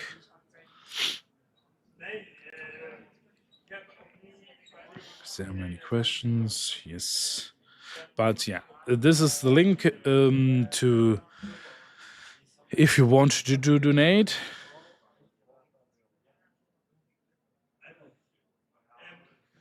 I can. So first of all, you can. Here's a link for donation. You can donate for us for Europa, that we can make a better Europe for us, all of us. So how I find, how I come to how I. How I find what. And first of all, I was in the other before I go to Ward, I was in another political party here in Germany. That party I leave in 2019 on Friday in Germany before the European election, because I say if I can't vote for this party, I leave the party. So, and officially I'm a member of Volt since August, officially since August 2019. But how I find Volt is back in the time, so I'm very in Volt ways, very old Volter. So not on the age, so of the membership. I find Volt about the Volt documentation at the Arte TV television program. So there was a documentation about Volt, full 45 minutes. I watched it on YouTube and think, wow, it's a great. I think it's a good thing because I was before that since so today in a pan-European movement. A no party, but movement all across Europe who stands for the United States of Europe, like Volt is do, and a bit more. And this organization is over all parties and people with no party membership. Then I go to the first meet and greet in Darmstadt, Hesse, Germany, to look for the people, have very nice talking points with this guys, and then I decided, I think in June, to apply for a membership at Vault, and okay, the text is not fitting anymore. So then I do it here. Bam.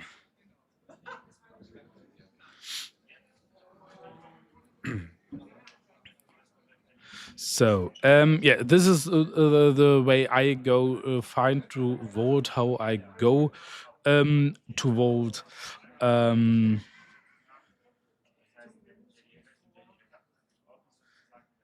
and the rest is history. Right, the rest is history. The rest is a part of the journey. But I can say I started at first in Wald Darmstadt. I say, but I live in a district nearby Darmstadt, in the district of Offenbach, Kreis Offenbach. So, but I was the comms lead in Darmstadt. Then I changed my team from Darmstadt to Kreis Offenbach, where I am running next year for the local elections on the district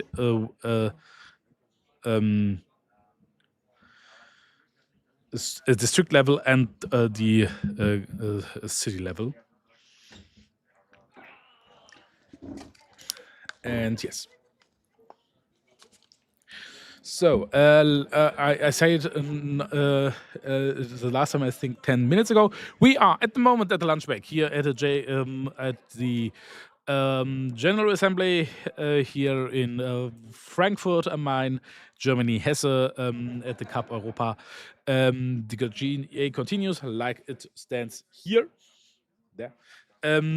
At beginning, we continue the GA at 13. I'm Thomas. I'm your host for the break time. That it's not only music, or you don't only not only see a screen where we write a break or something. I'm because I think you want to talk to someone. This is the yeah, this is my way of thinking. Yes, if you have for the last before we have the gong, the bell of theaters. Come in.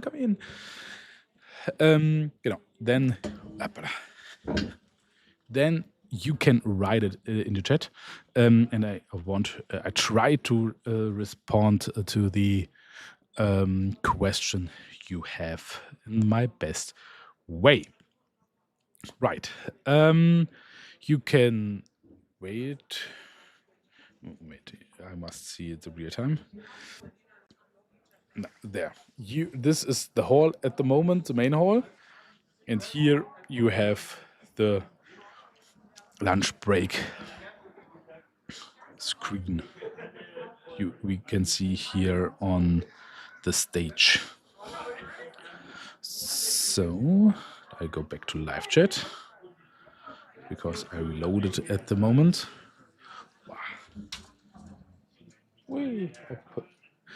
And yes, we have.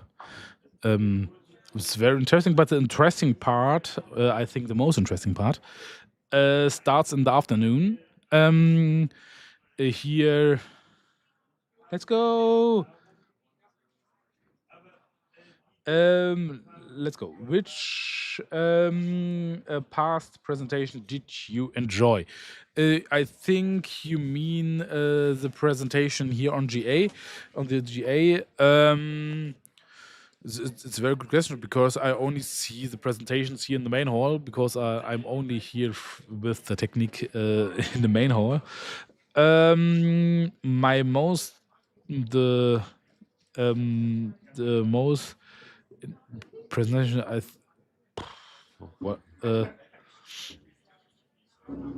I think I'm not sure because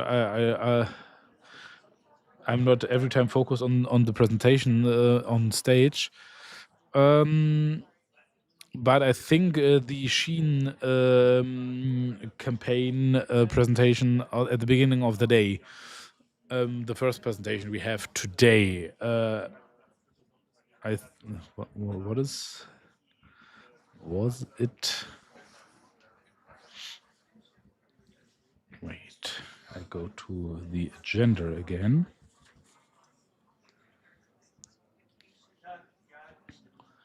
And the talking points yesterday on the public action was very nice too.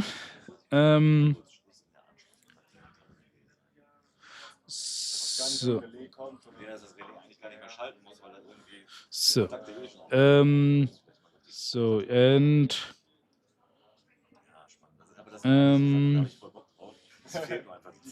so yeah, doch, yeah. The Sheen 29 campaign. I think this was my favorite presentation. This is the most way I enjoy. Yes. So, and what was your favorite presentation to now? You see.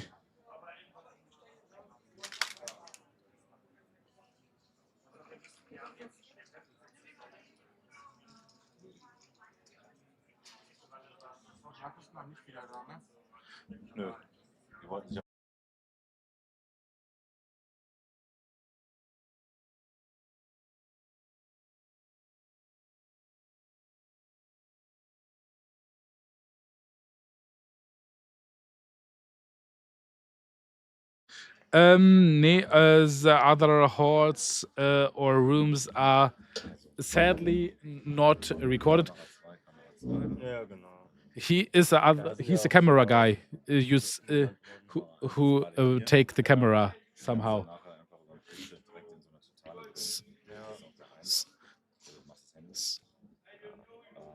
So no, the other halls are not recorded or streams, sadly. Was ich immer mal mache, ist das gleiche wie die mit der Kamera, dass ich dann, die steht ja da, ne? Ja. Das heißt, die nimmt eher die linke Bühnenseite, genau. Du hast eher die rechte Bühnenseite.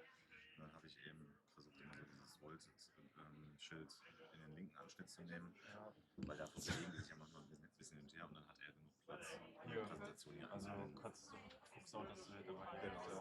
It's no problem. It's no problem. Every time you hear, I'll be happy about it.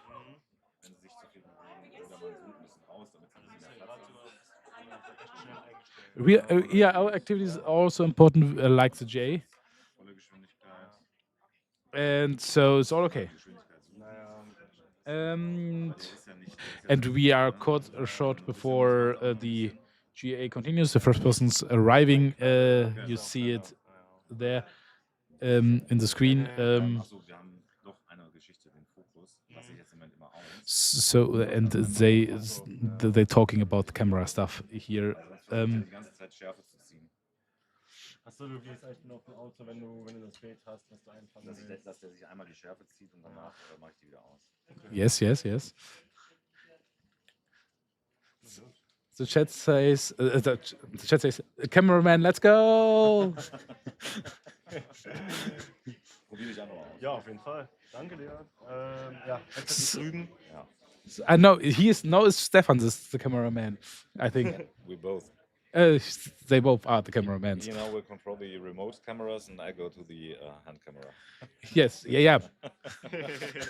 Both cameramans. Both cameramans, yeah. But he's a hand cameraman. Ich hab dem Bian manchmal die Größe der Pips, also der. Thank you. I think we have. That will be great. The interesting part of the GA, I think, is this afternoon, especially with two topics. The Israel-Palestine topic, also the anti-Semitism definition topic. Ja, ich habe die übereinander. Okay. Now the chat sagt jetzt, hallo Kameramänner. Yeah, so yeah. So I think the stream starts. The GA continues shortly. We're at the moment in the lunch break. In the end of the lunch break, here is GA in Frankfurt am Main.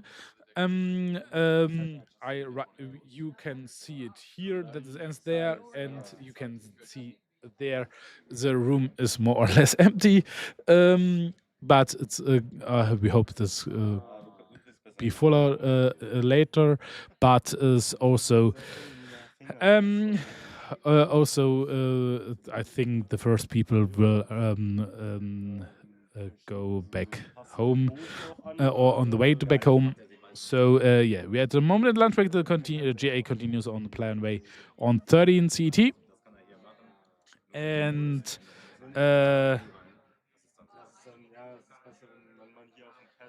Everyone can rewatch the stream here from the Vault Europa GA, and the video will be online public. I hope so. I'm not part of the EUR comms team, so I can't say if it's public or not. But I think the possibility that is public is very good.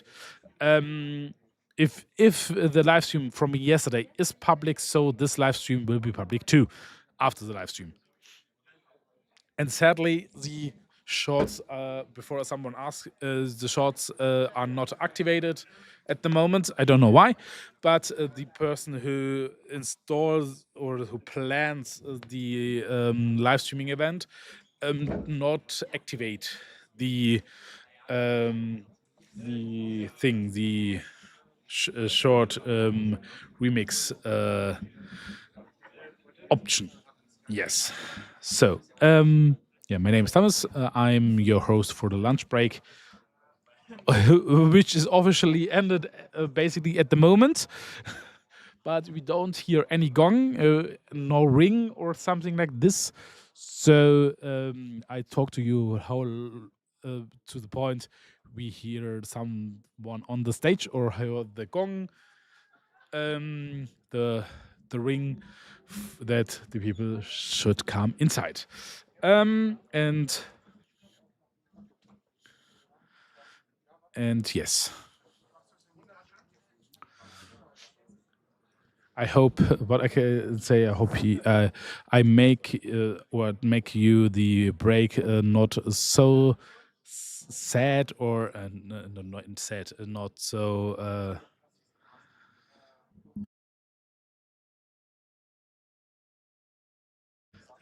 I hope the break time here. What no so we hear the gong. We hear the gong. We hear the bell. The people just come inside.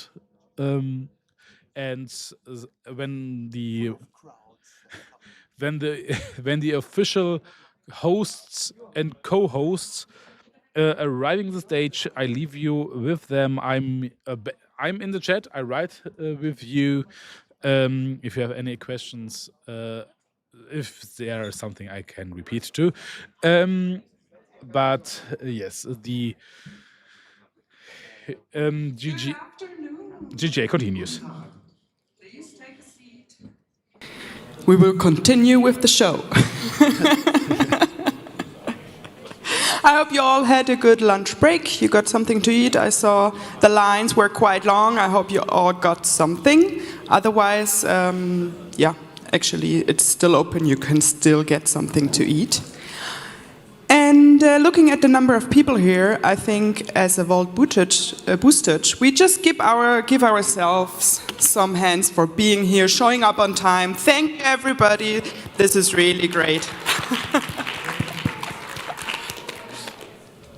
We made it now through more than half of the GA. We have one afternoon left, and we will have a lot of interesting sessions coming up. Yeah, very interesting here and around.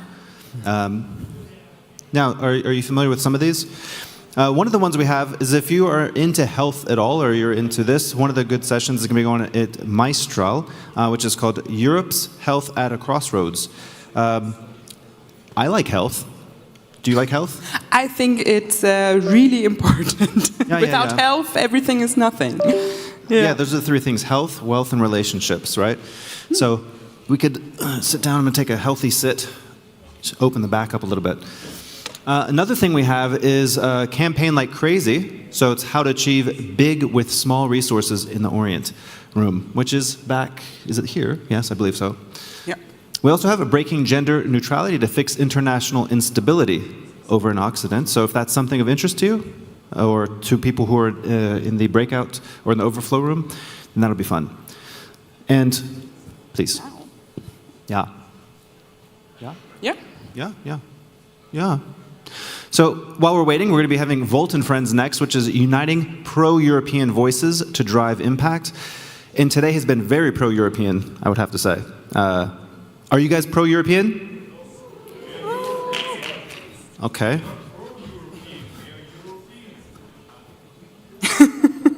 That was a U for European. Oh, yeah, I got it now. Thank you very much. Yeah?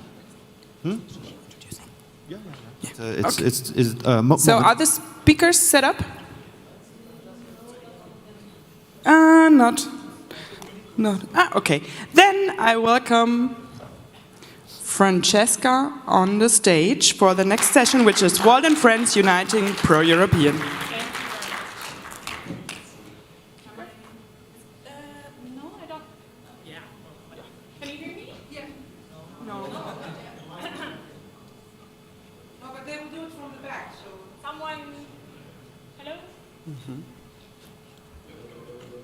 Yeah, I can. All right. That one works. Hello. Hello, hello, hi. Oh wow, thank you for being on time. Everybody else, okay, well, we'll do without them. But I am very happy to host this session also because I'm going to tell you a little story. Because before being elected in my first role, there was a big pandemic, and we were running for regional elections in the region of Tuscany. And for 2 weeks during the pandemic, we lived in Italy a blissful period because all the old parties didn't know how to do online events, and we did. And so for 2 weeks, the campaign was ours. We were everywhere, and I was moderating all these debates. Sadly, they had a lot of money, so they could hire people to do also online debates. But it was a very cool thing to do, to moderate all of this. And this is my hook to tell you that money get the word go round. So I would like to ask you to point at this QR code and help us make it to 150,000 euros in donations. Please do. And if you cannot donate, maybe you can share this with someone else, you know, who might want to do that. All right, cool. Then we can start our session. Niku, one of our guests, is a little bit late, but he will come. Instead, I would like you to help me welcome on stage our guests. For starters, we're going to have Sven Clement with us. Sven, please come on stage and enjoy your shower of love from the Volt community.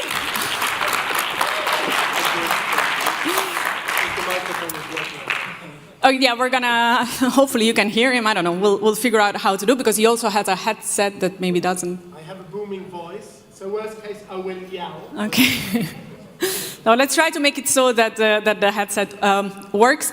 And Sven is a parliamentarian from Luxembourg, with which we started a dialogue some time ago. And we're very happy that you're here. Hopefully you can tell us more. Sven is currently with the Luxembourgish Pirate, and he knows a lot about digital. He's a very powerful ex-voice. He's also a very smart man, and I am super glad to have him here. Second person I am very happy to welcome on stage is our very own Anna Strollenberg, which doesn't need introduction. She's been a driving force behind so much of our success, and now she represents us in the European Parliament, which is great. Welcome, Anna, on stage. And I see the last of our guests is coming, but hold on a little bit because I don't want to spoil his introduction while he's not here. Instead, I will comfortably sit down for this session, which is about, what is it about? Uniting European progressive voices or something like that, you told me. Let's see where that goes. Yes, exactly. Sven and I had lunch, and we were discussing about, why it seems so hard to unite progressives. Maybe he's going to talk about it in short. But before we do that, I'm going to start with a question, which is, what do you think are the challenges around which progressive voices need to unite? So the question is a sort of a meta question. Why do we need to unite in the first place? Can we do it in our nation state? And if not, what are the challenges that we really need to address as an international progressive community? I'll give the floor first to Sven because he is our guest. Thank you, Francesca, and thank you all for being here and listening to the boring politician roundtable.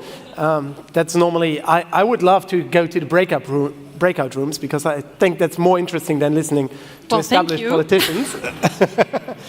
It's more about me than about you, sorry. To be frank, why does it matter to unite progressive voices? I would answer with one single statement, and that is that the right wing is more united than you would think. They are actually, behind the scenes, more united than they show, and we see it with the new alliances that happen in the European Parliament, where suddenly the center-right is allied with the far-right on key issues. So if we want progressive voices to be heard in the future in Europe, well, there's no way around working together. And given that, the question is, how do we do it? And my feeling is that for the past decades, United Voices tend to be ideologically charged and thus unable to work together in pragmatic ways, and we need to address that. And I hope that we can do that during our panel, and hopefully even more later over a beer or a glass of wine, because that's where the big ideas flow much better. Thank you. Thank you very much. Sven, as you see, someone else has joined us on stage. Please let me introduce MEP Nicu Stefanuta. Nicu is with us in the Green fraction in the European Parliament. He's elected in Romania as an independent. We've seen Nicu before. If you were at the Bucharest GA, you have had also the opportunity of listening to one of his very powerful speeches. Thank you for joining us, Nicu, and please welcome him. All right, so the first question we started with was, why do we even need to unite progressive voices? What are the challenges that we as progressive forces would like to address, for which we need European alignment or European support? I don't know, Anna, if you want to start so that Nicu gets acquainted a little bit? I wanted to test him to see how quick he was. Okay, sure. Wake me up in the night and I'll tell you. Okay. Does this work by now? It works, right? So we don't need these microphones anymore. Let's see. So, mine still. Yeah. Yeah. No. It works, right? Yes. Call me at 3 a.m. I won't. So, like Sven already said, we at this moment in Europe we see that the far-right movement is growing stronger. You see that they are really united. They find each other, work together, and I think this is a clear sign for us to do the same. We just discussed this, that there's a trend that on both extreme sides, forces are getting stronger. So it's up for us to come up with a credible alternative. So I do think maybe the progressive story is becoming a bit less popular, so we should work harder to tell this story. What I see in the European Parliament as a person who works on the topic of migration is that our policies and narratives are shifting a lot. Where a decade ago in Europe people would say, we cannot build hubs outside of Europe where we bring asylum seekers, because this is unacceptable, because we risk of taking away the right to ask for asylum. This is now happening. and it's already mainstreamed. The Commission is behind it, politicians are behind it, so you see how human rights are shifting. So what I do think that we should do is to have, first of all, a story of hope, because I do think if we want to unite people, it should be a hopeful story. And second, it's really important that we do so and that we stick to our values, such as human rights, because if not, if people are just going to give up, and to be honest with you, a lot of people tell me, maybe you should not just pay so much attention to migration anymore, it's not a hot topic, but the result will be that people do end up in detention centers and have no future anymore. So therefore, if we do care about these topics, I do think that progressive forces have to unite and make sure that this doesn't fall off the agenda.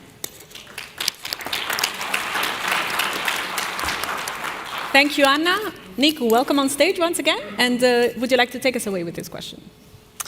Yes, I listened to both speakers, even though I stepped on stage a bit late. I just want to say one thing. I'm not so sure if by using carefully crafted labels, it's how you get more people to support you. So I think we live in such an era of polarization that people quickly try to identify you as belonging to Eintracht Frankfurt or PSV Eindhoven. You know, it's like football game politics.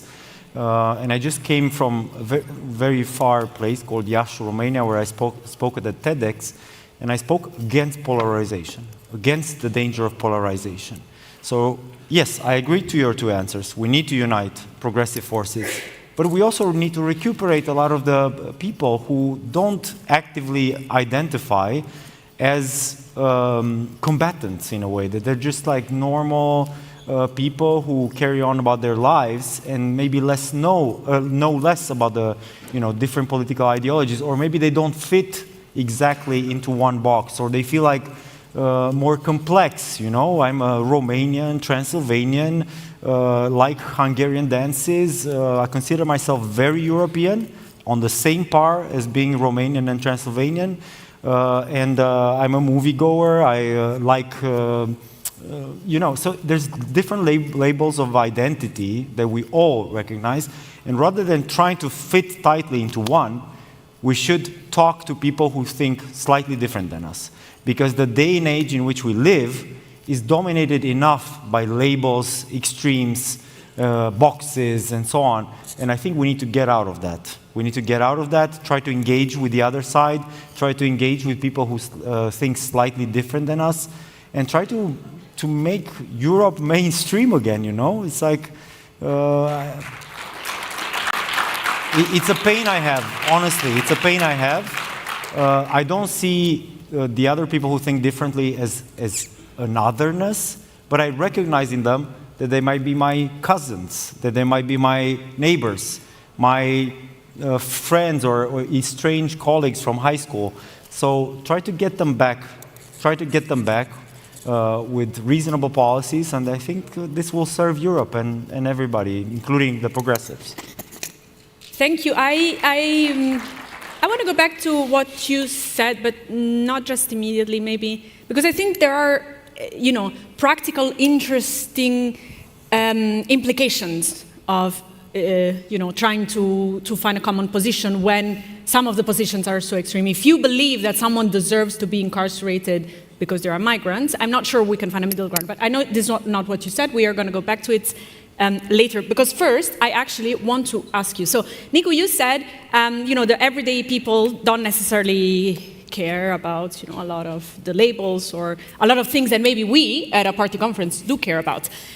So can you, I would like to hear from you a couple of issues you think that at stage are mistakenly discussed in the national context. I'll give you an example. In the country where I come from, there is a decade-long debate about taxing wealth, but it's just national.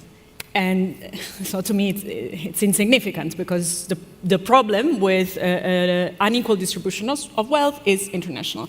Can you find a couple of issues that you would say, okay, this is an issue that even if I solve it in the Netherlands tomorrow, we're gonna find it anyways coming back from the window maybe. And I'm gonna change the rounders a bit. Maybe Anna, you want to go first? Sure. So a topic that is we see nationally, but it will come back on the European level.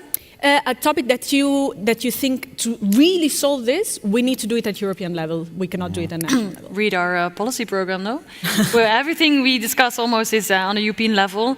Maybe I can talk about the agriculture and food, because it's something that I work on a lot. We see there that it's a very national topic that is discussed on a national level, what to do with the future of farmers, of food.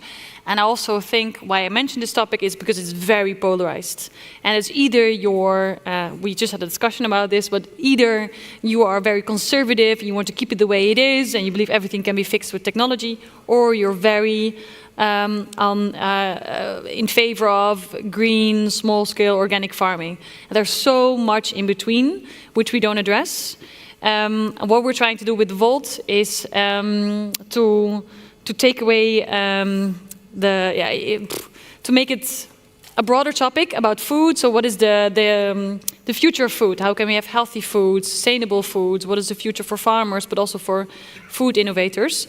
And we see that we have a very unique position there on the European level. And what we did is we tried really hard to talk both with farmers, to talk with people who are vegan, everything in between, to come to a vision that brings people together. And I think if we keep this topic on the national level, we will never succeed. So therefore, it is necessary that we discuss it on the European level. I don't think this is really what you were looking for. No, it's exactly what I was looking for. No, exactly. I mean, what you are saying is if we do sustainable farming in the Netherlands, it's all good and nice, but if we don't address this, for example, right? Yeah. If we don't address it at European level, Nico, hopefully the question is clear. I don't know. I get the feeling from Mama that it wasn't that clear, but would you like us to...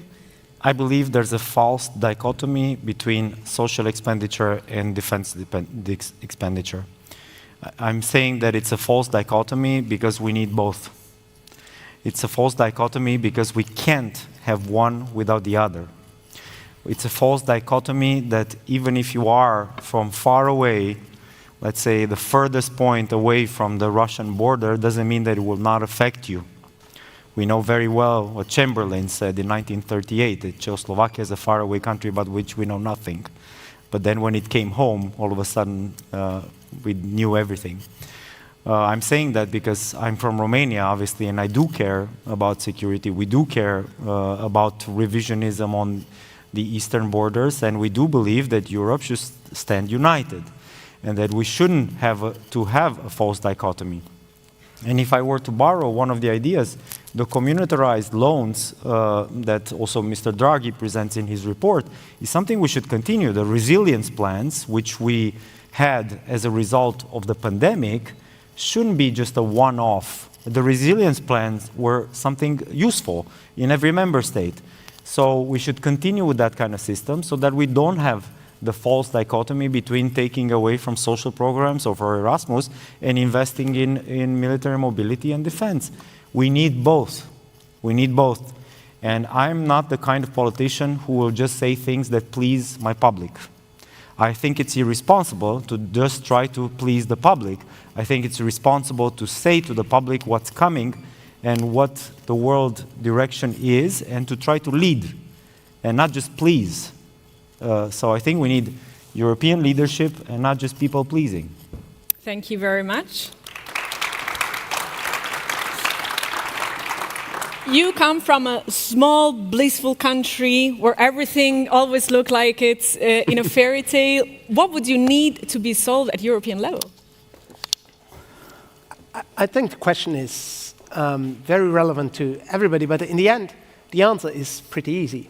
There's no single issue that is better addressed on the nation scale than on a pan-European scale. Mm-hmm. All issues we are facing today, whether it's cost of living, which has many components and which is being tackled by all the citizens, by all the countries, by all the national politicians, European politicians at the same time, needs to be tackled together. If it's housing supply, if it's mobility of our workforces, if we can't find common solutions to those issues, we will fail. And during our brunch earlier, we had Thomas Ilves said something very interesting, and I think it's an interesting statistic. So Germany, where we are currently sitting, has about 82 million people. 82 million people. We can look at their average wealth, average income, and then you look at India or China, countries with over 1 billion people. Each of those countries has more than 82 million people richer than the average German. So how do you expect to compete on a global scale if we are still addressing those issues on the nation-state scale at home? How do you expect to find solutions to crucial humanity-scale issues, climate change, but also cost of living, peace? How do we expect to find solutions to that if we are still addressing those issues in our home countries at the scale of a province of China or a province of India? So if we want, as Europeans, to be taken seriously on the world stage, we need to act. And we need to get our act together, and that means that each and every issue needs to be addressed on the European scale. And that's whether it's peace, security, whether it's agriculture. I know that CAP is a huge issue, so that's a very technical issue, but we see that as an example, agriculture. We can't talk about Ukraine getting into the European Union without talking about agriculture. Sure. We can't talk about cost of living without talking about security on the eastern border, because most of the cost of living increases are currently driven by market forces due to Ukraine. So all of those issues come together, and we need to address them commonly. If not, we will fail.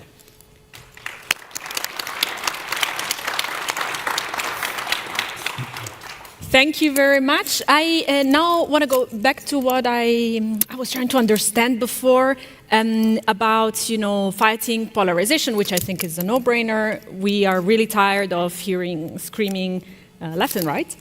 But I think there's also, a value frame in which you don't compromise. There are things that where you just don't compromise, like human rights. I see that the right and far right are way better at compromising than us. They manage to build coalitions, to build governments that are sometimes very stable, and they stand up for things we might not like, but they collaborate a lot, and they seem to have less ideological barriers, or maybe less value barriers. I don't know. I'm actually curious to hear what is your opinion, and I would like to start with you, Nico, because this question came from something you said before. Let's just say it as it is. The far right isn't smarter than us. I think that's easy to recognize. However, it's more efficient than us. However, it manages to take the concerns of the people in a more organized way. It's a global movement. We are facing with a global movement. Have you read Anne Applebaum's Autocracy, Inc.? I recommend it. It's a very good book in which it explains that we are not in 1939, we are not in 1848, we are not in 1968, but we are in 2025, which is very specific. We are in a digital age. We are in an age where people consume the same ideologies all across the world without borders. They have the same TikTok. They have the same social media. They're hooked to the same global things, and they are also lied by AI in the same way. So because we are in this very specific age, there is no better answer than to organize like they organize. I'm not suggesting to do the same trickery with bots and fake news and manipulation, but I'm also not suggesting to sit down and say, oh, I'm principled and somebody eventually 20 years down the road will say I was on the right side of history. That's not enough. We need to organize, we need to mobilize, we need to get people back. That's what I'm arguing for, talking again to the center, talking to the otherness, trying to bring back people from the sways of the extreme right. We also have good examples, no? What happened in the Netherlands Perhaps it wasn't, I know that the result for Volt was less than wanted or expected, but at the same time, good that the extreme right decreased, no? They didn't decrease, but yeah, there was one party, a center party that sort of won. Yeah. So any kind of like win is important against the extreme right. So I urge everyone to, take this job very seriously because we are in deep shit. Sorry to say it, but this is a big change that's happening. It's not Europe like good old times. This is a shift that hasn't happened in 500 years, where the entire global system doesn't have Europe at the center anymore. It's Europe at the fringe. So what do we do with our new position in the world? How do we go forward from now on? We're no longer privileged. The other part of the world don't necessarily have compassion for us. A lot of the entire world don't care about Ukraine at all. And they don't feel responsible for what happens there. They don't feel responsible about our borders. When I travel to international meetings representing the parliament, for instance, the IPU, International Parliamentary Union, you see that Europe is starting to be isolated in the international system. You see that the whole liberal system that we built after the Second World War is no longer there. There's no WTO. UN is weak. There's no more international law. There's a bunch of people who have, who are condemned by the ICC, who travel freely everywhere. There's like no... It's crumbling. The system is... The whole thing that we thought we had in place is no longer there. Okay? So we have to start from recognizing the truth and to see how we go forward. So organize, mobilize, don't stay in your bubble, talk to the otherness. Sven, would you like to take this away? Why is the far right and right better at mobilizing and organizing than us at stage, and what should we do about it? First, we need to, as progressive forces, we need to recognize who's the enemy in the room. It's not among ourselves. It's not another progressive party. We might disagree on why they compromised on a certain issue. We might disagree on why they are focusing on a different specific issue. Just look at how the Social Democrats and the Greens infight on almost every file, because for the Greens it's not green enough, for the Social Democrats it's not leftist enough, and then you have the left parties. And suddenly we are fighting more amongst each other than we are fighting the ones that are very pragmatic in organizing themselves as one common force, trying to get an autocratic leader to the top of Europe. Because, to be frank, that's what the far right is working towards. They are not working towards a federal united Europe, or however you want to call it. They are working towards having one strong man or strong woman at the top of Europe and dictating what they want to be seen as culture war, as Judeo-Christian history that needs to be defended. That's the aim, and that's because they are watching the same TikToks that are being produced by Charlie Kirk and now his wife, that are being pushed by Peter Thiel and his bot army, that are being pushed by Grok on X, financed by Elon Musk. So we see that currently a few, mostly white men, are pushing an agenda of culture war to the entire world, at least to the entire global north. And those are the ones we should be concerned about. We should work together pragmatically, and I think my call for the last 7 years in Parliament was always towards the other progressive parties to say, look, we might disagree on details. We might disagree on specific issues in policy. And it's good that we disagree. That's what pluralism is about. But we also need to work together to be efficient. And what Nico said is the far right is not more intelligent than we are. The far right is simply more efficient. And if we want to beat them, we don't need to play their game, but at least we need to recognize the playing field we are playing the game on. And that means we need to be a bit more pragmatic. We need to be a bit more open to work with our cousins and our aunts and our uncles who might hold slightly different ideas. And then once we achieve that, once we can bring the Overton window back to the center, where we don't dehumanize people, but where we actually work in a more humane society again, then we can have all those debates about the nitty-gritty details on paragraph 7, X, Y, Z of regulation, whatever. But to get there, we need to have a common, progressive, and positive vision of the future. And I believe that is where we are currently failing. We are failing ourselves, we are failing our own parties, and we are failing the European population by not being the leaders that actually formulate a positive vision for the future. And that is exactly what Nico said. We don't need to run after every fad our voters want us to run after, not jump over every stick that somebody holds in our front, but we need to formulate a positive vision for the future, and that is what the current leadership of Europe is severely lacking. We have very little time, but yeah, it's almost over. I just want to add 30 seconds to what Sven said.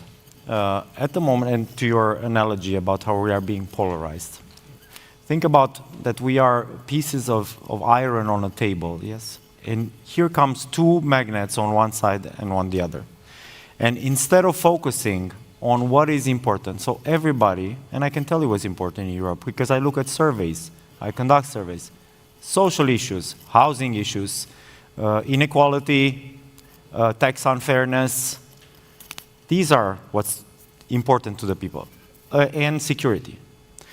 Then come the two big magnets, and they polarize. They say, your kid will be forced to have a transgender operation.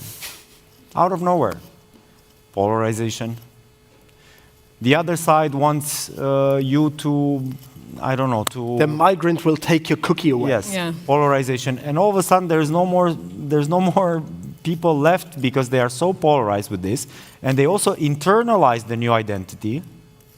I am against, I don't know, the transgender agenda, the Brussels agenda, that it becomes part of them. And we need to really fight this because we're losing. We're losing the culture wars right now.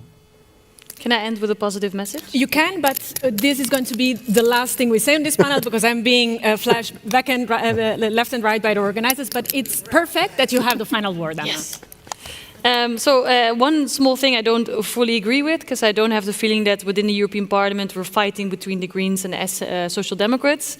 It's really the Christian Democrats that can play left, right, find majority. So they have a luxury position, and we have to accept this and be even smarter in how we use that. So I think that should be our focus.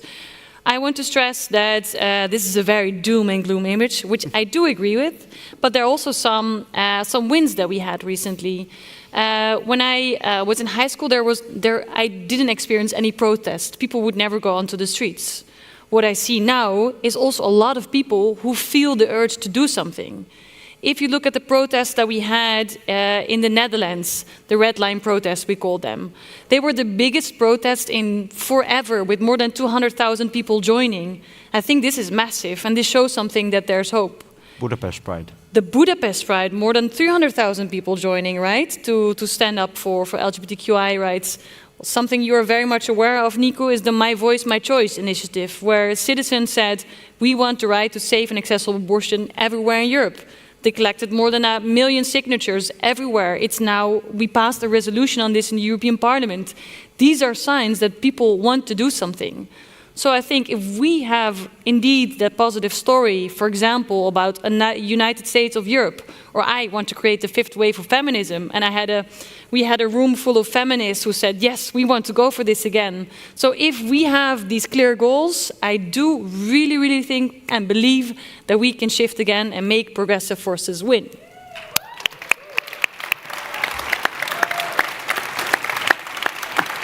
Thank you so much for listening. Sven, Nico, Anna, it has been a pleasure to have you. Let's unite and win. Thank you. Thank you so much. Thank you. Thank you, Nico. Thank you. Thank you. Ciao. Oh, my earrings. All right. I still need, yes, I still need my voice. Because now we have a little moment to celebrate two important things. One, you can see my wonderful... Does everybody know Jenny Sharpinger in this room? If you don't, please go meet her. She is wonderful. She's on the board of Europa. She does amazing work. She doesn't get the praise that she should, but she's a very strong progressive voice and does a lot of work for our organization. But we're here actually to give this flower to another wonderful woman who has her birthday today. Please welcome Lucia Nas on stage and help us wish her happy birthday.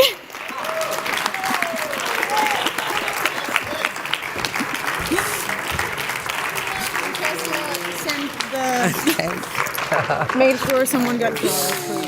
Thank you so much. Thank you, Lucia, for all the work you do, for all the hard work you do, and sorry if we don't shower you with love more often, but now you have a full room of people that can give you the biggest round of applause to wish you a happy birthday. Feeling the love. Thank you. Thank you. I'm still on stage, as you can see, because it's not over yet. We have something very special to announce. Nisma Thuria, what is that? Who knows? Raise your hand. Very few people. So I need to tell you everything about Nisma Thuria. Actually, I will have the Nisma Thuria leaders to come on stage, because as of today, we are announcing that we are combining our efforts in the beautiful country of Albania, just come out of communism 30 years ago, so it's really important what we're doing, merging our organization into one. At the moment, still for some time, it's going to be called Nisma Volt, but with the objective of go for a full merger in May 2026. Please welcome on stage the representative of Nisma Thuria, Brunhilde and Ardit, and our Albanian leadership. Welcome, thank you.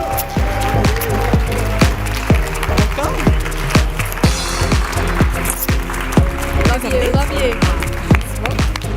Where is Ardit?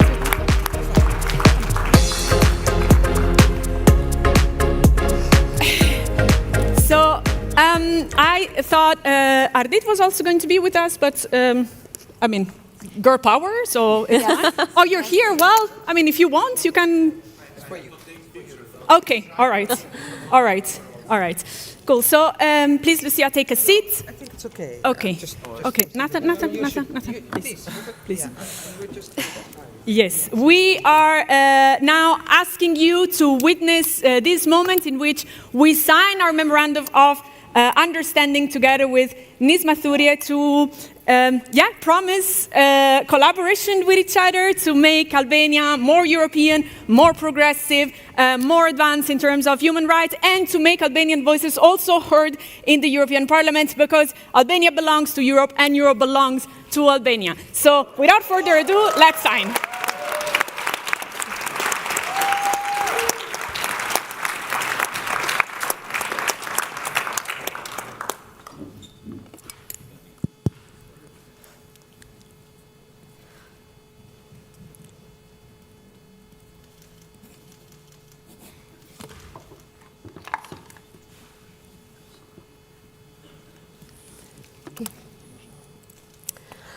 Hello, everyone.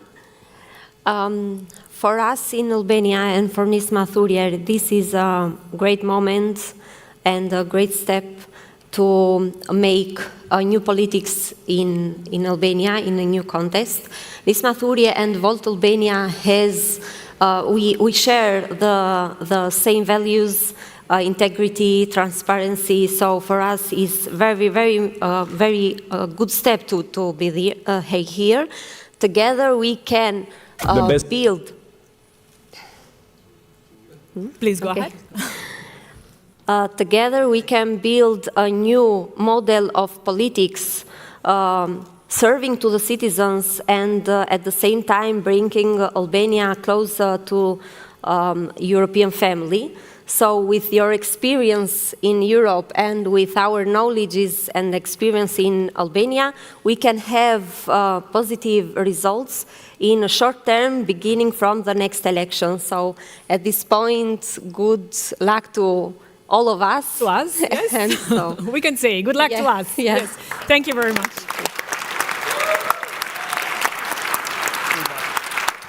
I think it's time for Marina to come and sign. And if you want to say some words, please do. Thank for you. those who don't know Thank you. Marina, you should get to know her as well. Before I sign, I need to talk. All right. As you know, I'm Marina. I'm co-president of Volt Albania. Today we are merging with NISMA. For over a year now, we, Volt Albania, have been working to build a new politics in Albania, in an environment that often resists to change. But in a short time, we have achieved a lot. We built a community of young people who refuse to accept old ways of doing politics, and they want to work hard to change the Albanian politics and the Albanian society. We have raised campaigns for concerning issues that, again, old politics is afraid to talk about. But also during this month, we understood that we should unite with those who share the same vision. And NISMA is that force who works with integrity and believes in a fair democracy. And I believe we will do great things together. Today we are not just merging our structure, we are merging also our missions. So great things we will do together, and we will give the Albanian society the deserving future. Thank you.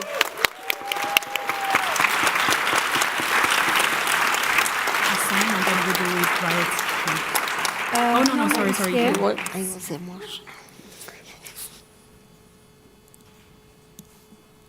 It's okay. Yeah, but it's okay. We can finish it later. Okay, very quickly, please, Nathan, come. Then we conclude the session, but the best is yet to come, really. Very happy to co-sign this as well. Not much to say, but congrats to us and good luck to us. So.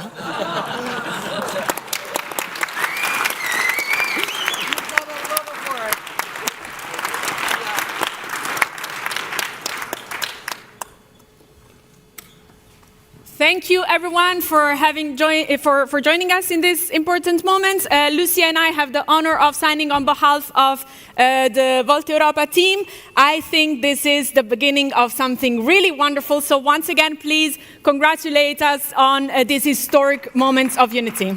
Thank you.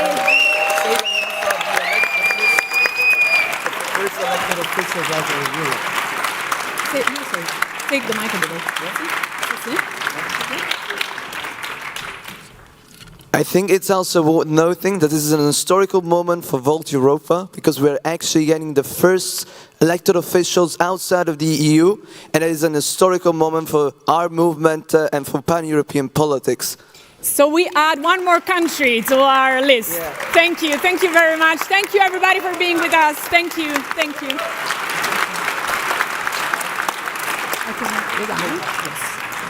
We can go. Okay. I don't know who else is on stage now. We go, right? That's it. Yeah, okay. Sorry for the climax. Not great, but yeah. Thank you.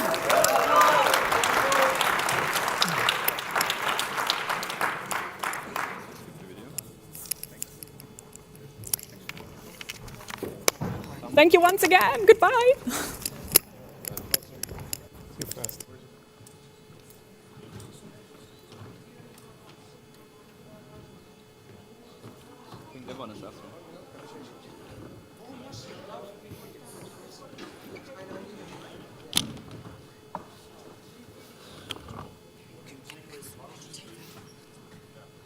The best year is German, but Slovakia is second best.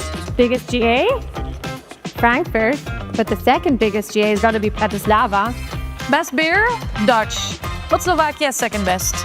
Putin's puppet? Orban. But Slovakia's schizo is second best. Best weather at the GA? Lisboa, hands off. Now the sun, Bratislava, second best. Best beer? Czech. But Slovakia is the second best. Most beautiful mountains? Switzerland. But Slovakia is the second best. Of course, the best beer in the world is Belgium, but Slovakia is second best. The easiest way to come to Slovakia is Vienna. but Bratislava is the second best. See you in Slovenia! Slovakia. See you in Bratislava next year. For the second best GA ever.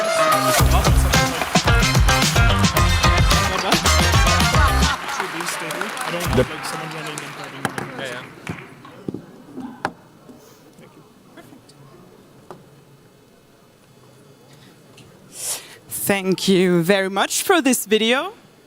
I think it gave us some new energy. So we will continue now with the next sessions. If you want to go to the breakout rooms, we have one in Mistral about the future of migration. And then the next one about what pops and what flops, lessons learned from EP communication in Orient. Before we now start with the next session, I would like to welcome Lucia on the stage to have some first words. Thank you very much. Okay, oh, one more thing. We have an awareness team. We announced it already a few times. So if you would like to talk to the awareness team, if you feel stressed or anything, please reach out to the people with their violet vests. Thank you. Yeah, thanks. Me, once again, I'm sorry. I'm so much on the stage. I don't know why this happens. Anyway, before we start this panel, I have a short message for all who need to hear this. And I'm also addressing it to people who are not in this room, who are watching online. We have Palestinian speakers from Israel and the West Bank on this panel. We have no speaker to represent Palestinians from Gaza. And that is because some of the organizations we contacted do not want to work with Volt. And that is tough for many of us. Some had no time, and some don't have a good values fit. But in Volt, we are committed to create an inclusive community for everyone who shares our values. Thank you. At the same time, we read messages on social media that Volt is anti-Semitic. We have Jewish members who left Volt. We have a Palestinian member who chooses not to be here. What's wrong with this picture? We are Volt. We uphold our values. We can make mistakes and learn from them. But it's not okay to point fingers. It's not okay to avoid conversations. I hope this panel will show all of us how we can have conversations over accusations. Thank you.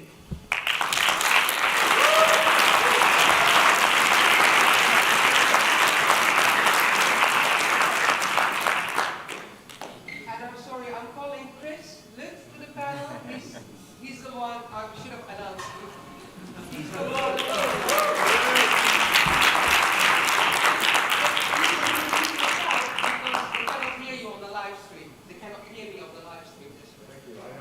Introduce myself. Good afternoon, everyone, and welcome to this session entitled How to Have a Dialogue about Israel-Palestine while keeping Volt a safe space. My name is Chris Lut. I'm a Volt member from Rotterdam, and it's my pleasure and privilege to be here with you today. I've been talking with various members of Volt during this GA about having this session this afternoon. And I don't know if you have any idea how they responded to me telling them I was going to moderate it. A couple of them were... there were also people saying, good luck with that. So it seems to be quite something in people's mind. And something else that I learned in discussing this with Volt members was that everyone used the word debate for this session. Very interesting, because a debate is something very different from a dialogue. So just to make clear, this is not going to be a debate, this session. So a debate is when we try to persuade people to win an argument, while a dialogue is we listen for mutual understanding. This afternoon is going to be an exercise in understanding.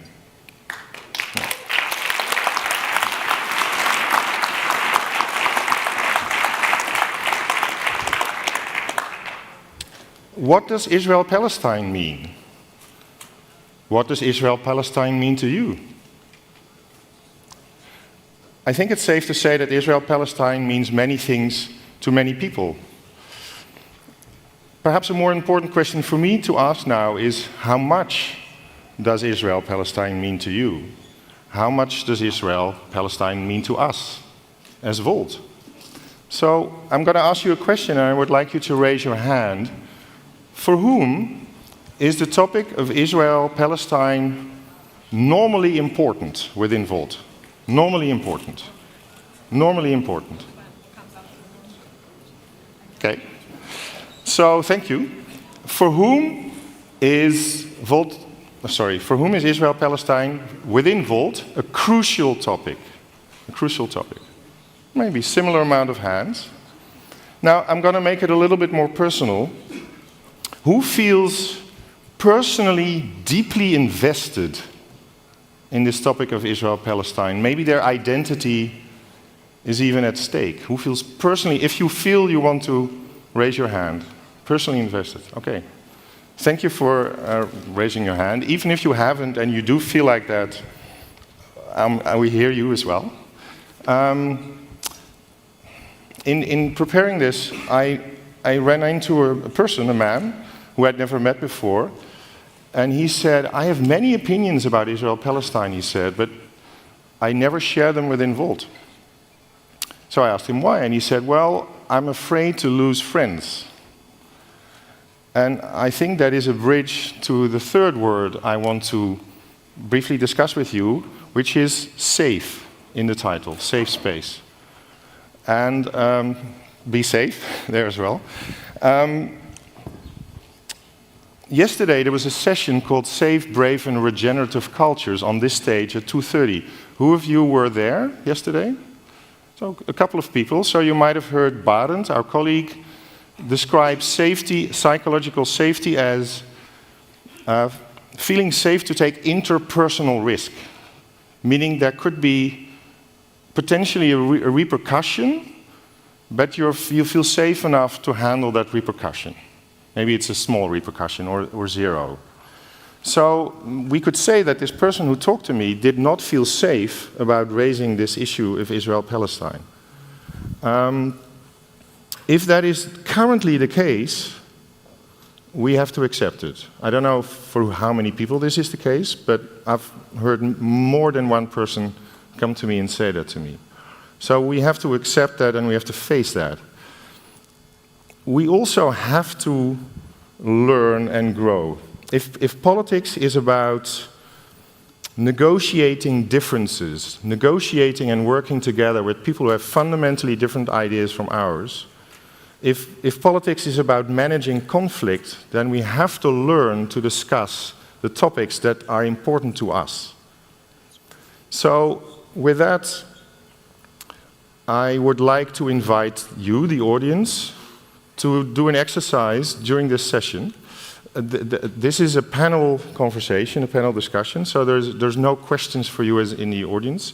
But I would like you to practice listening and see what it feels like and what's going on your mind when you listen to our speakers. Does that make sense? Can you do that? Now, listening can be the hardest thing sometimes. Sometimes we listen in order to give a response, to have a smarter answer to people. Sometimes we do that. And there is a place for that in politics, for sure. During debates, that is a great way of listening. Sometimes we need to listen to really hear people's side and understand them. This is an occasion for that. And sometimes that might be intense for us emotionally, because people may raise issues that feel threatening to us, or the people we love. And this is an issue where that could be the case. So if that is the case, or if there's any reason why you feel it's becoming a lot to just listen, there are people to help. And as you may know, we have an awareness team who are ready for that, who want to help you in case it becomes a lot. So I see a couple of people, maybe you could raise your hands. At the edge of the room with the purple vests are our awareness angels. We're very happy that you're here. Thank you. Heike, for example, we spoke in preparation of this session. So feel free to go to them during the session or after the session or at any other moment in this GA if you want to. And they're there just to listen to you and to see if there's anything you need and to try to help you with that. Is this a good moment to introduce the speakers? Okay. We have a very impressive set of speakers, I must say. I'm really happy to have them. We could have the slide of the speakers while I start introducing them. And we have 4 speakers, 2 of whom will join us online, and 2 of whom will join us in person.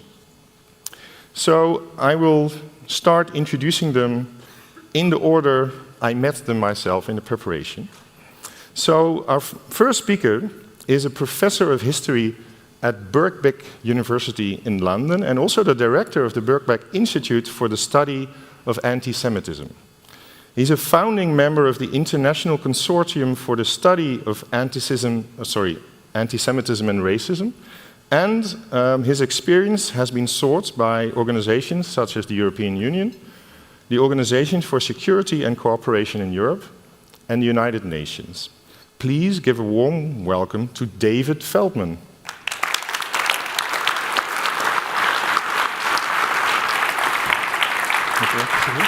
Thank you, David.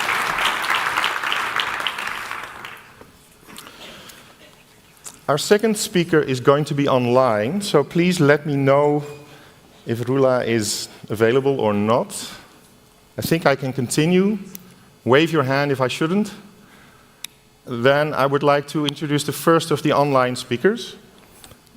Yeah, thank you. So our second speaker is a Palestinian citizen of Israel. And she is the national co-director of Standing Together. Who has heard of Standing Together? Quite a few people have heard of Standing Together. She spoke in Amsterdam last year. Standing Together is a progressive grassroots movement organizing Jewish and Palestinian citizens of Israel against occupation and for peace, equality, and social justice.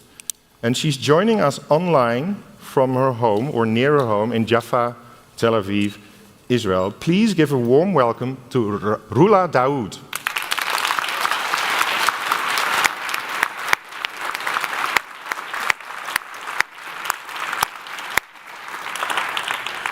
Would you like to just say hello so we know if we can hear you, Rula? Yes, hi. We hear you. Can you hear me? Thank you. Thank you for having me. Thank you. I'll come back to you later. Thank you. Our third speaker is a historian and Yiddish scholar. Her research focus includes Jewish social and emancipation history, Holocaust studies, and anti-Semitism preventer, and she is a director of the Nazi Documentation Center in Krefeld since 2018, and considers herself an ally of the Volt Jewish Schaefer Space community. Her name is Sandra Franz. Would you like to sit here? Thank you. And our fourth and final speaker joins us online. He is a Palestinian peace advocate who studied international relations and diplomacy. He regularly speaks internationally, and he's speaking with us from his home in Ramallah on the West Bank. And please give a warm welcome to Mohammed Jamous.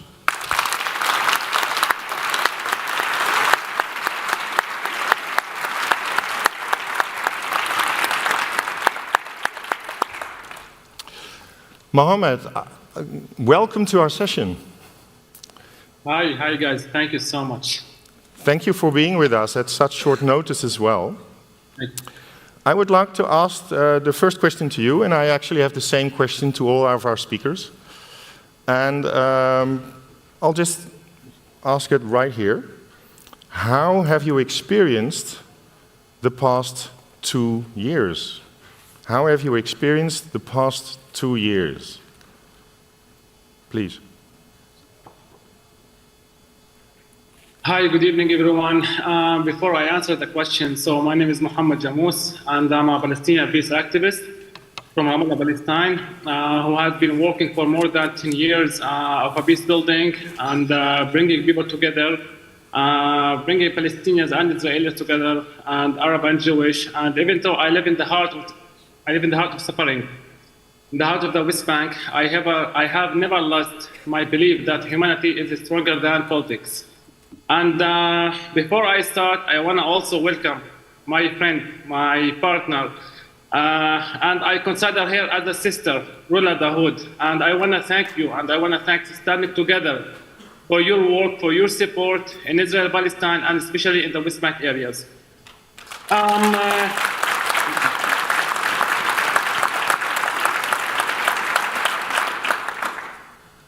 Thank you. So about the question. We already had the challenges before October 7th here in the West Bank, and I'm talking to you as a Palestinian human being who lives in the West Bank since 35 years.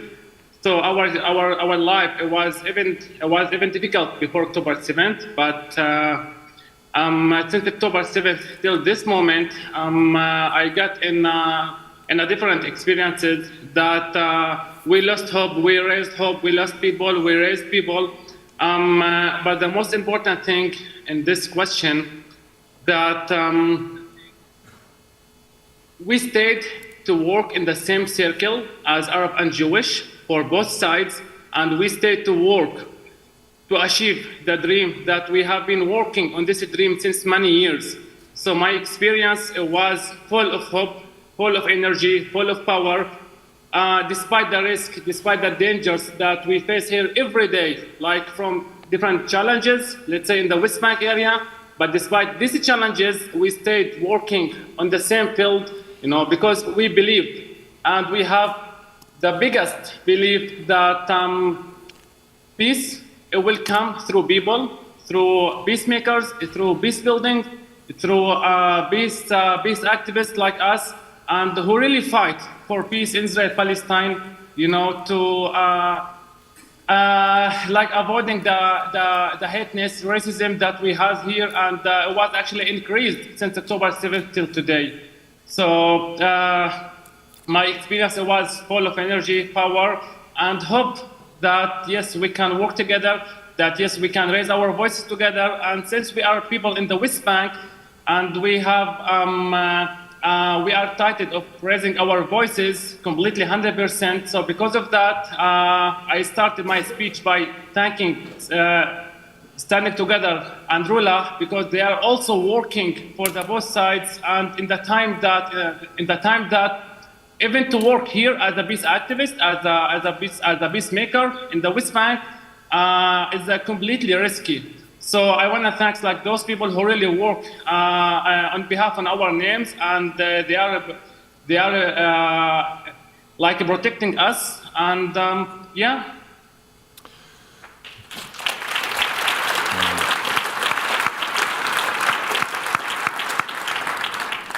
Thank you, Mohammed. Rula, I would like to ask the same question to you. Thank you for being with us, of course. How have you experienced the last 2 years?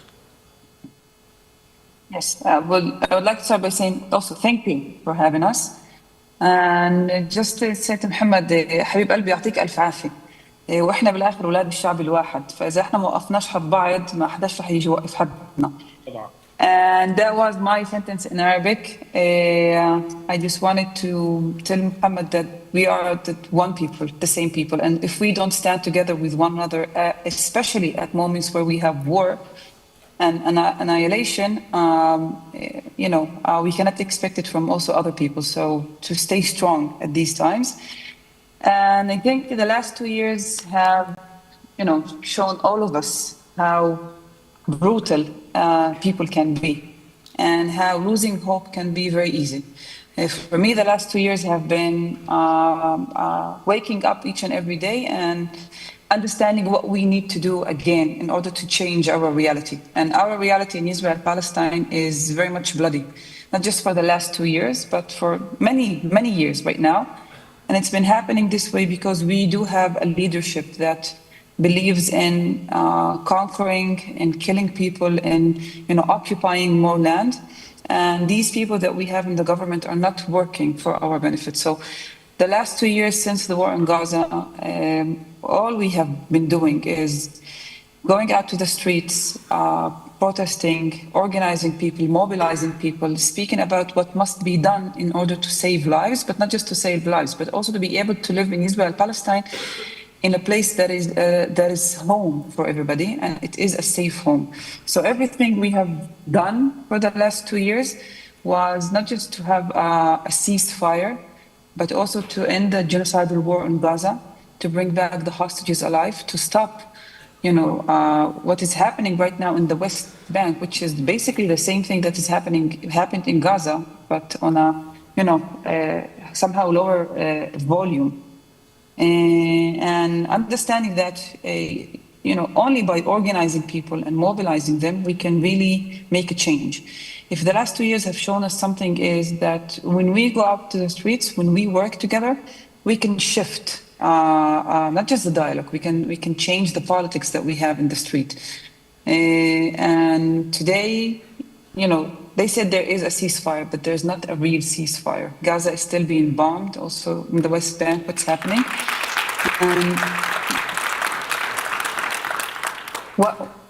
And even now, what we understand must be happening and needs to be happening and can be happening only by people working together, is demanding a safety that will come only by ending the occupation, not conquering Gaza, ending the occupation of the West Bank, having real justice for the people living in Israel, Palestine, and only by achieving these things we can really go into a place where we can have real Israeli-Palestinian peace. And this is what we've been working on for the last 2 years. So yes, it's been a tiring 2 years, but this is just the beginning of our struggle for a different future than the one that we have right now. Thank you very much. Okay.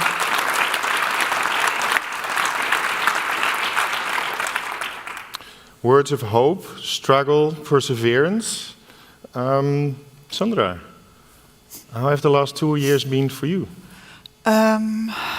I feel very disillusionized after the past 2 years, I have to say. It definitely hurt my trust in people in general.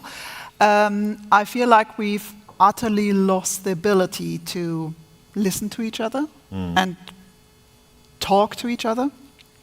I feel like we've lost the ability to distinguish between governments and people. I mean, Rula just said, our current government is not acting in our best interest, but this is different than saying Israel, all Israelis are doing this. This is very hateful often. I have experienced a lot of so our museum, as you heard, is a memorial center for the victims of the Nazi persecution, and therefore I'm in contact with a handful of survivors. Obviously, not a lot of them are still alive, and mostly their families. And they all tell me that they become more careful, they become more cautious. The members of the Jewish community in my area who have been very outspoken, very active in cultural affairs, for example, they stay at home now because they feel they're getting attacked for being Jewish. And I don't think this helps the suffering of the people in Palestine, which none of them negates. They all see the suffering, they all say this is horrible, but quite often they get attacked as Jews because of this. And this is very disheartening, because it shows us that Germany always prides itself in having done such great work when it comes to memorial culture and what we learn from it. And actually, I feel like what we've seen in the last couple of years is we've learned nothing. we just have this, we have this label, and that we pride ourselves and say, oh, we are great, we've talked about all of this, and actually, yeah, but we talked about it as if it's something that is remote from us, something that happened in the past. It did happen in the past, but as a very well-known survivor of the Holocaust, Primo Levi said, it happened and therefore it can happen again. And I think we sort of forgot that. Nevertheless, I'm also absolutely horrified every time I open the news and I see the images from Gaza, hear the stories from Gaza. A very good work friend of mine is from Gaza. She's been in Germany for many decades, but she still has family there, and I see her pain, I see her suffering. I see how the current government in Israel is not acting in neither the best interest of the people in Israel, nor the people in Palestine, nor Jewish people in general, anywhere. But I also see that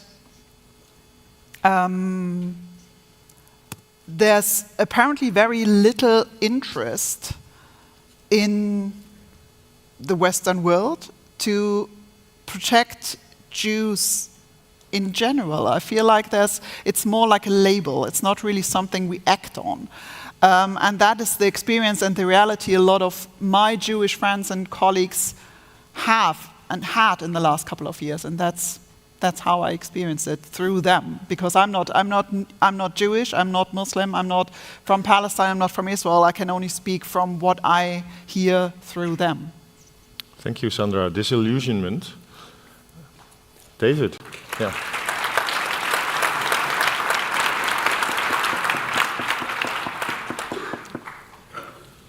Well, Chris, I think I have to start by contradicting myself from a conversation we had earlier. You said, David, should I introduce you as a Jewish person? And I said, no.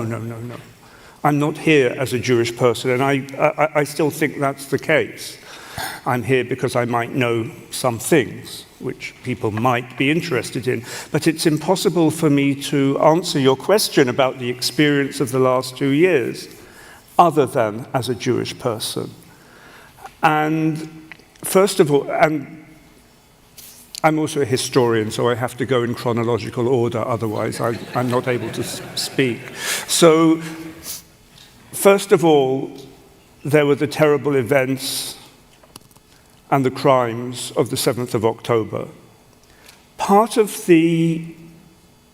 what makes one a part of a community is that the harms to one person or to more than 1,000 people are felt more widely.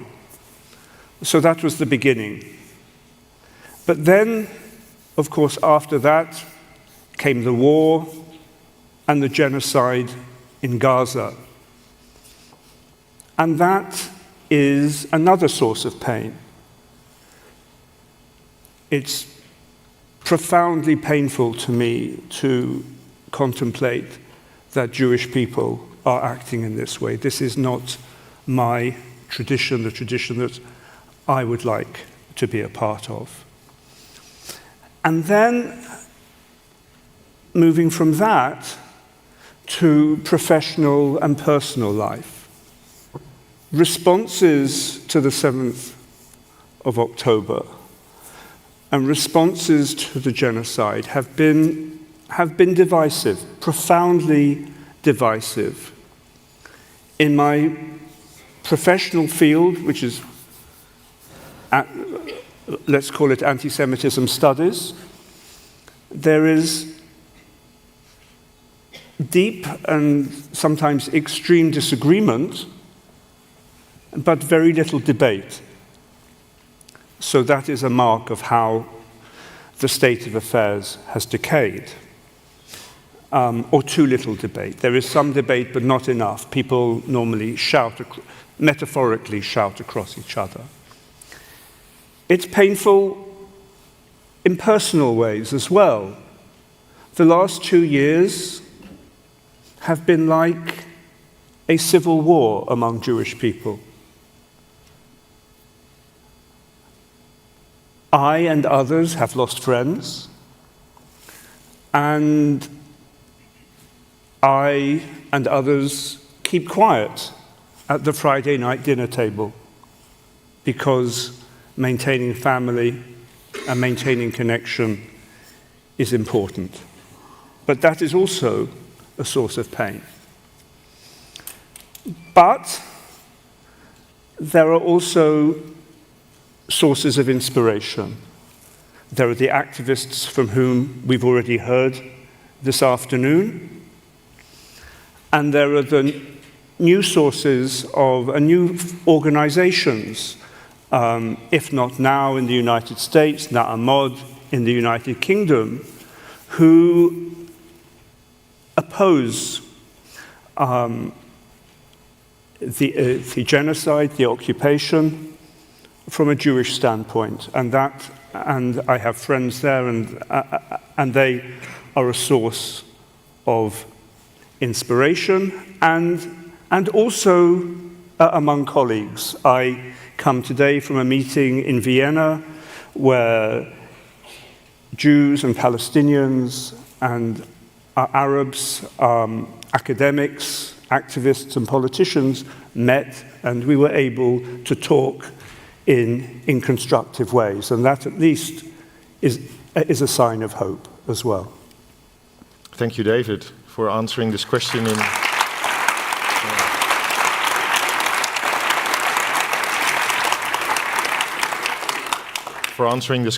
not only as a professional but also personal. Pain, maybe disappointment, but also hope. Thank you for that. Mohammed, I'm going to ask the same question to all of you again, a different one now. We're moving a bit towards Europe. How do you experience the discussions on Israel and Palestine? And I know you've been traveling as well in Europe, also recently in the United States. But how do you experience those discussions on Israel and Palestine in Europe? Yeah, thank you so much for this question. Actually, I've been in Europe in the last 2-3 years. I'm talking with Jewish and Palestinian-based activists and giving lectures about our work here in the Holy Land. And my experience,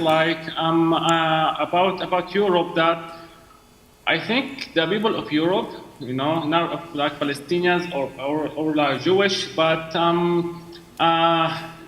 they need to get involved more about what is the situation here, because when we talk about peace, when we talk about war, it's not just peace. It's not just peace and war. It's about how do Palestinians, and especially in the West Bank and Gaza, are living every day, and also about the other side, about the Jewish side. So when I was in Europe and through my exist there, I didn't find that Arabian they have enough information about what is happening here.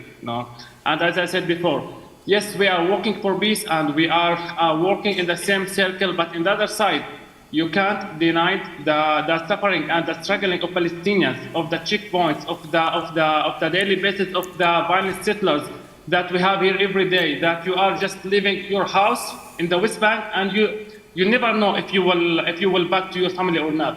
I mean, so there's so many things happening, that is a list of information for many people that I met personally in Europe, and I think that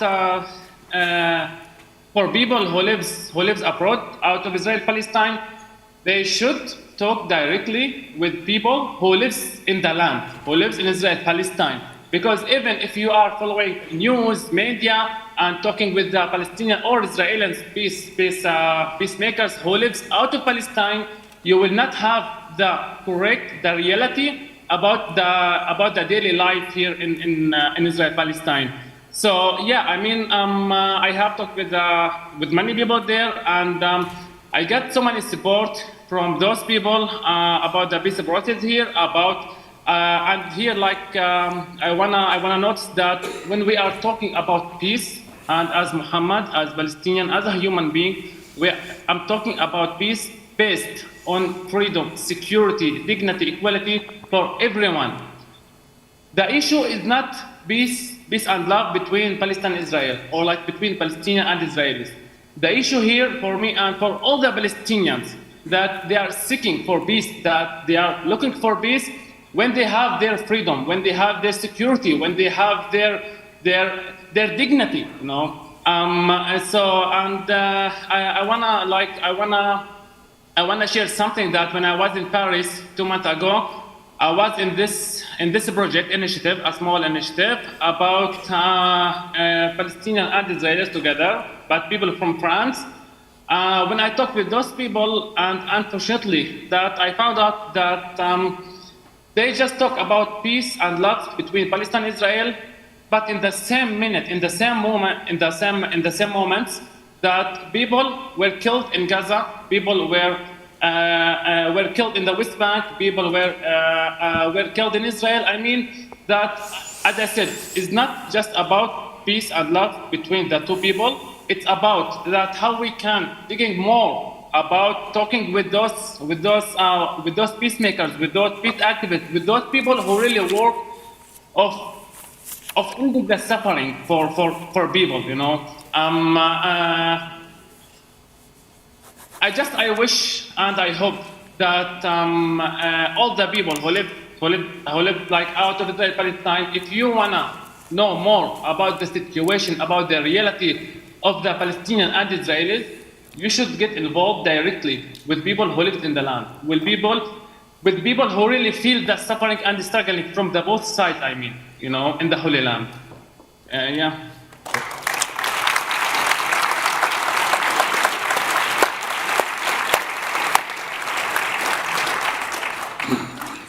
Thank you, Mohammed. An invitation for us to be more involved in the daily lives of people on all sides and their suffering and what peace means, and that it involves safety, for example.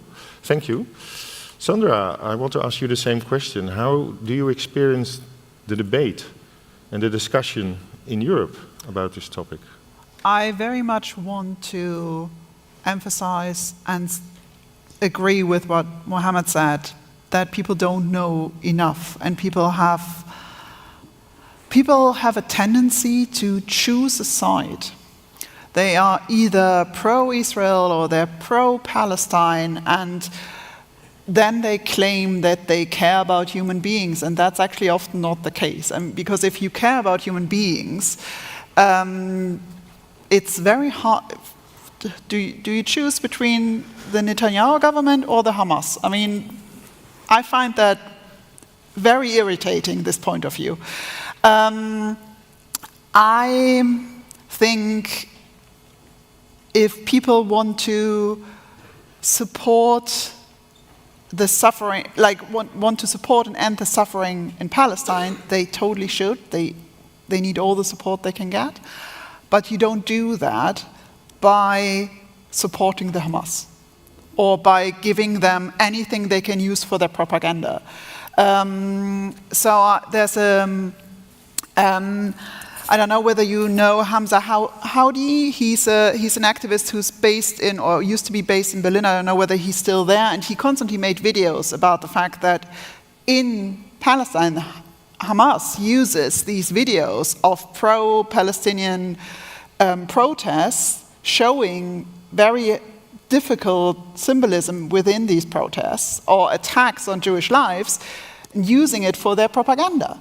So this is not how you help people in Palestine. This is not how this works. It's also, I think, what we also lost in the discussion in Europe is an understanding what Israel as a concept means for Jewish people. I think that's very important as well. Again, I'm speaking from the perspective of the families of the survivors, who, one of them basically told me, you know, what I want people to understand is Israel is not the reason for anti-Semitism. Anti-Semitism is the reason for Israel. Because, oh, we lost Mohammed. Okay. Well, we'll try to get him back behind the scenes. Yeah. And Israel exists as to use the term safe space, as a country, as a place people can go if things get really bad again. And things did get really bad at one point. And I'm not saying that as a German with a German guilt complex or anything. I'm saying that as a European and a human being, because at some point, almost all European countries deserted Jewish life. They didn't open their borders for Jews when they needed to escape from Germany or from other countries that were already occupied. They didn't provide a safe haven for anyone. There was a lot of anti-Semitism in other countries, in France, in the Netherlands, in England, in America. There were a lot of very anti-Semitic movements in the 30s and 40s. And that is deeply rooted in the Jewish experience. So now Israel represents a place you can go to. If things get, there's this image of living on packed bags. That's also something people told me, that, yeah, I live here in Europe now, and I think it's fine. But, we have this packed suitcase in the cellar, so if things get bad again, I can just grab it and go. This time I'm not going to wait this long. So this is something that is very present in Jewish experience. And two things can be true. None of this makes the suffering in Palestine okay. You can appreciate that, you can see that, and can still say, oh, what happened in Palestine is deeply wrong. And I think this is lacking from the conversation in Europe. We don't really have the ability to see both these points of views. Yes. Thank you, Sandra.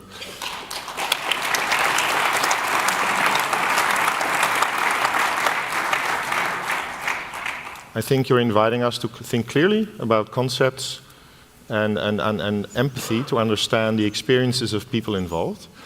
Rula, the same question to you. How do you experience the discussion? And I know you travel a lot and you've been to Europe and in many countries recently as well. How do you experience the discussion of this issue in Europe? Yeah, well, I have been into some countries in Europe, especially after October the 7th.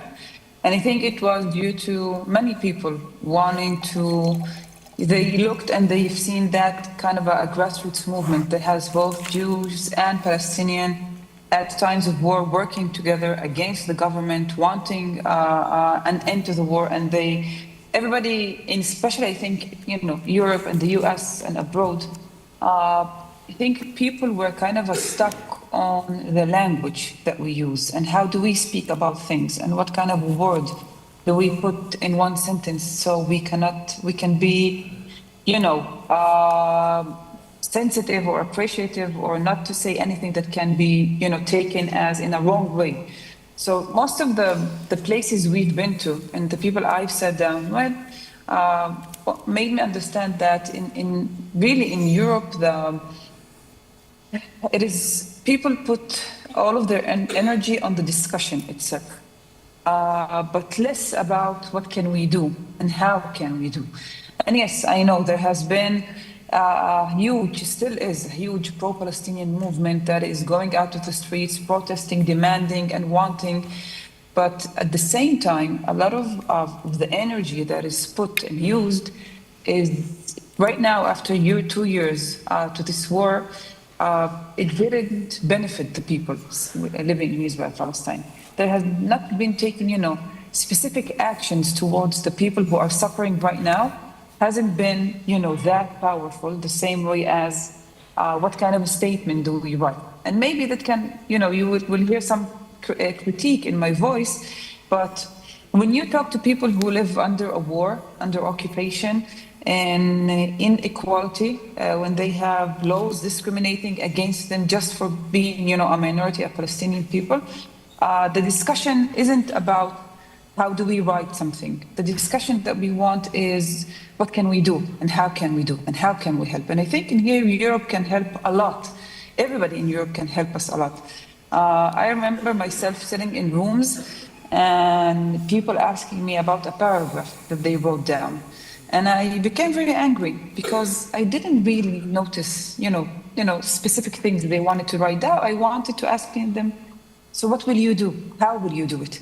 Will you go out to the streets? Will you demand something? Will you put pressure on your politicians to sanction ministers who speak about dropping an atomic bomb on Gaza? Will you speak about what should be done, in the politics in Israel and Palestine that will benefit people? This is the kind of, issues that we deal with, and we want also the world to deal with. But still, the atmosphere, all of it, to me at least, and to many of us, when we come to Europe or we go to the US, it is more about people wanting to know how to speak about something instead of what to do in order to change something. And I think it's a huge difference between,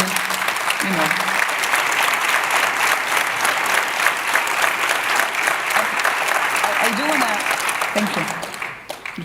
I just want to add, two more sentences. It is not to criticize people from writing down things and trying to affect and change the point of views. It is not really. But at the end of the day, when we look at this land, we cannot be calling out or selling ideas that the dream of eliminating one people or one party will somehow vanish from this land. Because for us, as much as we live in an unjust place, it is the home for both people. It is home for the Jewish people and it's home for Palestinians. And what we want Europe and the world to know is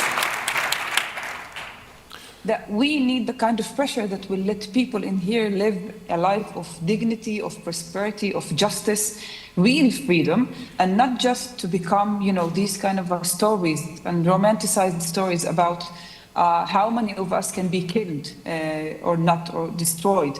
So this is a huge difference between what we see and how we do things, and what I have at least noticed from being in rooms and places inside of Europe. Thank you very much.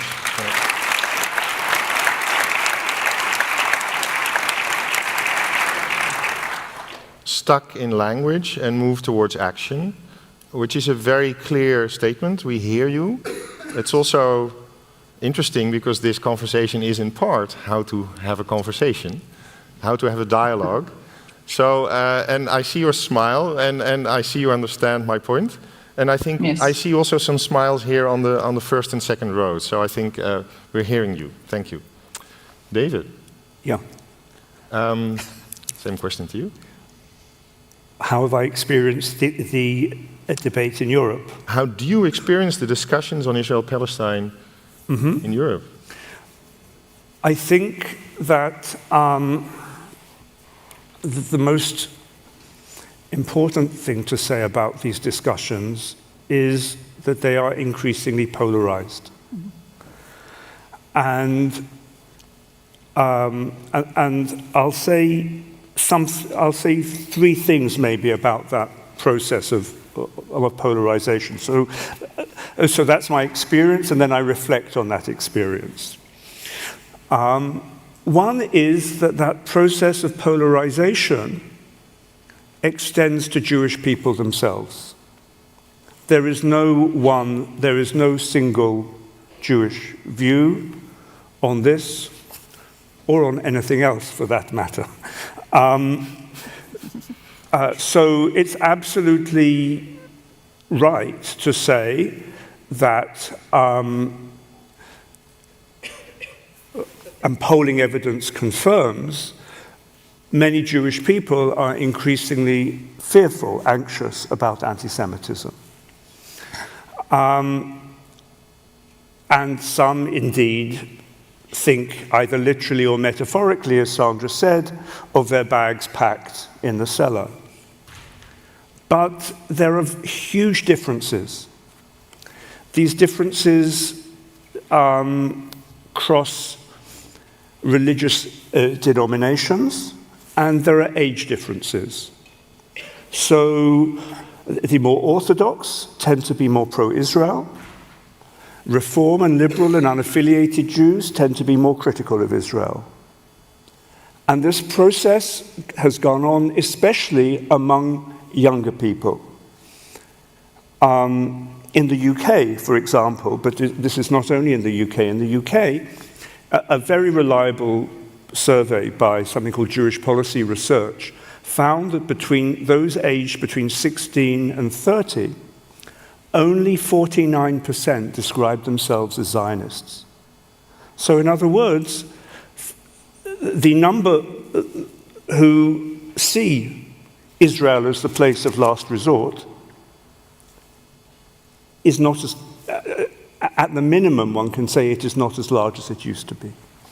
And those people are increasingly critical. So in other words, polarization is not just something which affects society as a whole, and then there are the Jews, it affects Jewish people as well. So then two things about this process of polarization. One is the way in which Israel-Palestine has become a symbolic issue. It's become a wedge issue. So people take positions not necessarily from a standpoint of great knowledge and engagement with the issue, but because of the way in which it resonates in their lives, in London, in Paris, in Berlin, in small towns, in the countryside, wherever. And so, in that sense, the future of Israel-Palestine also becomes a European issue, and that might be something that it's relevant for this party in particular to think about. And the other reflection I have, increasingly, is the ways in which polarization develops, partly because people really do disagree. I mean, one can't make that go away, but also through processes of misunderstandings. So, I'll give two examples. One is, I spent a lot of time in Australia. I was in Australia recently, and the Australian Jewish community, by and large, is strongly pro-Zionist. Less so as well than it used to be, but still strongly so. And people came to me and said, David, people say that Zionism is racism. I'm a Zionist, and I'm not a racist. And so they don't understand.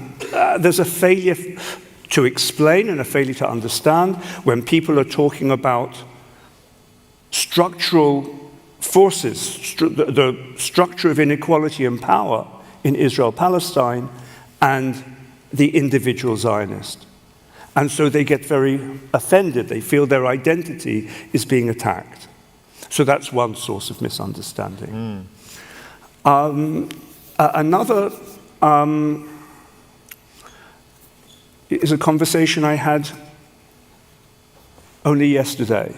And someone said very firmly, I'm an anti-Zionist. What does an anti-Zionist mean? It means, as far as I'm concerned, an end to inequality in Israel-Palestine. And I thought that was very interesting. And I said to him afterwards, many people, when they hear the term anti-Zionist, hear something else. They hear that there should be no place for Jewish people in Israel-Palestine.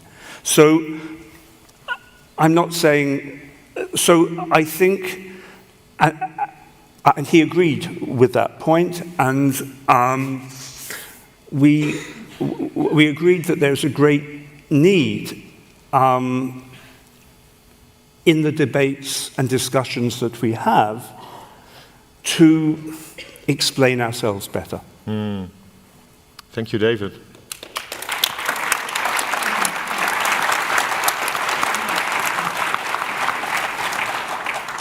I think so far we've heard a call for more engagement with people in Israel-Palestine, to be more involved.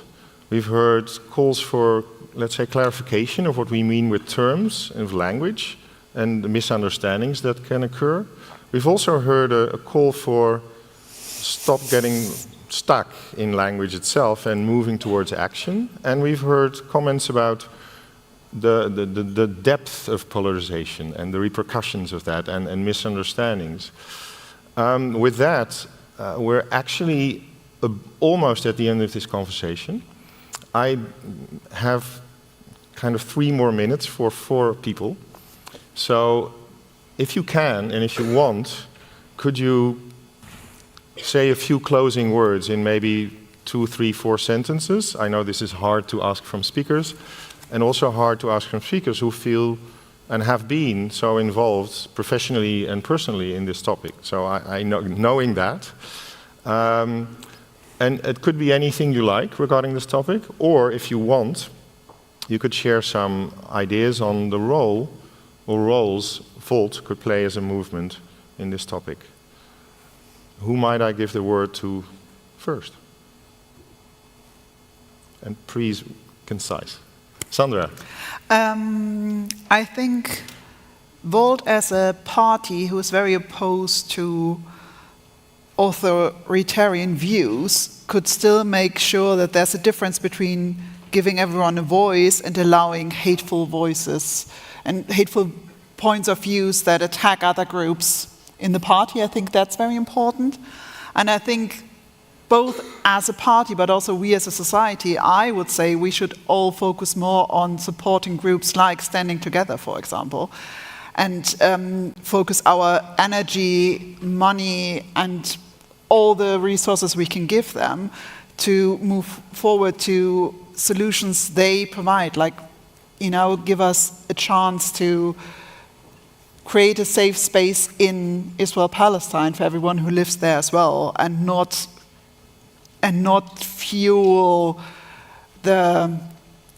necessarily fuel the political agendas of far-right governments and terrorist organizations. I think that would be much more useful.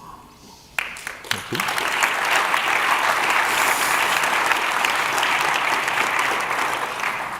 So giving space to constructive voices, yes, and taking action and supporting people on the ground in Israel-Palestine. Thank you, Sandra. Who else? Who next would like to have the word? If possible. Please, Rula. Yeah.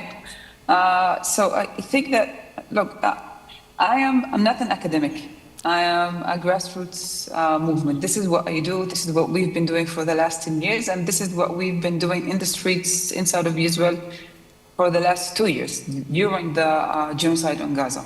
And what I've seen from here and from abroad is when look at it as if there is, you're going into a restaurant, and in that restaurant you only have specific dishes in the menu. If you don't have one dish that speaks about what you want to achieve, no one will choose from it, and no one will take another path.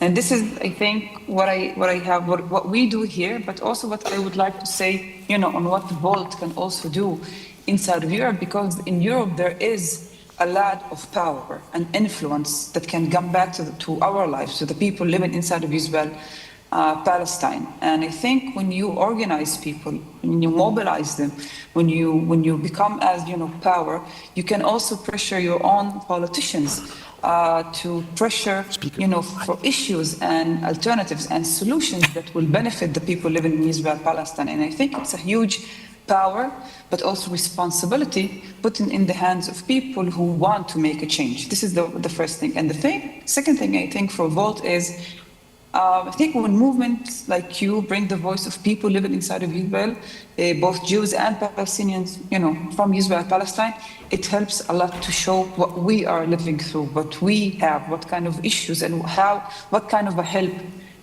do we want and need. And it does strengthen our voice, and it puts a lot of pressure. So I think that kind of working together and solidarity can be a lot of helpful also to the people living inside of Israel, Palestine. So thank you. Thank you, Rula.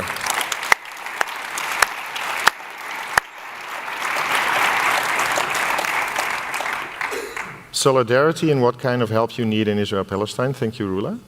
Who next may I give the word to? I could say, please, David. Something. I think that there's the tremendous work and vital work that grassroots organizations do. There's the less tremendous work that academics do, and then there's the work that a party can do. And it seems to me that in the current situation in Europe, a party which has universal human rights at its center and a commitment to that, when political leaders in Europe have been very slow to apply universal human rights to the situation in in Israel-Palestine, to my mind, clearly marks out a role that Volt can play in this.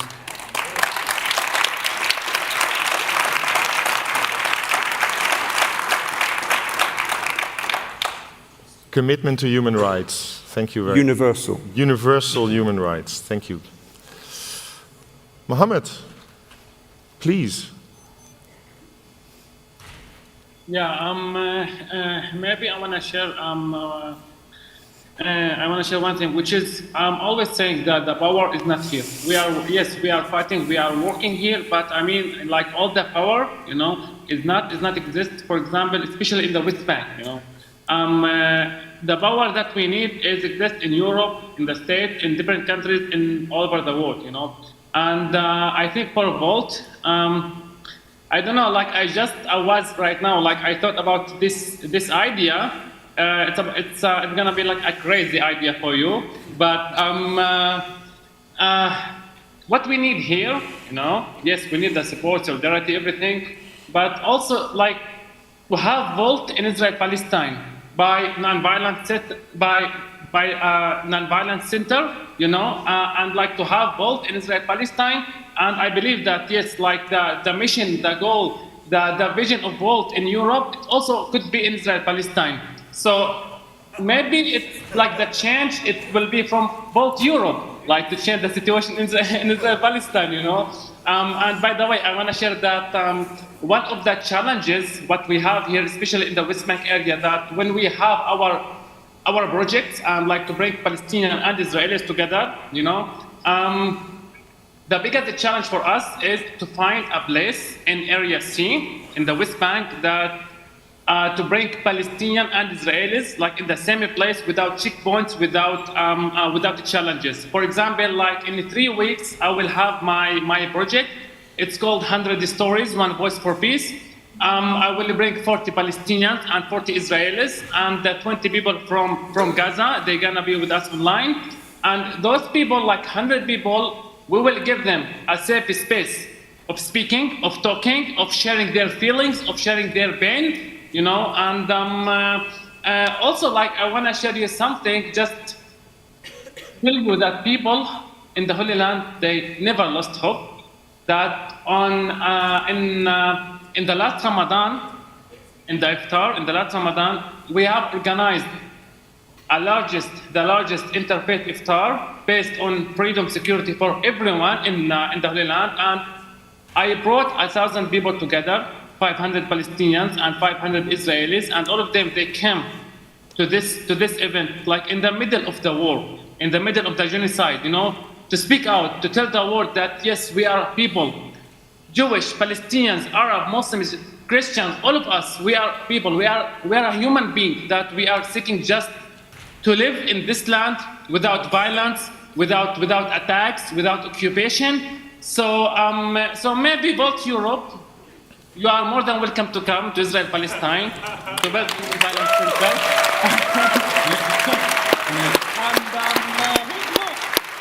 And we work here since 100 years together as Palestinian and Israelis, Arab and Jewish. But I think that your support, it will be effect here on the ground. So yeah, thank you.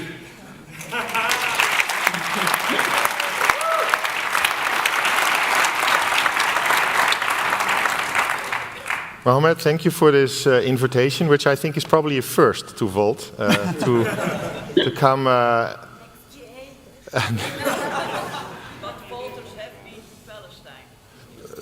Somebody in the audience just said next General Assembly in Palestine, but let's see about that. Thank you very much. Please stay with us for a moment. I'm going to introduce 3 speakers who are briefly going to say some words, and then I finally close it and come back to you for a moment. So please stay with us. I would like to call to the stage 3 people who are going to briefly either respond to this conversation or say something about follow-ups.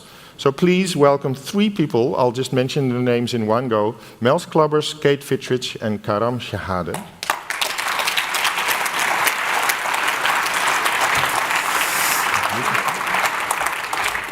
Oh, Mels. Oh, you want? Yeah. Okay. Would you like to start, Nels, please? Yes, of course. Thank you for this exchange and thank you for your attention also for this topic. And I think we heard a universal call to action here from all sides, and that is how to act. Our goal as Volt is to make the EU act comprehensively to international issues. That's also why today here is Kate. Kate is our policy lead, and together we can create policies that can help the EU act. Kate, please. Thanks, Miles. Thank you to the panel and to Chris for those very thoughtful reflections on what we all know is a particularly complex and emotive topic. I just wanted to pop in to say that we are currently undertaking a policy development process on this topic. We are looking at 4 specific questions. And we chose these questions because they have relevance beyond the Israel-Palestine context. And hopefully what we learn from this we can use in, sadly, future inevitable conflicts elsewhere. Just to say that I think the panel made it very clear that the attitude we bring to this discussion matters. When we come at it from a spirit of good faith, collaboration, and empathy, then I think we can center the people who are involved in this conflict and affected by this conflict and give ourselves a policy foundation that we can be proud of as an organization. As I mentioned yesterday, we are trying to situate policy making within our European communities. In this case, we're working directly with GeoCom. So, slide please. So I would strongly encourage you to get involved with that particular community if you want to know what's going on in that process. That's where you will find all the relevant information and documentation. Thanks. Thank you. Yeah. My name is Karam Shahade, and ever since I joined Volt in 2018, we've always understood ourselves as this dualism between party and movement. And in the past few years, we've kind of lost touch of that, I think, for several reasons. But I think we should not forget the ability that functioning as a true pan-European movement, that the possibilities that it gives us and the opportunities that it gives us on the political landscape by going out on the streets and organizing communities through social action. And that's exactly actually what we're doing at Don't Look Away. We tend to get lost in debates and dive in endless debates. But we forget that in a sense, as the speakers were saying today, we all actually fundamentally agree on human rights and international law, and that we can actually make steps together from there. Because who argues against the fact that we should do everything in our power to protect the lives of innocent people? Who argues against the fact that in Israel and Gaza, every single child is innocent?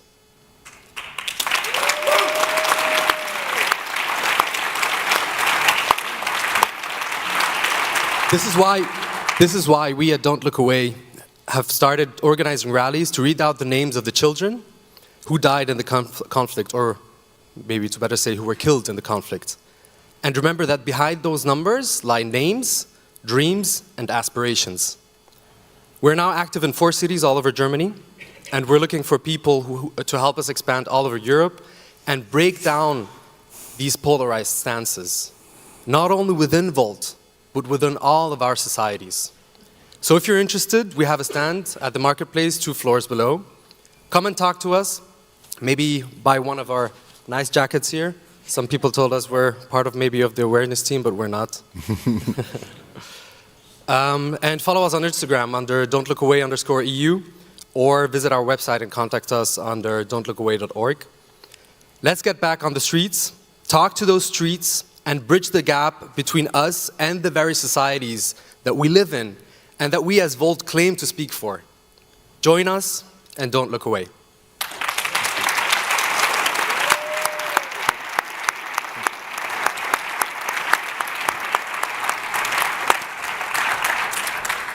I started talking about the question, do you feel safe to speak about Israel-Palestine within Volt? And we heard, and then I don't know if we can get our speakers back in the screen, if they're still with us, but we heard an appeal to be more engaged in Palestine and to take action there. So let's overcome our differences, let's listen to each other, let's, and then, well, make an impact there. With that, I would want to say thank you so much to our wonderful speakers who have committed so much of their lives for this topic. So thank you very much, Mohammed, Rula, David, and Sandra. Thank you very much.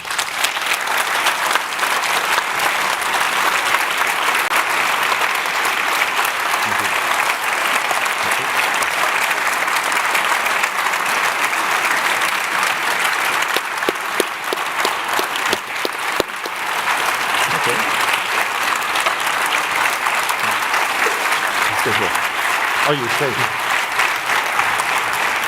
Thank you, David. Thank you. Thank you very much. Thank you.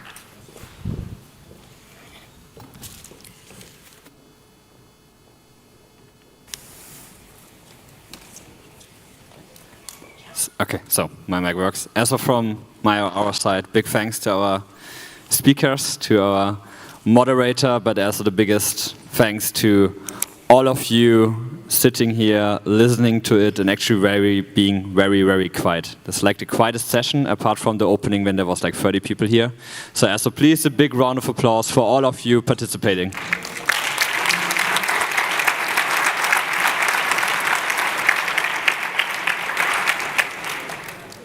So now we get to our next item. It will be about including a definition of anti-Semitism in our code of conduct. Before formally voting on a definition, the European Board proposed to install a task force to prepare the groundwork for a safe and inclusive discussion and vote at the next GA. However, 2 member-backed motions have been submitted, asking the GA to adopt the definition now. The 2 motions will be presented by the initiators, and the Board will present their proposal. But first, we will hear more from our scholar on the topic, David Feldman, who is already in place. I would like all of you to keep the constructive and safe environment we had in the last hour and keep doing that and remain respectful to each other. The awareness team is still around, so if you don't feel well, if you need someone to talk, please reach out to them. Also, please note that we won't have a Q&A after the session, but you're welcome to approach the speakers individually later today, or as it goes through Halo and the questions will be answered there. And now, you can do a big applause again for David Feldman, who will do the introduction.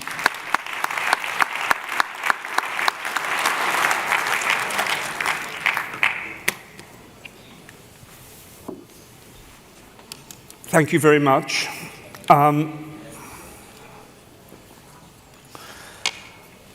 I've been asked to give an overview of the IHRA working definition on anti-Semitism and the Jerusalem Declaration on anti-Semitism. It would be foolish for me to pretend that I don't have my own views on the relative merits of the 2 definitions. But I will also do my best in the next 5 or 10 minutes to be even-handed. And what I want to offer is less of an argument, not an evaluation, but a historical and descriptive account of how we come to be in this situation today, in which there are 2 competing definitions on anti-Semitism. I'm going to start with a little story, and I should give a trigger warning to all cat lovers. 100 years ago, a Dutch Zionist, Fritz Bernstein, was talking to a large audience in the Netherlands. And he said, why is it that we can tell immediately whether a cat is alive or dead, but we can't agree on what is anti-Semitism? That's a good question. What we should take from this anecdote is that controversy over what anti-Semitism is not new. It's normal. It's been there ever since the term came into common parlance usage in the 1880s. And one of the and just to explain the difference between a dead cat and anti-Semitism, a dead cat is, you can tell whether a cat is dead by a simple empirical test. Anti-Semitism is a concept. It's used to bring together different phenomena in the world. And so people disagree what come under this umbrella, and that's one of the key reasons why we argue about it, and those disagreements are normal. So discrimination, violence, negative stereotypes about Jews have been with us for thousands of years. But the term anti-Semitism is relatively new, and it emerged, as I said, in the 1880s. Then, some people, including the early Zionists, thought that anti-Semitism was something which was actually a new phenomenon, only as part of the pushback against giving Jews equal rights, which had gone on in the decades after the French Revolution across Europe. But others wanted a much broader understanding of the term. So when governments in Germany and the United Kingdom tried to put up barriers against East Europe, poor Yiddish-speaking East European Jews from entering their countries, some people wanted to call that anti-Semitism. But not everyone did. So these arguments are old. And what we call anti-Semitism, then, does not only reflect the prejudices and the discrimination that Jews have faced for thousands of years. What we choose to call anti-Semitism reflects our values. Because when we call something anti-Semitic, it's not simply a description, it's also saying this is wrong and it should not go on.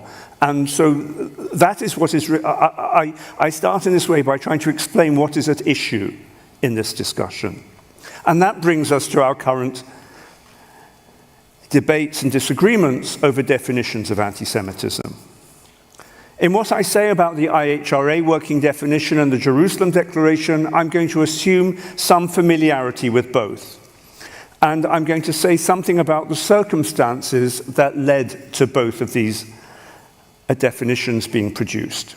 The IHRA working definition was launched, it was agreed, in a sense, in 2016 in Bucharest. But the origins lie a decade earlier, with the IHRA working definition text is almost identical to a text that was never adopted but was presented to the European Union Monitoring Committee on Xenophobia and Racism and was published by them but not adopted by them in 2005.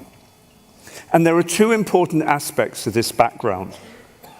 One is that why did people feel a need for a new definition in the early years of the 21st century? Because it was a period when there were attacks on Jews in Europe by groups operating in the name by anti-Zionist, pro-Palestine groups. And politicians and the EU and the EUMC in particular found it very difficult to describe these attacks on Jewish people, which was anti-Zionist attacks on Jewish people, as anti-Semitic. Because they took the view that anti-Semitism was either discrimination or it was in the workplace or over housing or whatever, or it was a set of stereotypes about Jews with which we are familiar. So they said that these attacks on Jewish people, these terror attacks as they were called, were anti-democratic, but they didn't use the word anti-Semitic. And a number of groups, especially Jewish groups, organized against this and devised a new definition. And this is why the IHRA working definition addresses this problem by saying it is anti-Semitic to hold Jews collectively responsible for the state of Israel. That in that way saying that attacks on Jews because they are Jews outside of Israel for what Israel does is anti-Semitic. And this was an important step forward, I think. I've been evaluative. But there was also something else going on in these years, which is that in 2001, at the United Nations World Conference Against Racism held in Durban, there was the revival of the idea that Zionism is racism. This was a famous resolution passed by the General Assembly of the United Nations in 1975. It was rescinded after the end of the Cold War in the early 1990s, and it was revived at Durban in 2001. And there were many initiatives from Israel supporting Jewish groups around the world and from within Israel to try to counter this characterization of Israel and of Zionism as racist. And the EUMC working definition was one of these initiatives, an initiative which tried to shift the understanding of anti-Semitism so that it was not only an attack on Jewish people, but it also encompassed some attacks on the Jewish state, Israel. Hence, the IHRA definition talks of denying the Jewish people their right to self-determination as being anti-Semitic in some circumstances, for example, by saying that that Zionism is a racist endeavor. And also by saying that that singling out Israel for criticism, exercising what it calls double standards, is also anti-Semitic. So this was a redrawing of the boundaries of anti-Semitism to incorporate not only attacks on Jews as individuals, but attacks on Israel, or on a state. And this is one of the fundamental reasons why the IHRA working definition was controversial from the start. It was welcomed by many people, but it was opposed by others.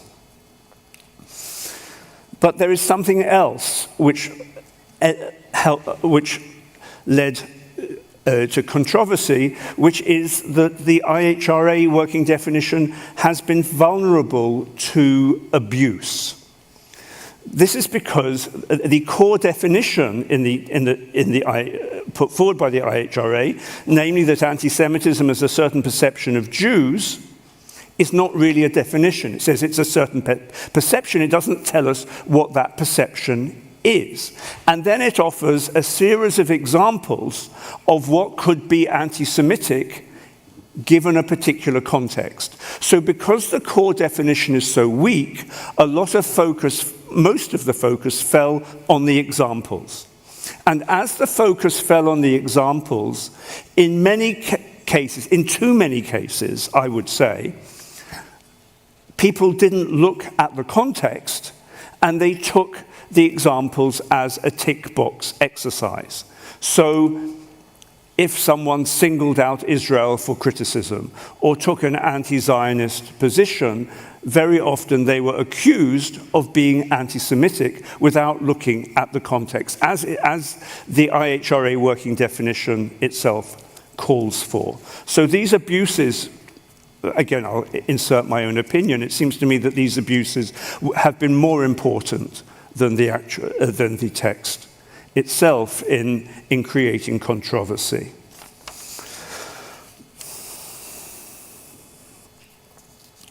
The IHRA working definition's critics argue that far from being self-evidently anti-Semitic, singling out Israel for criticism could arise for a number of reasons. One reason would be an anti-Semitic feeling against Jewish people.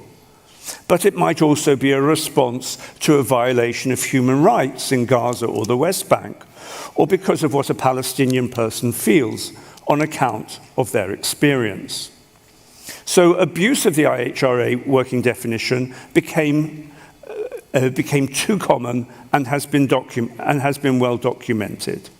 So this was the background to the creation of the Jerusalem Declaration on Anti-Semitism. The authors of the Jerusalem Declaration thought that the IHRA definition was A, inhibiting debate on Israel-Palestine, and B, that it was undermining the struggle against anti-Semitism through overreach, through calling too many things anti-Semitic. So the Jerusalem Declaration says anti-Semitism is discrimination, prejudice, hostility or violence against Jews as Jews or Jewish institutions as Jewish. In other words, if I see an obviously Jewish person smoking in a non-smoking area and I criticize him for doing that, that's not anti-Semitic. If I say you're smoking because you're Jewish, that is anti-Semitic. It's important to say that there are lots of overlaps between the IHRA working definition and the JDA. They actually agree on a lot. Where they disagree is over when anti-Zionism and criticism of Israel becomes anti-Semitic. And the Jerusalem Declaration emphasizes two sources, two places where anti-Zionism becomes anti-Semitism. One is when anti-Zionist speakers use anti-Jewish stereotypes, and secondly, if you imagine a future between the river and the sea which does not give Jewish people their equal individual and collective rights. But the crucial thing is that for the JDA, rights are always attached to people, either individually or collectively, and not to the state, whereas in some circumstances, the IHRA attaches those rights to the state. Please try to come to your closing remarks. I will make one last point, which is to say that we should not expect too much of a definition. Definitions can be better or worse, but they won't solve all your problems. Definitions have to be applied with care, common sense, and good faith.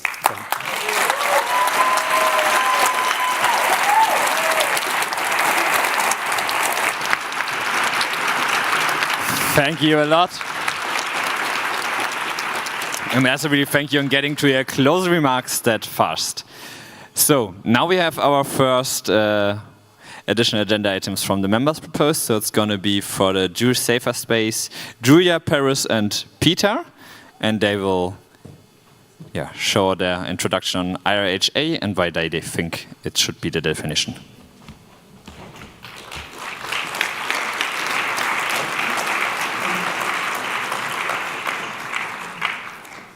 Dear Vault community, I'm standing here today to represent the Jewish community in Vault and to explain why we should accept the IRA's definition of anti-Semitism and reject the Jerusalem Declaration on Anti-Semitism, also called JDA.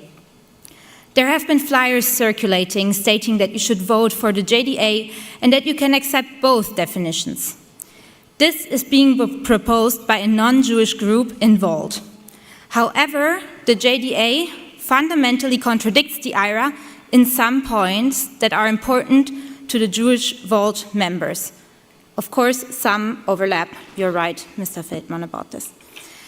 This is reflected in the fact that the General Secretary Office of Vault told us that they could not find one Jewish person in Vault that supports the JDA. Our Jewish Safer Space is very clear. We want one definition on anti-Semitism, and that is the IHRA. Moreover, the board claims that approving a definition today would be a top-down decision. We strongly disagree.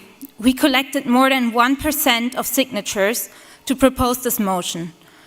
We have participated in 2 task forces. This is not a top-down decision. This is one of the first times that we got to make a bottom-up decision at the GA with members proposing motions. The board also claims that this decision should not be rushed, but this decision isn't rushed. It has been going on for 2 years. This discussion has been going on for at least 2 years in Volt. Volt Europa's board has also consulted external experts who told us what to do about the anti-Semitism, and their recommendation was to adopt the IHRA. However, the board has not followed the advice of external experts, and neither of the already established 2 task forces, which we have had in the past, were successful in implementing mechanisms that protect Jews involved. At the same time, the board states that they are already using the IHRA definition in their integrity system.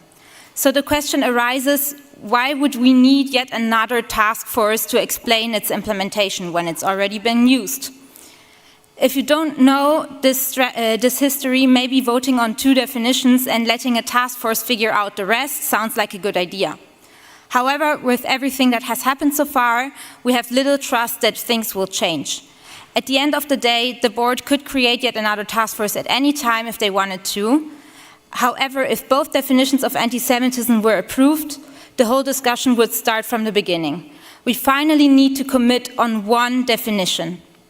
This is why the takeaway of our Jewish Safer Space is, whatever you think of the task force, please make sure that you approve the IHRA definition and reject the JDA. An explanation of why the IHRA is necessary will be given by Peter now.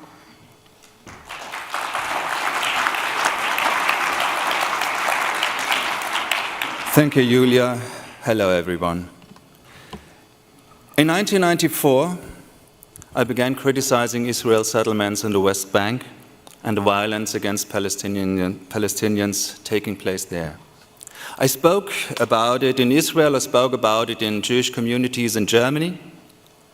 And in all those 31 years, no one ever accused me of being anti-Semitic, not once. Last weekend, at the General Assembly of Volt Germany, I said that Israel had committed war crimes in Gaza and had made false statements about it. And again, no one called me anti-Semitic. Why?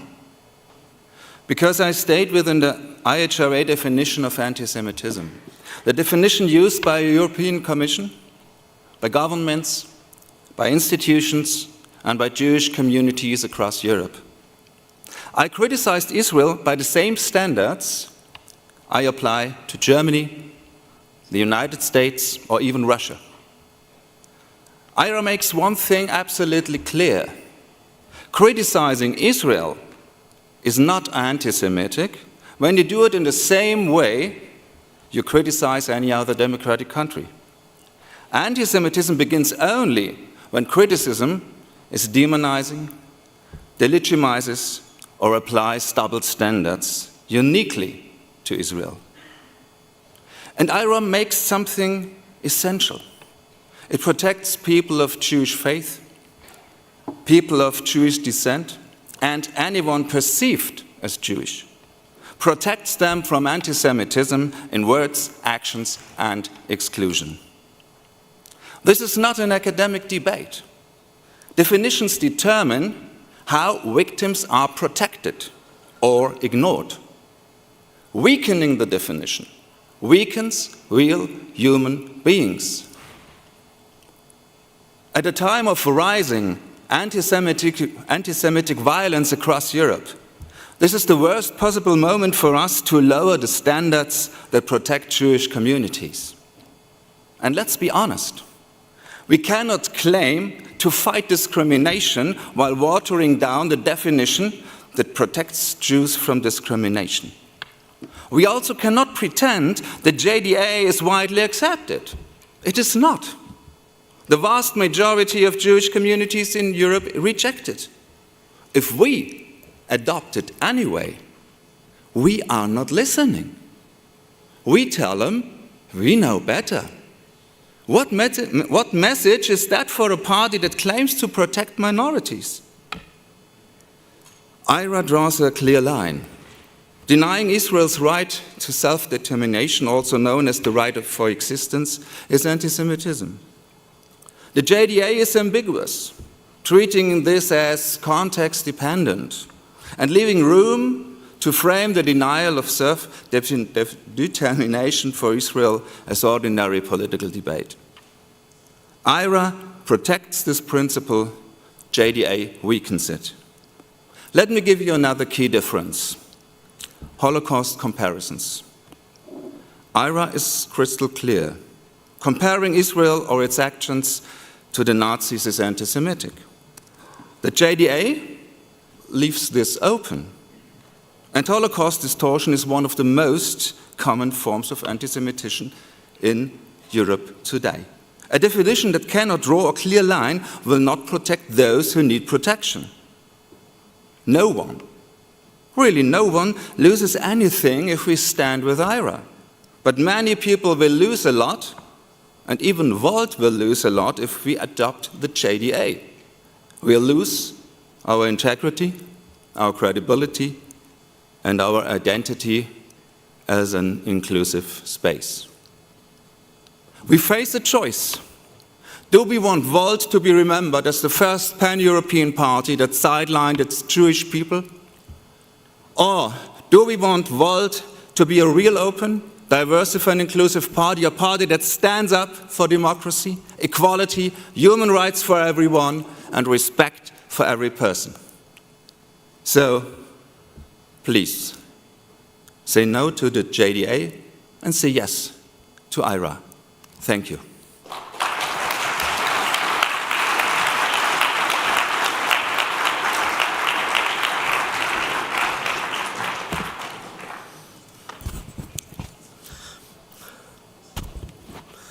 Dear friends, dear Volt community, my name is Paris.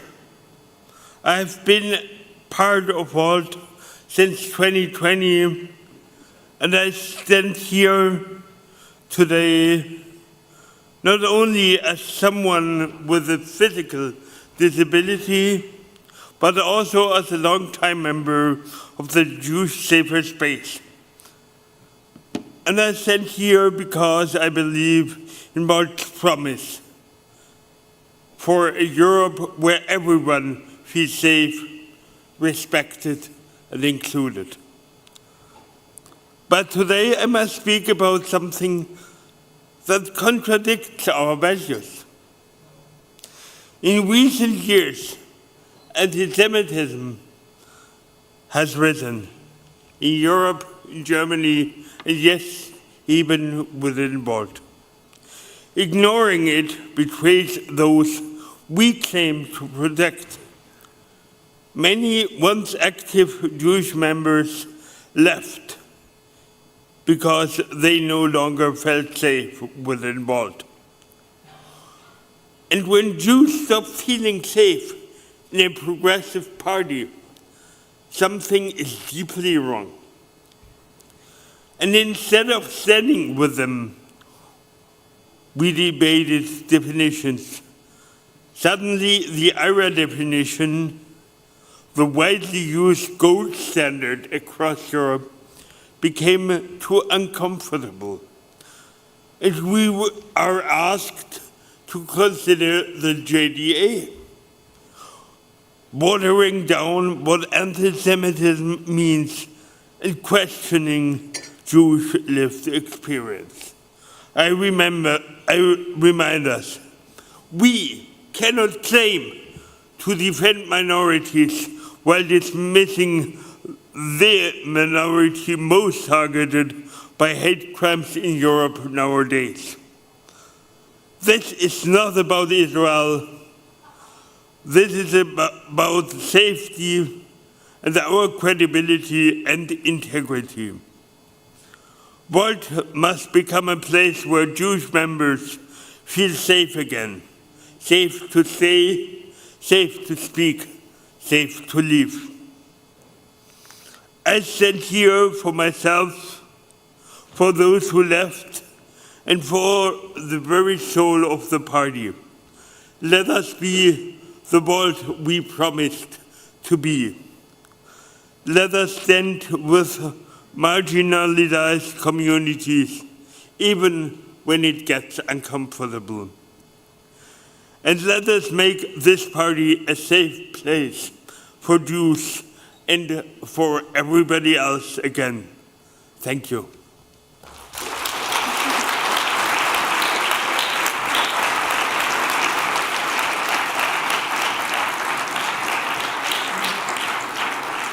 Dear Vultures, the IHRA talks about anti-Semitism being a certain perception of Jews. And Mr. Feldman, while I agree that this is part of the definition, this is not the whole definition. It continues, but due to time constraints, I'm not going to read the full thing. Please go and read both definitions and see that it's not just about perception. It gets more concrete, even in the definition text. So it talks about the perception of Jews, while the JDA talks about discrimination of Jews as Jews.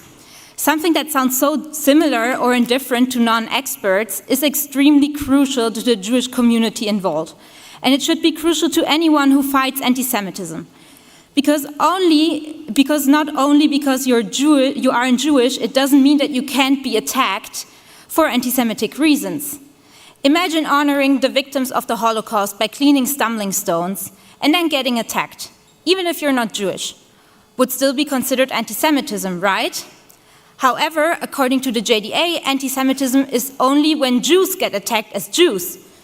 To be fair, after writing the definition, the JDA-lers were made aware of this, so in their Q&A they state that they refer to anyone.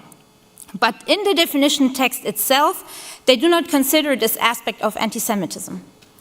Other differences we've heard, and I would like to recall, are Holocaust relativation by equating Israel to the Nazis, relativizing the right of Jews to self-determination, and third, double standards towards Jews and Israel, which is the only majority Jewish state.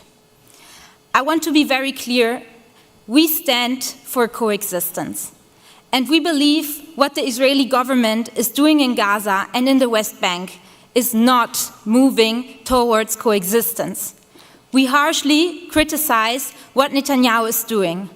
It is an atrocity to mankind. We believe that Volt must be safe, both for Jews and for any other minority. If anyone implies that using the IHRA will lead to Palestinians or Muslims or anyone else being marginalized, please don't believe them. This is a very upsetting way of plotting one minority against another. Fighting racism and fighting anti-Semitism go hand in hand. The rumor that criticizing Israel is anti-Semitic under the IRA stems from the Israeli right wing, which we do not support at all, who labels any criticism against itself as anti-Semitism. This is one of the many damages that Netanyahu has done. But just because Netanyahu is a terrible person, we do not turn away from the IHRA. We just need to understand how to make sure it's not misused. Thank you.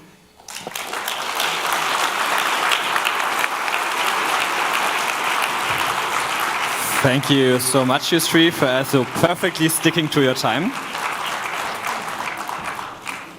So now, if you manage to go off, I'm going to announce the next speaker. It's going to be Christian, who's going to speak for the definition of the JDA. And yes, you get your hand mic, and then you can start. Applause.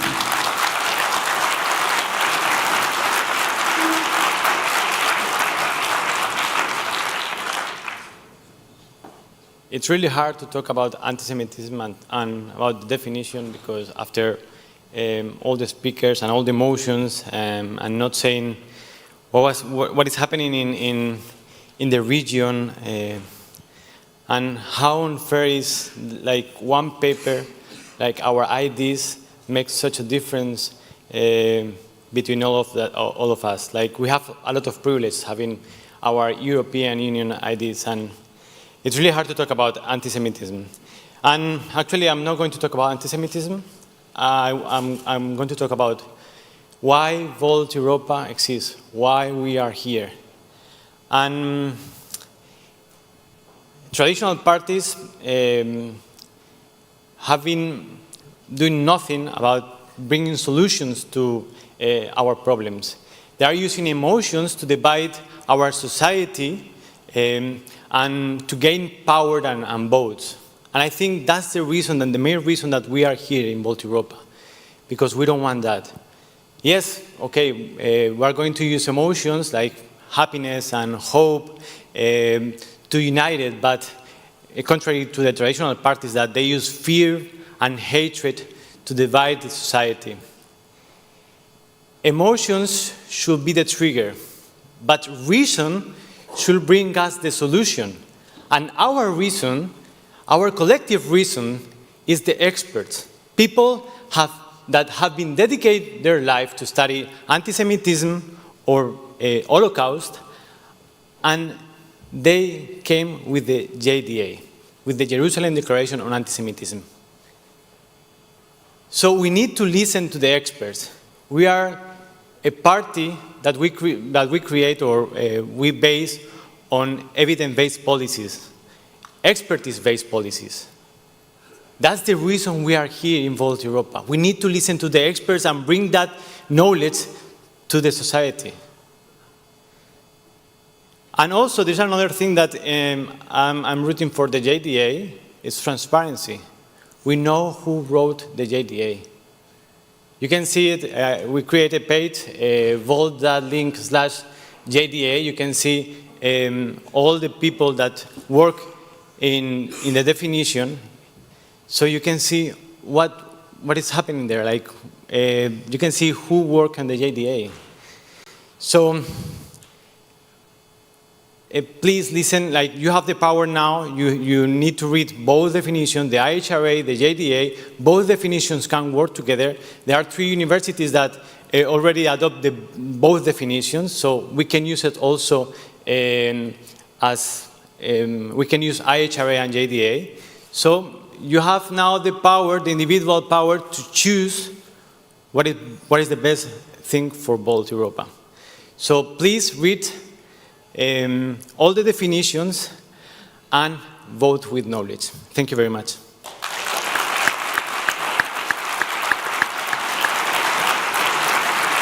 Thank you, Christian. Really, really fast. So now we get to the board, who will now present their view of the topic and also talk about the task force they want to introduce. Thank you, Melts.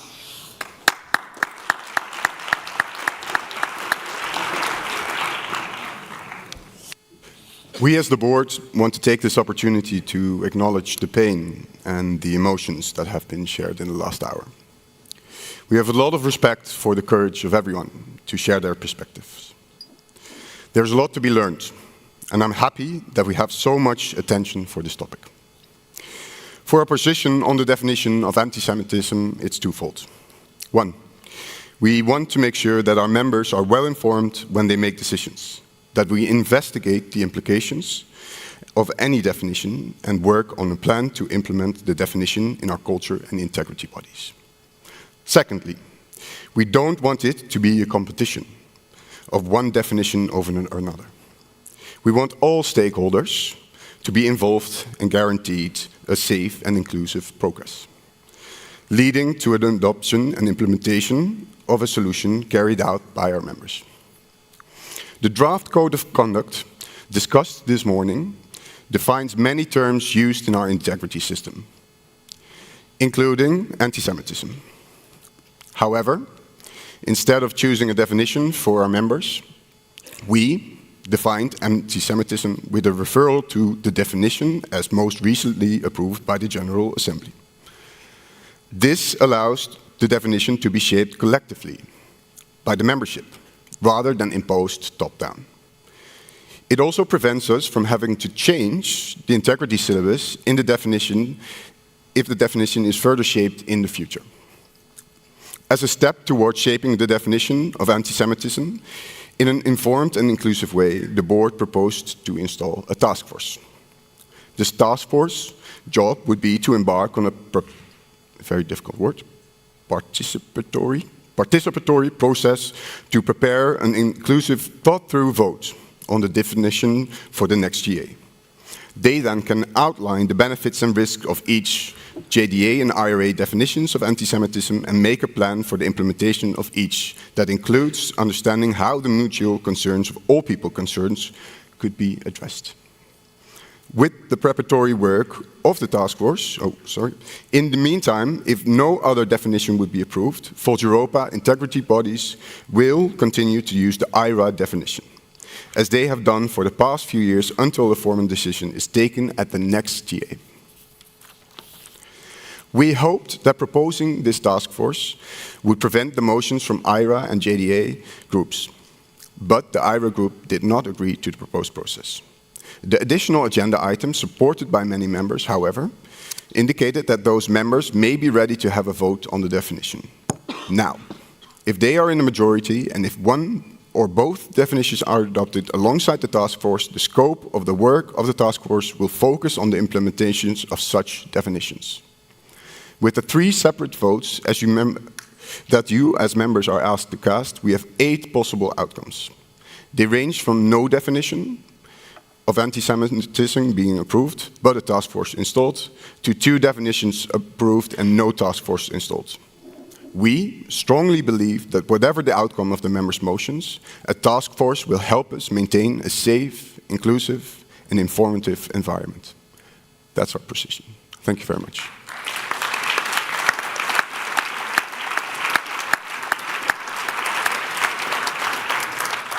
Thank you, Mels, for your speech and also for being that fast as well. So now we can head over to the vote. We will now have a vote, or rather 3 votes, about the options presented by the speakers. The vote will open in the next 5 minutes, all 3 of them, and then also they will run until 1 p.m. tomorrow, November 24th, 4th of November. At 7A, the first vote, you can vote to approve the task force to investigate the implications and or implementation of a definition of anti-Semitism to be included in our European Code of Conduct and to advise the next GA in June 2026 accordingly. So obviously the outcome, what the task force actually do, will also depend on the other votes. On 7B, it's going to be about adopting the working definition of anti-Semitism from the International Holocaust Remembrance Alliance, so the IHRA, what was presented by the Jewish Safer Space, in the Volt Europa Integrity Syllabus and the internal regulations. And on 7C, you can vote to adopt the Jerusalem Declaration of Anti-Semitism and integrate it into the European Code of Conduct as the official definition of anti-Semitism for Volt Europa. I want to say you can, on each of this vote, you can vote what you prefer. These options are not mutually exclusive. So in the end, we can have one definition, we can have both definitions, we can have non-definitions, and either way a task force. I hope this is clear for all of you. And now also, again, the reminder on how to vote. Everyone who has been, as of yesterday, been a part of Volt for 30 days has received a voting token. The mail is called Your Voting Token, so it should be easily to find. And there you can click to access the votes via Google Forms. If you don't have the mail but have been a member for long enough, you can reach out to the help desk to help you, either through mail at help@volteuropa.org, or you can also find them on the 2nd floor where they have set up a physical help desk. I hope that is clear to you, and I'm going to quickly check with the Electoral Committee if the votes are open. Yes, the first one is open. Yes, okay, so the first one is open and the other 2 will follow shortly. So in a few minutes you will be able to vote. Okay, and with that, I will give it back to our hosts for the next sessions. Thank you very much. Yes, thank you very much. Thank you, guys. Thank you for the amazing work that everybody's doing so far. Chris Luth on the last session, which was wonderful, and for everyone for being super cool and awesome through everything. We anticipated that it would go just as well, so thank you for that. Yeah, I saw a lot of active listening in this room in the last 2 hours, and also of like understanding, trying to understand what everybody's saying, a lot of patience. Thank you very much for that. So I think we have to thank each other for this really good session. I'm proud that I'm in a political party where we can have difficult conversations. Thank you very much.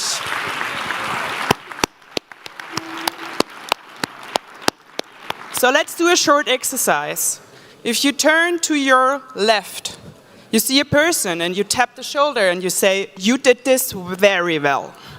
You did this very well. He's already Thank you very much." And Then you go to the other side, take the person on the other side and you say, "You did this very well. Thank you very much." Yes, you get 2 taps. Okay, good. Everybody gets 2 taps. So, thank you very much. We are starting now with the last 2 sessions of the day. Yeah. Okay. Yeah. So, guys, we've just basically tackled geopolitics. So I figured, why not handle climate change? I think we can agree that we're all not shying away from tackling the biggest topics on Earth. So, everyone, yes, our next session is going to be the road to 2040, asking how can we achieve net zero carbon emissions. And as we all know, Europe has set some pretty huge goals, and we're not quite on track yet. And so this next panel is going to take an honest look at what ambition really is and what we must change now. So our next speaker is a geospatial expert focused on climate adaptation, disaster prevention, and helping communities manage risk. Please welcome to the stage Lars Thum. Lars Thum, everyone.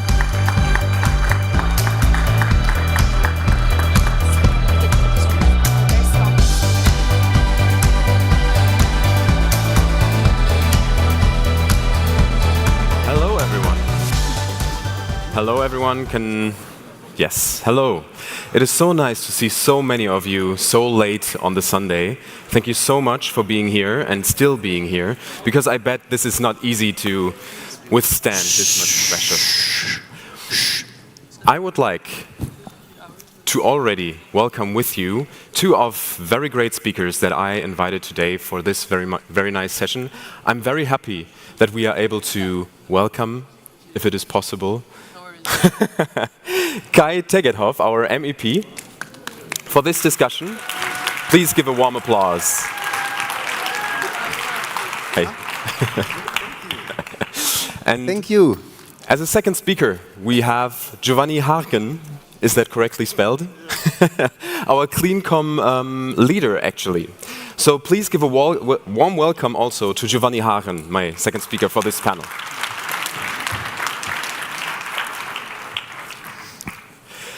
For this panel, we have prepared a few things for you. Oh, I actually forgot the clicker.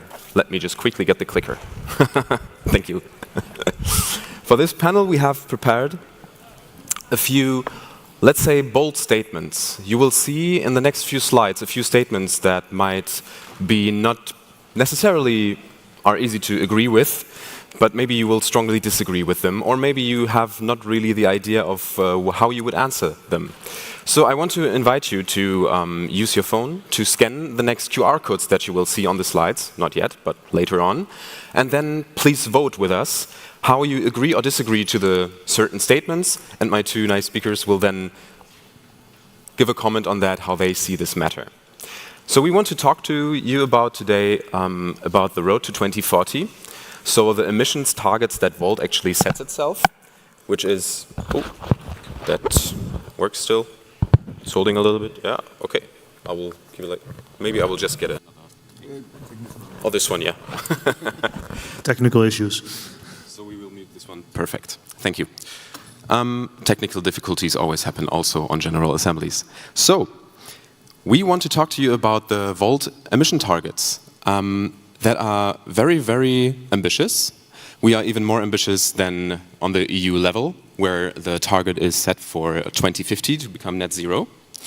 And I want to figure out with you together if that is feasible, if that is realistic, if it is maybe even utopian to think that, and how we want to actually set the scene for getting to this goal. Kai, do you want to take it away? Oh yeah, of course, my clicker again. Let me first introduce the CleanCom. Actually, forget what I just said with Kai. He's going to answer later. We have the CleanCom, and I just said to Giovanni, I introduced Giovanni to you. He is the leader of our community, of our thematic community, the CleanCom, Clean Energy and Climate Community. And you're all invited to join us if ever you want to talk about these topics with us together and maybe work on articles, amplifier sessions that we host where we invite speakers and experts to teach us on certain things, then please go ahead. Take this QR code, it's not the one to the votings and the polls, it's the one to our Hilo page, and join us in the discussion, join us as a member. We want to support the elected officials with our work, but we also shape the policy making. I myself am a policy shaper, so I give my 2 cents on that, and Giovanni Hagen is himself, he was running for the office in the Netherlands, so we all have very many different expertises that we here get together at the CleanCom. Also, we inform and we engage with our members. As I just said, for amplifier sessions, we invite you to these events. And we facilitate grassroots. So we try to get projects running. As I said, I have next to me Kai, our MEP. I'm very happy that you're here. Thanks again that this is possible at this time on Sunday. And thanks again to all of you. It is so late. I know so many already are on their way home and you still are here, so thanks a lot. And I also have, a nice giveaway for you. Thank you. And also thanks to Giovanni again for being here, because that was more a spontaneous decision to be here on this panel, not by him, but by the circumstances of the time. So thanks again, Giovanni, for being here so spontaneously.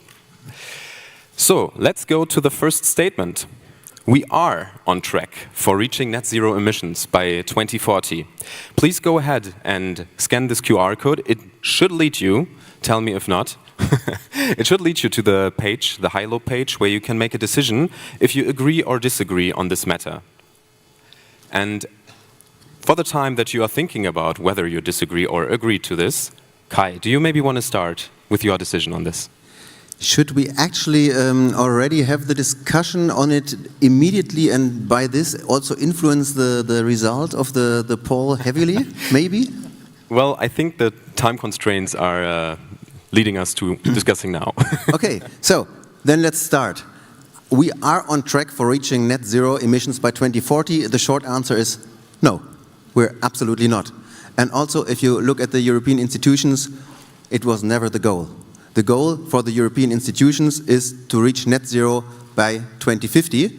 And of course, we, with a high climate ambition, set ourselves the higher goals and said we want to be climate neutral by 2040. And we know if we are pushing hard for this, if we are really going strong and all aligned in this ambition, then this would actually also be possible. But right now, seeing the trajectories that we're on, also that is what the IPCC reports say, we're not even on track for reaching net zero at 2050. And I mean, that's also what the IPCC says. There is an ambition and an implementation gap and lack of ambition to get there. And also the speed that we have originally started is already decreasing. So I think we are like to achieve this, then also relying on carbon removal in future, which is also a high alarming signal. So in the end, right now we just see we need to speed up, and with this statement we unfortunately can not at all agree. Thank you very much. And we will actually talk about CCS, the carbon capture and storage, later on too. So keep everything in for that time. Giovanni, do you maybe also want to say how you see this statement? Well, let's start with that this statement, we cannot agree on this. We're absolutely not on track to reach net zero emissions by 2040. The question is if we are even with the European goal, which is a 90% reduction by 2040. The question is if we're even going to make that or the net zero emissions by 2050. I believe there are only 4 countries in Europe that are on track for this. That means that we're just lagging behind. And we keep reinventing the wheel for each country. So why are we not using the knowledge for the countries that are on track to help the other countries that are lagging behind to catch up. And that's also why we founded CleanCom, to help each other and learn from each other. So we cannot agree with this statement. And with the current state of politics, I'm not sure if it's even feasible anymore. Thank you for that. Maybe a follow-up on that, actually. We already see many nations and local governments struggling already with the 2040 targets. And you just said that maybe it is not seen as such in a strong manner where you actually have to have those solutions already on the table. But do you think that the 2040 net zero target is actually feasible politically speaking when it comes to the fact that those solutions are just very hard to argue for? Yeah, because within Volt we have the will to do this, but the problem is that the political will for all other parties are just not there to reach net zero by 2040. And to convince all those parties to adhere to this or to join this ambition, that's going to take so long that by the time that they are convinced, it might actually be 2040. Yes, thank you. We actually finally have already the end of COP30, kind of this week.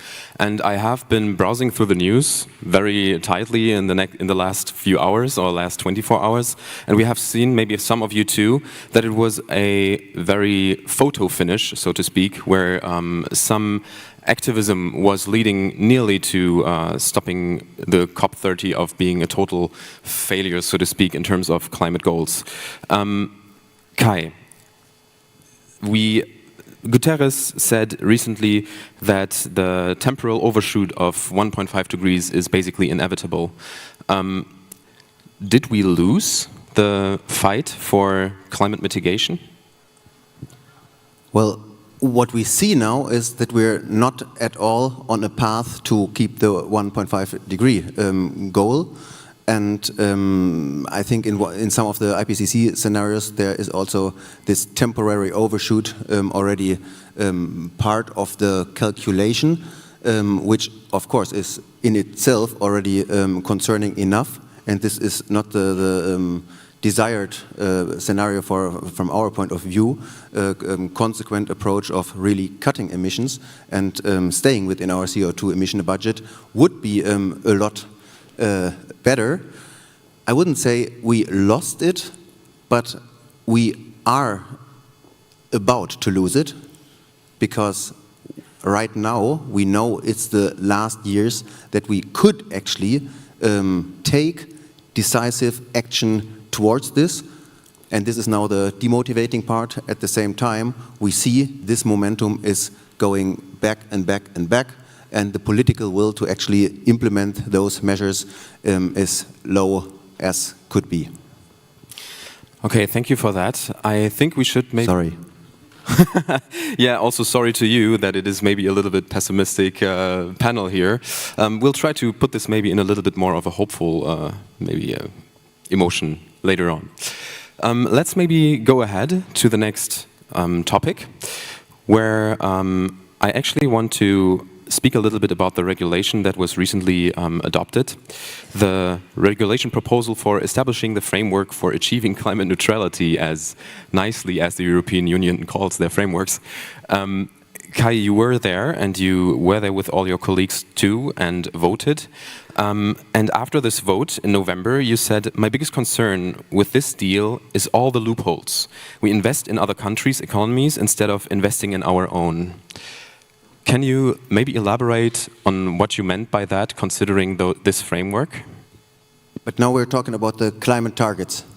We're talking about the climate targets. It is going now to the bridge. Yeah. So, well, the point is that we had a scientific advisory board that already had very clearly elaborated where we should go with those 2040 targets. The background is we right now have the 55% reduction goal for 2030, and we want to be climate neutral, meaning 100% reduction in 2050.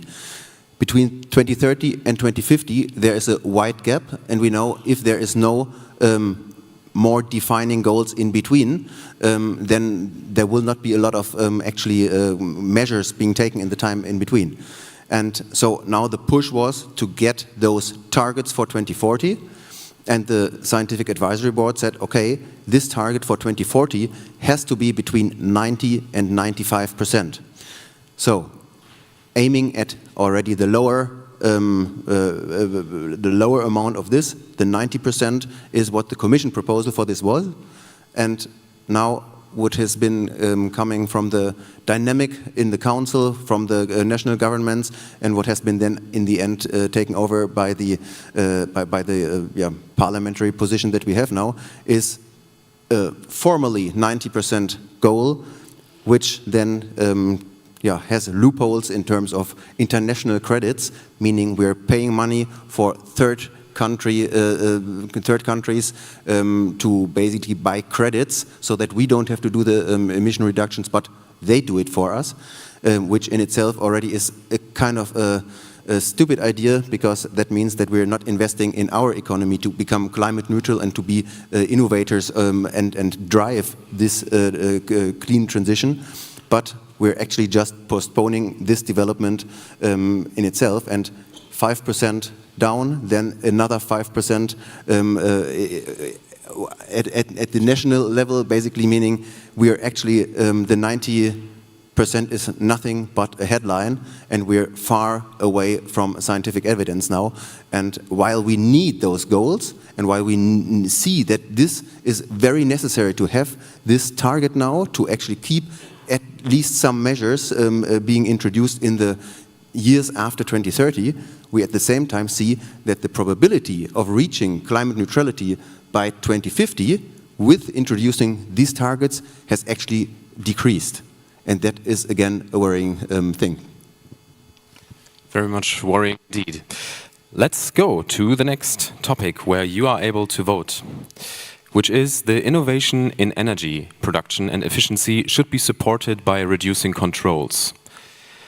Giovanni, do you think it is a good idea to reduce controls and maybe losing some way of reducing regulation, to... The Please go ahead. goal of reducing the regulation is, or at least the theory is, that by reducing the regulations and reducing the controls, you give more time or more space or resources to the industry to adapt to this. However, I personally think that this is not the way to do it, because then we have no clue, at some point, if we reduce controls and the regulations too much, we have no clue how far we're actually getting. We need to make sure that we actually know how much how much emissions we have, and that requires controls. So if you are removing the controls, you are basically blind, and then all companies can say, yeah, we are completely green, we have completely finished all our emissions, we are not having anything in Europe anymore, and then their third scope somewhere in a different country in the world is like somewhere up there, and there's still all the emissions. It's a worldwide problem, not just a country problem. I thought about this, yeah, please, if you... So that means that you're not solving the issue, you're just moving it to a different part of the world. So if you're reducing controls, you're basically hitting yourself in the long term. Thank you. When I was thinking about this statement, I actually thought that Volt might be in a little bit of a dilemma situation here.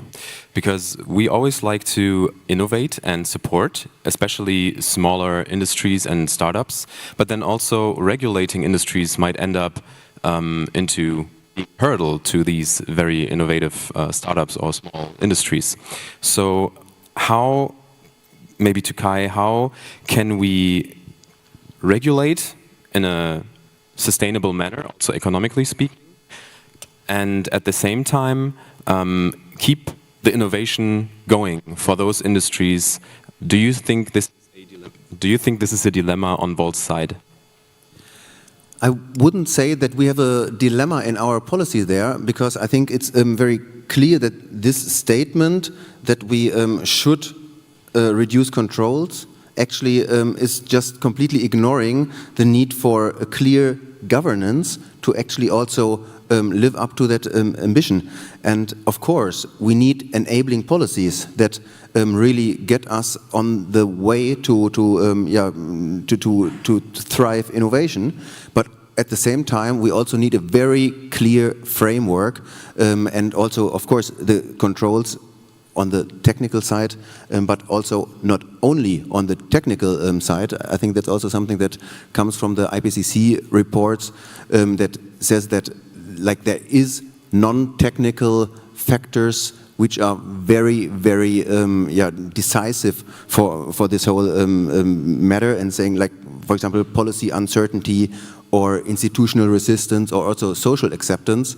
And this also requires non-technical controls, something like carbon pricing or also clear dates for phase out. And so we're not talking about a small update for the system. We're talking about a fundamental system change, and this is where we really need to have a very clear way outlined forward, so that also there is the certainty for industry to develop in just that direction. Great, thank you. I yesterday was talking to someone that was actually working in the transportation sector for maritime ships and fuel sales. So you are also sitting in the committee of TRAN, which is the Transport and Tourism Committee. Do you see a future that has controls, reduced controls for deploying clean fuels and electrified fleets, for example, for maritime, but also for maybe cars, where this could be applied in a good sense? Well, you're talking about whether those measures are being introduced and whether we champion those policies. Exactly. So, that's the next point where I'm right now a little bit, let's say, careful about where we're heading. So talking about, for example, also the electrification on not only corporate fleets, but also on the road in general. We see that over the course of the last year, there have been very concerning statements coming from let's say, big parts of the parliament, for example, where we see that there was a large appetite to actually get completely rid of that end of new combustion engine cars on the road from 2030 onwards. By now, this is a little bit more careful and balanced. Let's see where we're going there. The revision of just those car CO2 standards is starting probably within the next 1 or 2 months. So we'll see, but there will definitely also there be steps backward from where we stand right now.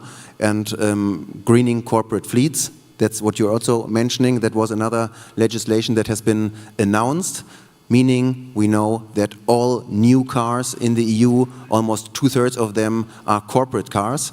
So if we get some binding targets to have a stronger ratio of electrified cars there, that would of course help us a lot in electrifying road transport.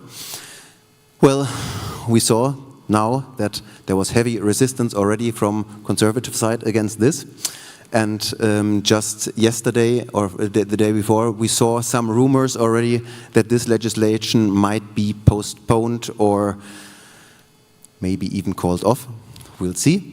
But that is something that we're fighting for right now in Brussels, to try to keep this on the agenda and try to drive this policy forward, because I think this would be a huge enabling factor for the car industry, just on those aspects where we see that we're falling behind and need to catch up. Amazing. Just due to the time that we have, and we have 2 more topics that I would love to talk about. I'm sorry, we could go so much into detail and maybe talk 2 hours about each of these topics, but I want to present a few, so we would go ahead, if that's okay.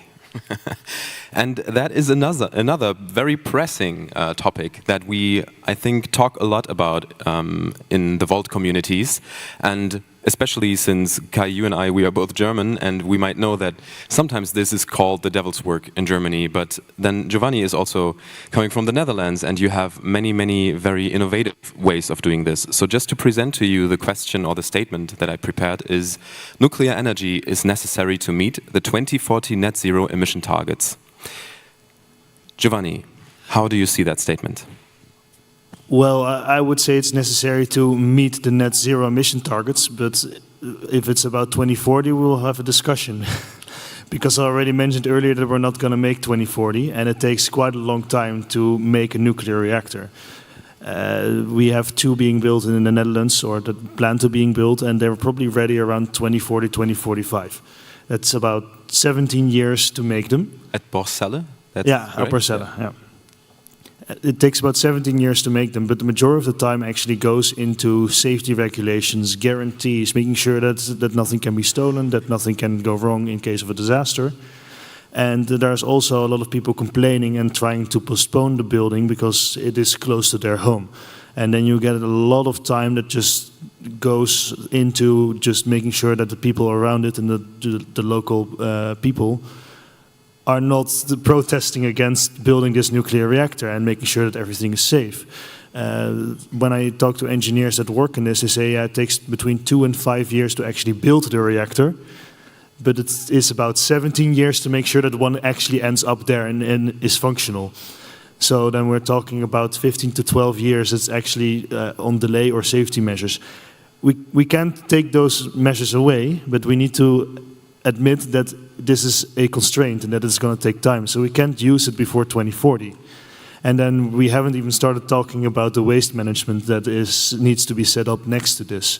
We said that we wanted to do this as a European party to make sure that we have European storage. But then we first need to find a location to do that storage because we don't have that yet. Do you also want to do a statement to the current that we have? Well, actually, I would have expected, looking at the Volt like variety on this topic. This is traditionally one topic that we like to fight about, especially seeing between a Dutch and a German perspective. I would have expected it to be a little bit more spicy here now, but I'm... Sorry, do I just need to start saying that we need to build SMRs everywhere and say that we can replace all our current energy production sites with SMRs? Would that help? Small and medium-sized reactors is the topic.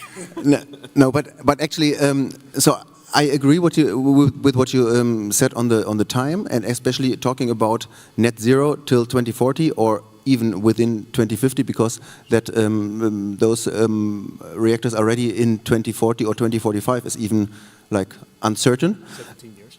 17 years, you say exactly. But so then we have also the price, where we know that like onshore wind will always be 4 times cheaper, even with pricing in subsidies, or also the topic of storage. Like there is plenty of reports that say that in the end renewables will always be cheaper than nuclear energy. So I think if you see not only the net zero problematic, but put it in the wider picture, then and that's also what IPCC reports say, that nuclear energy might play a role, but necessary to meet 2040 net zero, it will surely not be. And then let me just touch on some more aspects, because we have not even talked about security and resilience, knowing that the uranium that we need for reactors comes just from those states that we want to gain independence from.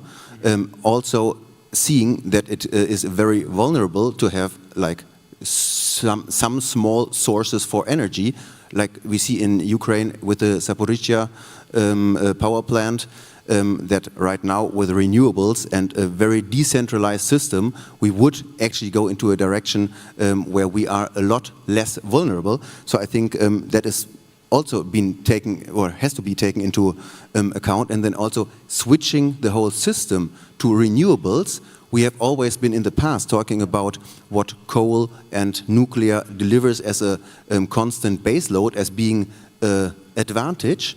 But if we really have the ambition to switch to renewables, then this will counter downside of this inflexibility of nuclear is also hindering us and taking away like capacity for renewable projects, which is also desperately needed. So I doubt actually that building new nuclear reactors right now contributes to our ambition to getting to net zero. But I would also not say cutting down, for example, French reactors is the priority that we should take right now, because we see that this would definitely lead to just more coal and gas, and this is also completely counterproductive. So we just have to have a balanced strategy, but for a country like Germany, for example, where there is no nuclear energy anymore right now, like the discussion of building new should actually not be one. Do we have time to respond to this? Yes, because you still have to start up the conversation to make a nuclear reactor, and you're not even going to make it before 2050. I agree with that, but there's a few things that I want to respond to, because you mentioned the costs. It is indeed a more expensive form of energy, but for certain countries this can really be a benefit. Not the cost, but the area that it takes. Because for very densely populated countries, like the Netherlands, for example, it is very difficult to find enough space to put windmills everywhere and put solar panels full everywhere to meet all our energy demands. And you need to get the rest from somewhere, and it's not possible to capture everything using batteries, because those are more for day-to-day storage rather than long-term storage. Agreed, but at the same time, there is plenty of space still for, like, if you put on all roofs solar, if you put, especially from the Netherlands, offshore, and if you have a proper renewables energy grid through Europe, where you can actually have the wind from the Nordic states and the solar from southern states being very quickly transferred, then we would also have a solution that would give a cheaper and more sustainable energy system to the Netherlands. Cheaper and more sustainable, I agree with. But we need to also have certainty that we will have energy at all times when we need it. We can't guarantee that the wind will always be blowing and the sun will always be shining. There will be days where we have that multiple days in a row. And like I said, batteries are for day-to-day storage. We can't use it to cross an entire week or more, because at some point batteries use their functionality. But do you still want to respond to this, or can we leave it here because of time? Well, I guess we're going to get into the nitty-gritty now, but like, I mean, this is just what it's about, to get our energy grids fit for renewable energies, and to get away from all those fossils, or also from nuclear that we have had in the past. And then, of course, the topic of storage is one that needs to be solved, so that you can also like rely on getting energy at all times. That's, I think, no doubts about that. Thank you so much for this very fruitful discussion that we could have had so much longer. And thank you.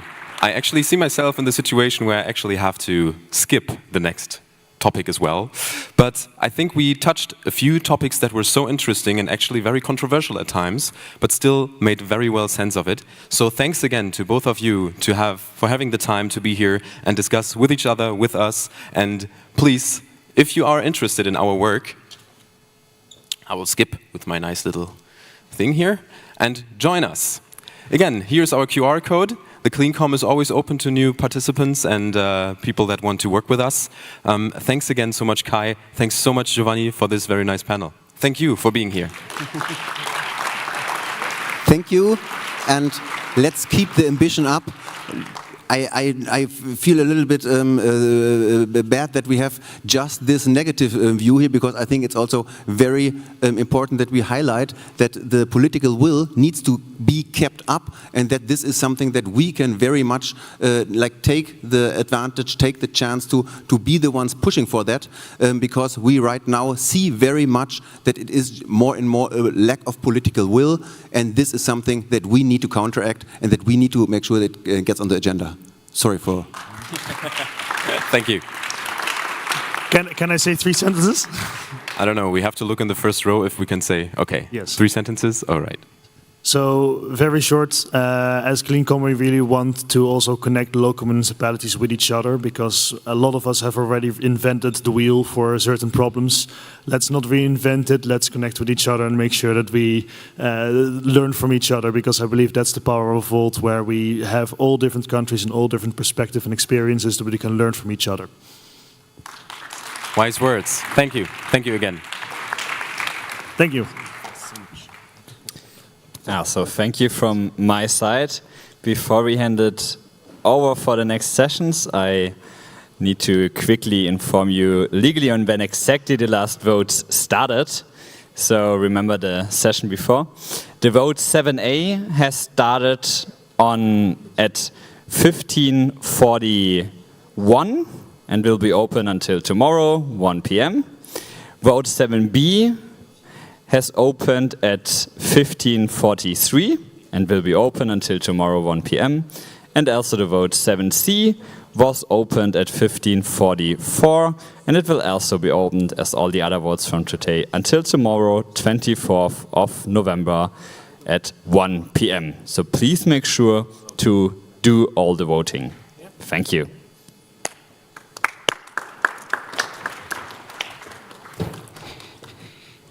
Now we will come to our last session, which is Pan-European Politics with Eurosense. Eurosense is a tool that we introduced like 2 years ago, and it collects different insights and stories from all different chapters on what we experience with Volt and what it means to us. So now we will talk about making politics in a different way. And I ask Lucia to come on stage to introduce our external speaker.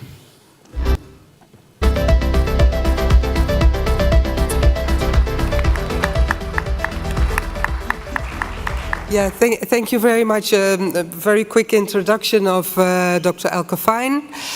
The reason why I'm introducing her is that we started the Eurosense project 2 years ago together with Elke Fijn from the Integral Politics Institute in the School for Integral Politics in Freiburg. Dr. Elke Fijn is a social and political scientist and she holds a PhD in Russian studies. She's the main author of the book Foundations, Principles and Inspirational Sources of Integral Politics. So you'll learn all about integral politics and the reason and how it connects to this Eurosense, which is the tool with which we collect stories from ordinary citizens all over Europe. Already 1,000 stories available.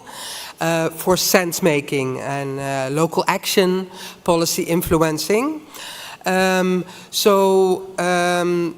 Elke, thank you for being with us already for 2 years, and I hope you'll inspire everyone with integral politics and how systems can really change from the bottom up. Thank you very much. So, check the microphone. Is it working? Can you hear me? Great. Right. What does it mean to do politics differently? I've spent most of my life studying this question as a political scientist and a holistic, subtle activist, if you want. More specifically, I was asking, how can we bring more depth, more coherence, and more wholeness to politics as a way to bring it alive again and to build thriving communities on a thriving planet. So thank you very much for this stage, which is both a great honor and a great horror because there's no way to do this in 15 minutes. So normally in a talk like this, I would start by asking people, what is the first thing that comes to your mind when you think of politics? And I would ask them to rate whatever comes up as either positive, negative, or neutral. Could be feelings, thoughts, or whatever. So I'm assuming that this crowd here is different, judging by the Eurosense entries, such as this one here, stating that everything is entangled and everything is political. So I'd rather ask you a slightly different question, namely, how would you rate your experience of doing politics or of being in politics using the traffic light model by polyvagal theory, with green meaning you're in a relaxed, peaceful state, ease, safety, yellow meaning you're active, buzzing around 24/7, holding tensions, navigating, doing things, fighting, campaigning, and all the rest of it. And red meaning you're in ultimate existential stress at your limits or beyond. So give me a sign, what's your most common experience in Volt or in politics? Thumbs up for green, thumbs down for red, or somewhere in between for yellow. Right, can we have a screenshot of this? So we have quite a mixed picture if I see it correctly here. So in the next few minutes, I would like to propose some kind of speed dating with some ideas from the universe of integral or meta-modern politics, as we call it, and especially the vision of a more listening society. Starting with some thoughts about why I think politics as usual, as we call it, is outdated and needs a substantial update. And ending on the question of how we, Volt, can contribute to work towards this vision in everyday political practice. So my first claim, coming from a bird's eye perspective, so to speak, on our political system, and I'm mainly referring to this German system that I know best, is that what we call politics as usual is outdated. And of course, this would need a much deeper dive into the history of democracy in Europe. But the short version of it is that although liberal democracy, as we have heard before, and as we know since Churchill, is the best of all bad systems, it seems less and less able to respond adequately to the many, many huge, complex challenges that we're facing as humanity, as a global human community, unless we update it to more agile operating systems. And that includes more inclusive political cultures. For despite all their merits, our democratic models are no longer sufficiently functional, in some cases even dysfunctional, to a degree that some of their inbuilt mechanisms seem to prevent good decisions or even make people, societies, and systems sick. And why is this so? The bottom line of liberal democracy, as we have known it in Europe for the last centuries, really, and of course this takes different forms in different countries at different points in time, it has emerged in pre-industrial times and it has taken shape in industrializing societies. In other words, it was informed by modern thinking, modern economies, and modern values such as individual freedom, fundamental citizens' rights, and especially the right to vote, making sure that the interests of the most important, at the time, very clearly defined socio-economical groups were included into political decision-making. And generally that happened, and still happening, through some form of elected representation by parties in parliament. So far, so good. But today, we no longer have such clear-cut social milieus, and most people no longer identify as either this or that. But rather, you can hold many different identities at the same time, including traditionally contradictory identities, such as you can be a worker, you can be an online business owner, you can be retired all at the same time. So likely you might not identify with just one party. Yet in an election, usually voters can choose only one, either or. So competition among parties rises. They are competing increasingly for the same electorate, and developing a political profile based on social demographics becomes more and more difficult. And to me, at least, it sometimes feels like parties are artificially creating oppositions or bashing their competitors just to sharpen their own profile. So from this bird's eye meta perspective, or meta-systemic perspective as we call it, what are the systems incentives that are at work here? What are the mechanisms that we can observe? In a system where the pressure of winning over or winning against opponents is the fundamental quantitative mechanism of success, political actors are pushed into hyper-competitive mindsets, short-sighted logics, and anti-social behaviors, instead of what we would actually need, cooperation, collective intelligence, in service of a much larger, much broader common good. So this system is actually preventing people in the system from doing what would be needed in our time. In other words, we could say it is dysfunctional, or it is even pathological, and especially so since it comes with increasing costs for politicians, for the system, and for citizens alike. Politicians are trapped in their daily hamster wheel of hyperactivism, which often leads to burnout, relationship breakdowns, personality disorders, and other pathological dynamics. And this is a book by two journalists who have interviewed numerous deputies of the German Bundestag, their spouses, their life partners, their therapists, and they come up with plenty of evidence for how politics as usual in this system is forcing people out of coherence and can actually make them sick. Now, for the system to burn out its own staff implies a downward spiral, because on the other hand, it is sort of attracting the wrong personalities, people who are fine with those very harsh manners and harsh demands of competitive politics. And for us citizens, this means bad results or simply more of the same. And it's not surprising that many people get turned off by these patterns and these behaviors, sensing the increasing incoherence of our politics that feels like being turning in circles.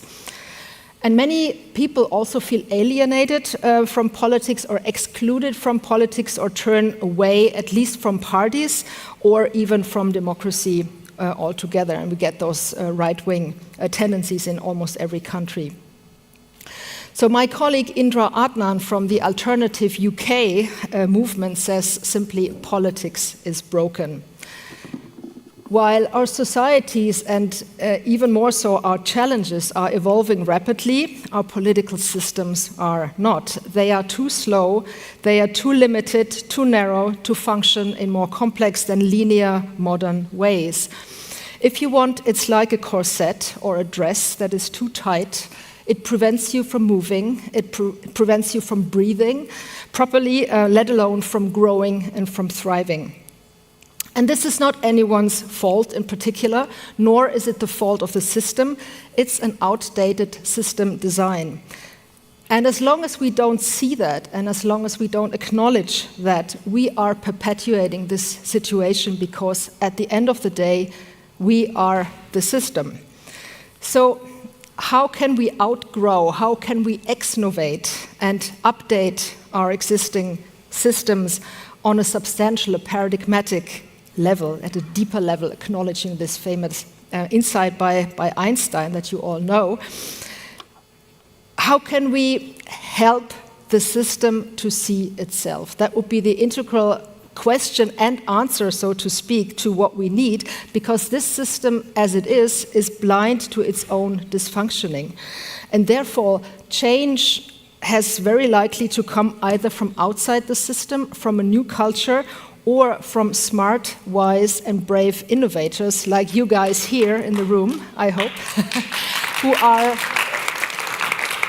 are able and willing to create the safe and the reflective spaces, not just for seeing what is going on, but also for sensing and for feeling it. We've engaged in some exercises in that direction, and from admitting what is no longer working, which is not a common practice in modern politics. And then to propose sufficiently agile mechanisms for learning and for growing into more functional forms. So what are listening societies, and how could Volt help to create something like that?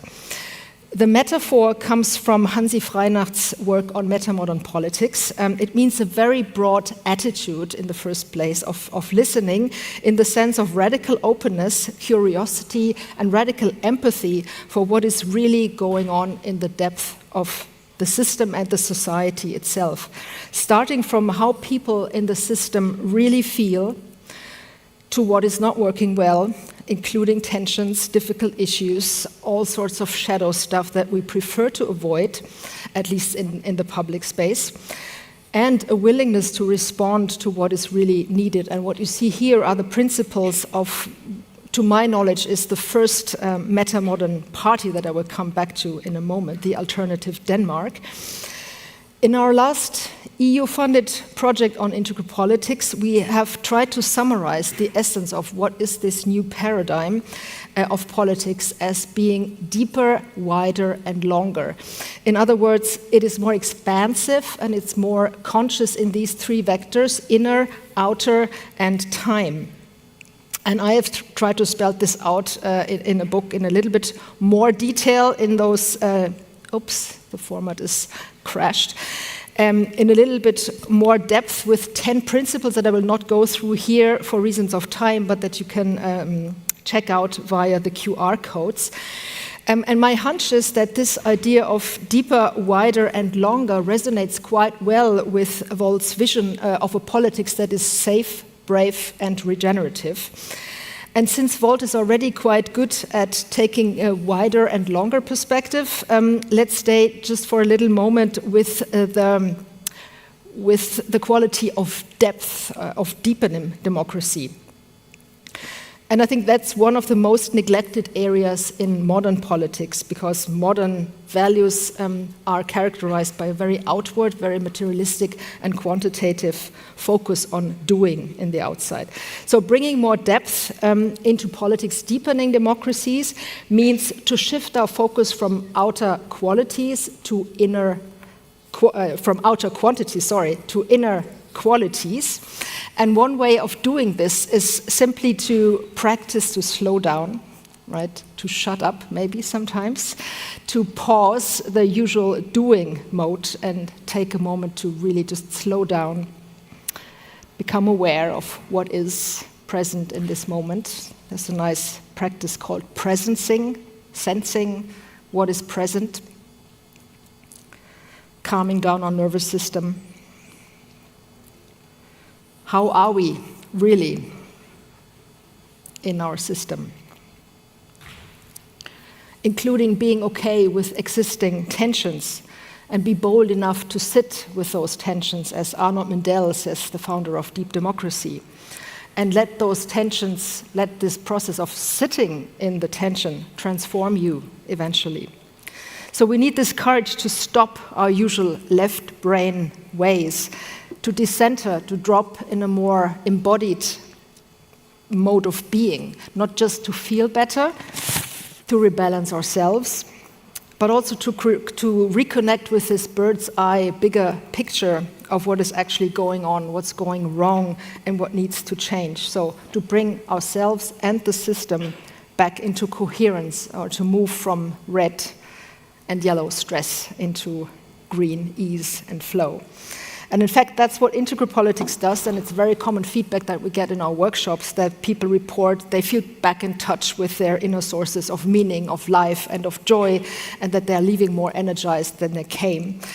And if this sounds too deep and too serious, I would like to end on a proof of concept by this famous Danish meta-modern party called the Alternative Denmark. It was founded in 2013 by the founder of the Chaos Pilots, Uffe Elbæk, and it rocketed into parliament right after it was founded with about 5% of the vote and 9 seats in politics, after a campaign that deliberately pressed all the buttons and triggered all the codes of serious politics by introducing a revolutionary new quality, namely irony, including self-irony, lightness, and fun. And I've brought a little video that shows this, and I hope, yes. So that's from their campaign.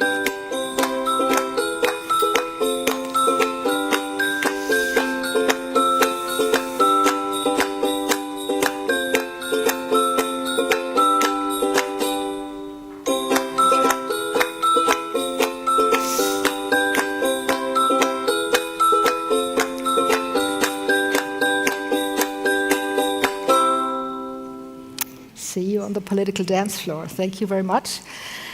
So to close, here are 3 bold baby steps, or maybe they're not even bold, as inspirations from among the many different tools and practices and approaches, from simple to complex, that Volt could try out to contribute to deepening democracy by transforming the political culture. So the first one is a physical one, best implemented on local level. We have experimented with these so-called roundtables for several years now in various places in Austria and in Germany. And they are, as you see, colorful roundtables with an empty center. And this setting is a statement in itself.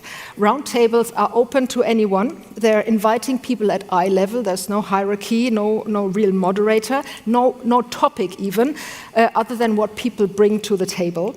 And they're facilitated in a very light way with a focus on deep listening, with a mixture of Bohmian dialogue and nonviolent communication. And what usually happens in these roundtable conversations is that within a few minutes, people find themselves in deep conversations with other citizens they might have never met before, touching issues that really matter to them, but that tend to be avoided in more traditional settings. And often enough, they would leave the table with very hands-on projects about what they themselves together can do to improve their local community. The second one is a format that is, let's say, hybrid. You can do it both physical and digital, from small to big, with up to several hundred people. And I suggest that you try this out. It's called Speaking and Listening, and it has been developed a few years ago during the Corona pandemic by the German pro-democracy organization Mehr Demokratie, More Democracy. So the aim is to really invite conversations across polarized divide, also on eye level. It's again a very simple yet clearly structured format where any number of citizens that randomly show up get to listen to each other in groups of 4, speaking one at a time, for 4 minutes each, 3 times in a row, 3 rounds with the same people. So there's only one person speaking, the others listening, no comments, no questions, just sharing and listening. And the topic would always be framed as a question that starts with, how do you feel about, or how are you doing about XYZ, for example, the war in Ukraine.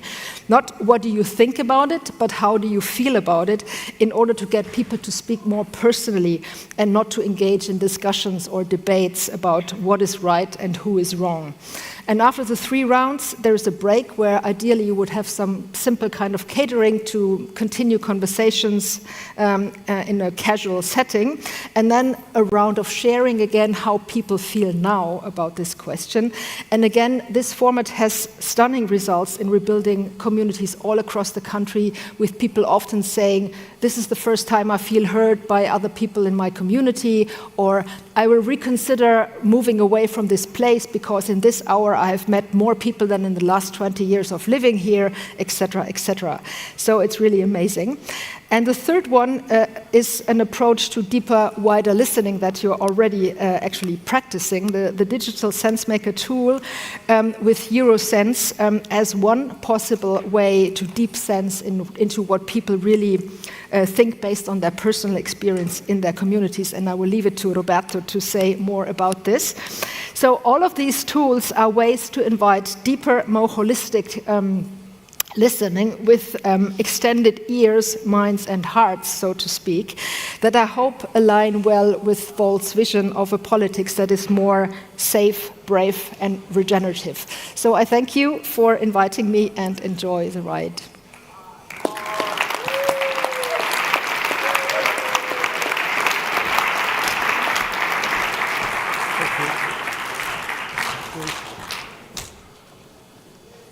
Thank you, Elke. So just a few words about Eurosense. Some of you already know it. Who shared a story on Eurosense? Okay. There's room for improvement, and I hope it's going to change soon. So basically, Eurosense is our practical way of applying those concepts of listening. You've heard a lot on various occasions over these 2 days about the power of listening. We even have the Listening Society quoted a few minutes ago. So it all starts with a story, with a short narrative. It's not a survey. The survey opinion polls are very useful. They can go a long way. But people can only answer the question you ask.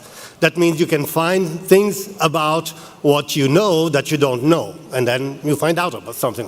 But what about the things that you don't know that you don't know?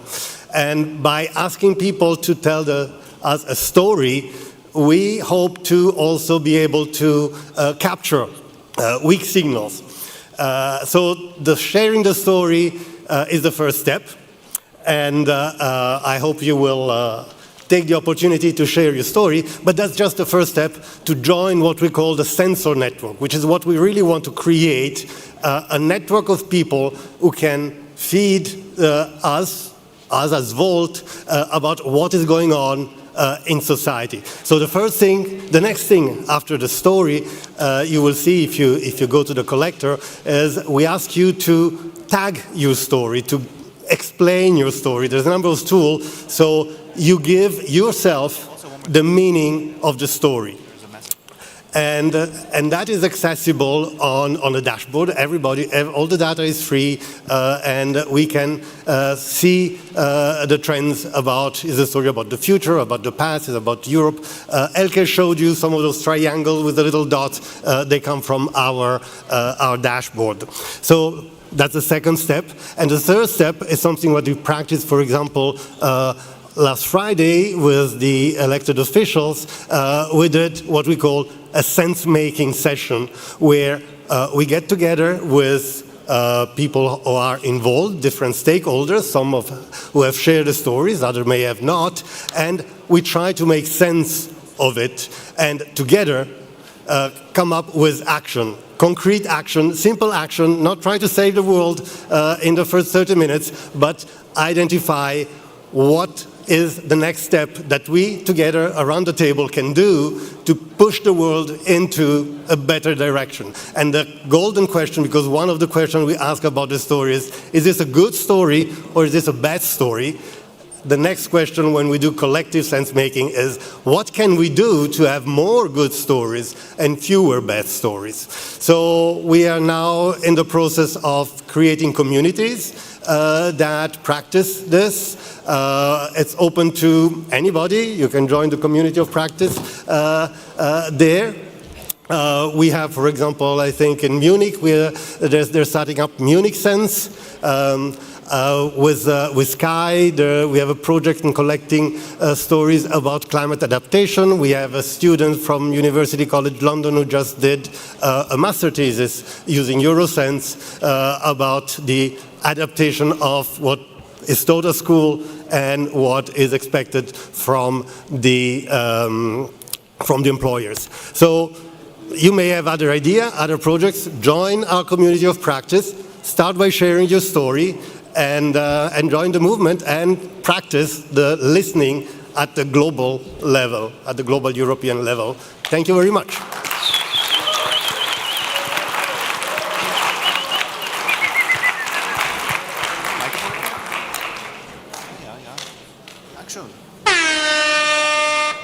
Oh, that's so perfect. That's so perfect. Ladies and gentlemen, this has been amazing so far. This is beginning to be the closing session now. And we're going to bring up Mel's. And while we do, and while there's still some more people coming up from downstairs, we just got these awesome flags. What would be really cool is we welcome Mel's to the stage by, this is called the flag, yes. Woo, woo, woo.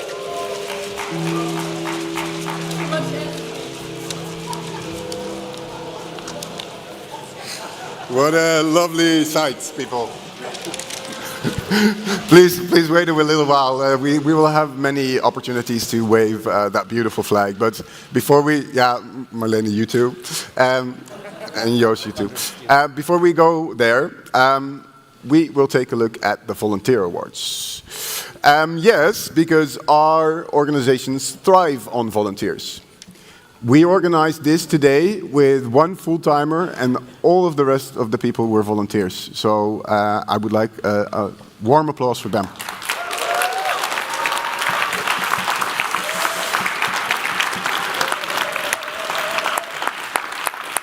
So, in the last couple of weeks, we had the opportunity for members to nominate each other, and we have a few nominees in a few categories. First one being the Volunteer of the Year for long-term engagements. Hey!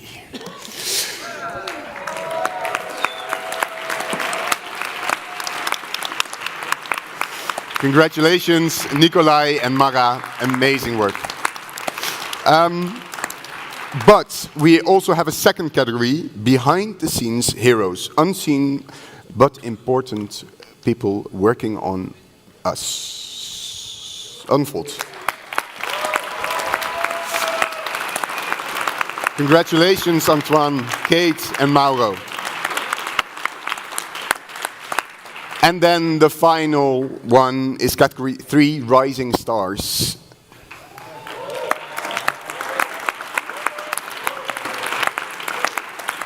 Christian, Madsen, and Henny. Okay, can I now welcome them all on stage, please? Please come forward. Don't be shy. Yeah.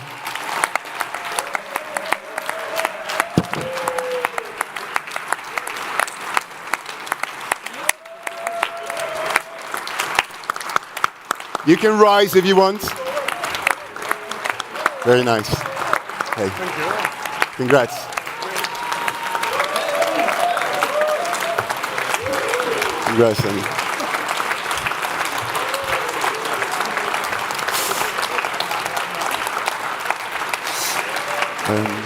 That's for Nicolai.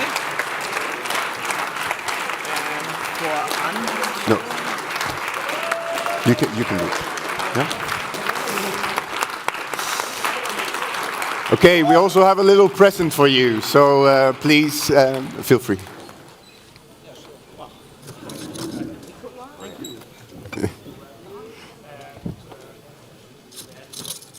It's not a stack of money, if only. Then you would get paid for all those hours. But you did that without being paid. But you did it for Volt. And I want to thank you all for this. And this is, of course, an award for all of the work also that all the other volunteers did. We thrive on the time that you give us, the energy, the expertise. Because of that, we can do what we do. So thank you very much. Thank you and congratulations.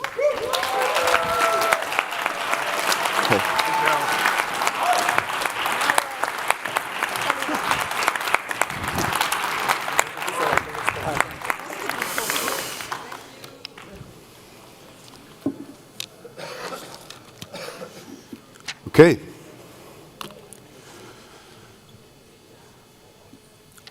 Let me take you back to about 10 years ago, a time full of political upheaval. Volt was still just an idea, something new, something daring. The world was facing crises after crises, instability, insecurity, uncertainty. The perfect breeding ground for extremism. And that extremism presented itself as the antidote for all of the problems in the form of the strongman. Whether bloated and orange like Trump, his British mini-me Nigel Farage, wild-haired like Johnson and Wilders, or outright conservative as Dictator Orban, and lastly, I can't forget Putler. They all offered the same antidote. Themselves. They were the solution. They had the answers that other politicians didn't have. Answers that were simple to understand. They could explain the needs, the worries, but most of all, the enemy. That felt good, because it put the blame on others and most of all created the illusions of simple, quick fixes. Whether that be a wall or a war, or an outright dumb political idea of leaving the greatest union ever. Remember that for moments these solutions, like Brexit, loomed over all of us. Even for a moment, the domino effect. was being raised.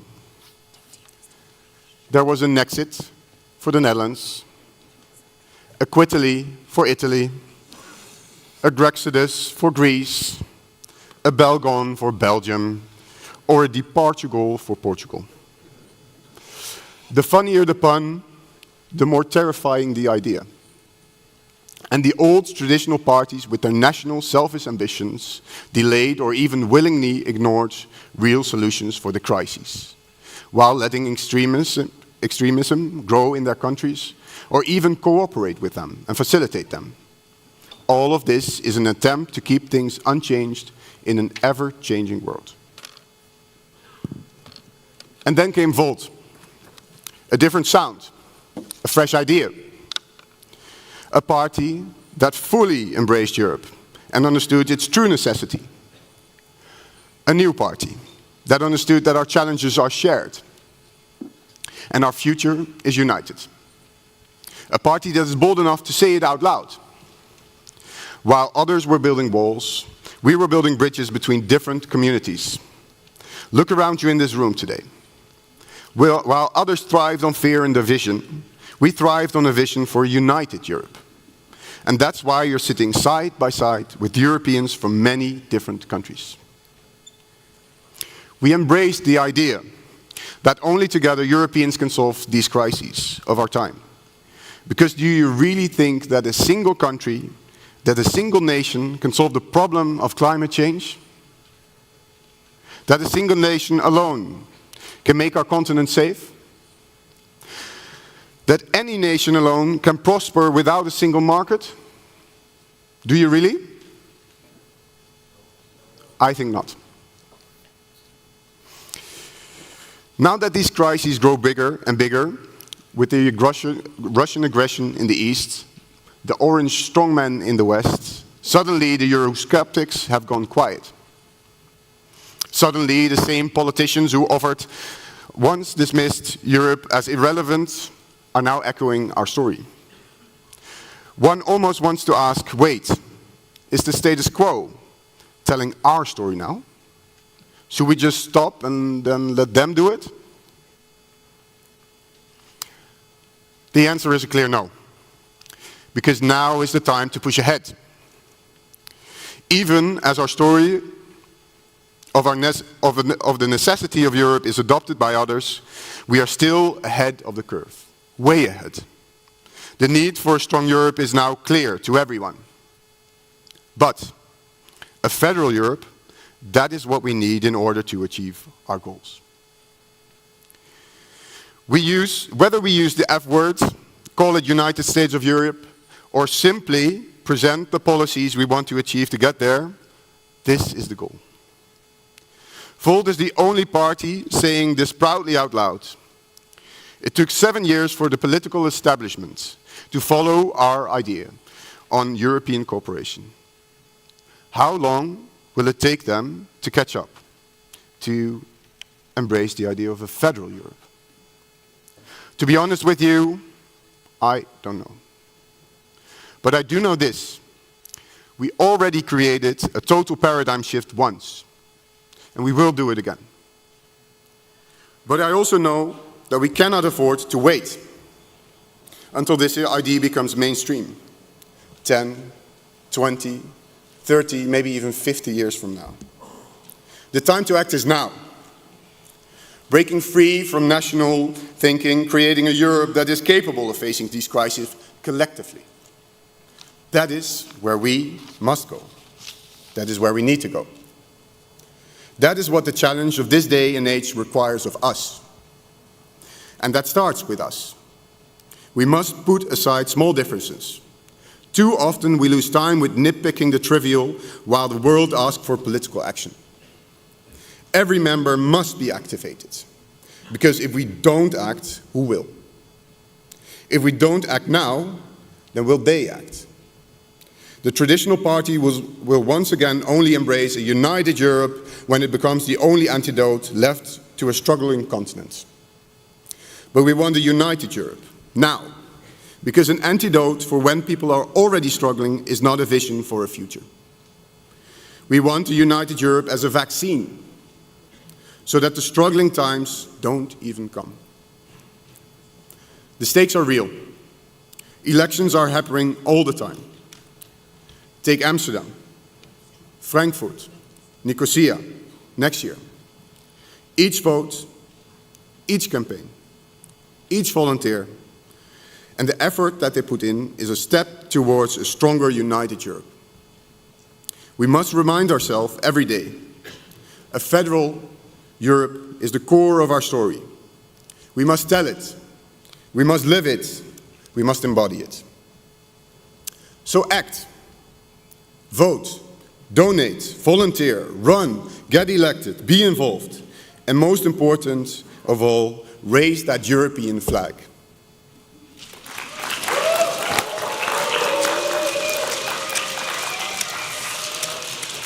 Let us unite as a party and let us unite as Europe.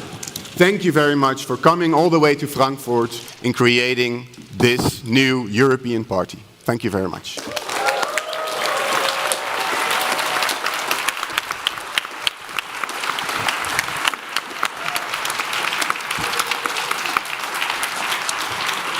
Thank you very much.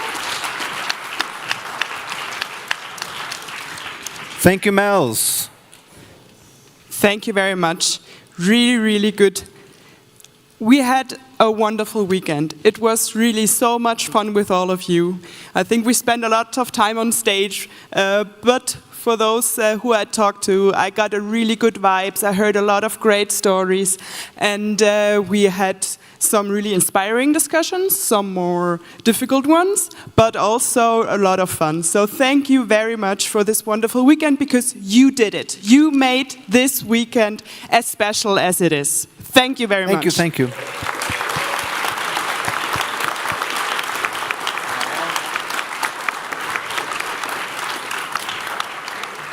I also made a lot of really new, great, I mean, this is the most people I've ever been with in one room at the same time, and I've made some really close friends in just one short weekend and braving the snow.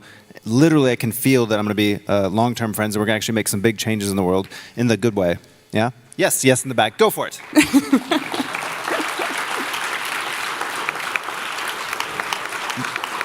But we want to also thank some people. We want to thank the German team for helping put this together, as well as all the volunteers who worked on this, the secret people making everything happen. George, Jay, they don't want to be named, but we named them. And of course, the host, Annalena. Thank you very much. Thank you, Konrad, for spending the time with me here on stage. Thank you for everyone who made this event so special. So from small things, perhaps some people did some security things, to the bigger ones who spend a lot of time on the European level and German level making this happen. Everybody had a contribution. Thank you very much. Yeah, yeah. And we have some really good news to drop, isn't it? People maybe already know about this, where the next event might be taking place, the next GA. So we're going to drop some hints throughout the weekend. I think it was dropped, and maybe most people already know. But Annalena? Yeah, so see you next time. And perhaps we get the next slide. Oh, with a hint. The best GA. So where could this be? The second best. Biggest GA? Frankfurt. But the second biggest GA has got to be Bratislava. Best beer? Dutch. But Slovakia is second best. Putin's puppet? Orban. But Slovakia's schizo is second best. Best weather at the GA? Lisboa, hands off. No, the sun in Bratislava, second best. Best beer? Czech. But Slovakia is the second best. Most beautiful mountains? Switzerland. But Slovakia is the second best. Of course, the best beer in the world is Belgium, but Slovakia is second best. The easiest way to come to Slovakia is Vienna, but Bratislava is the second best. See you in Slovenia! Slovakia. See you in Bratislava next year. For the second best GA ever.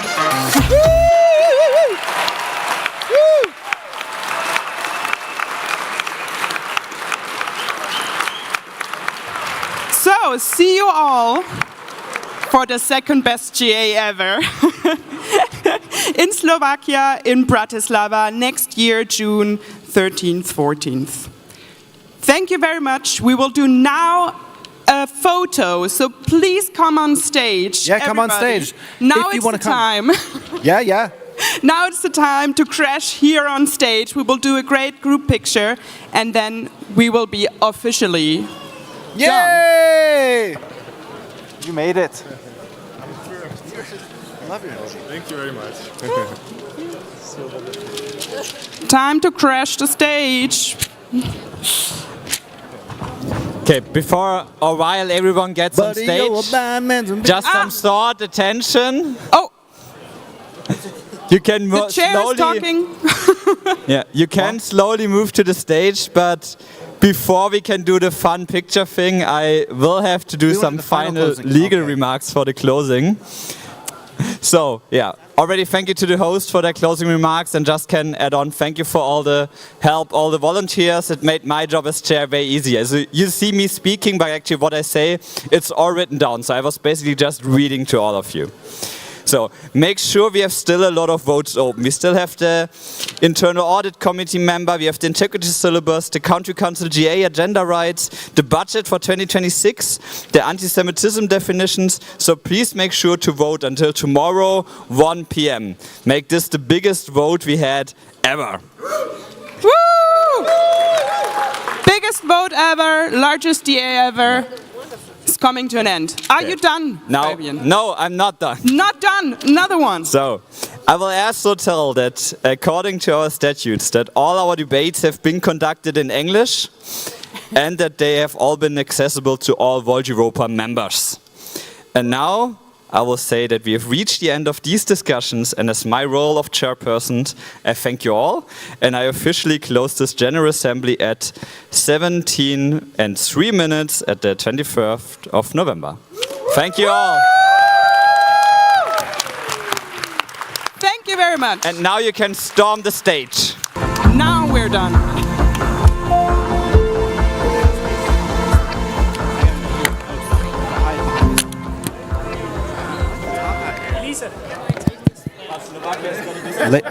Oh, after maybe. After the final, I'm also busy as hell. Like I was late and I'm still happy for the food, but I'm also just like And with this, the 2025 season coming to an end.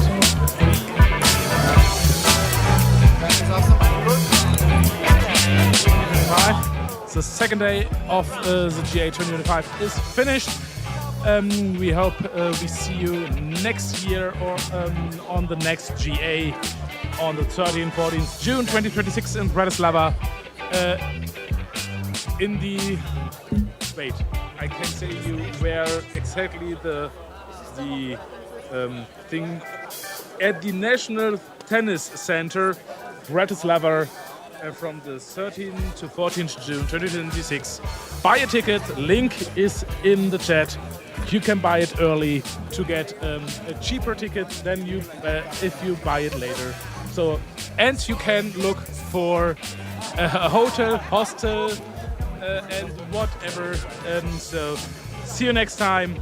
Thank you for being here. Thank you for being in the chat.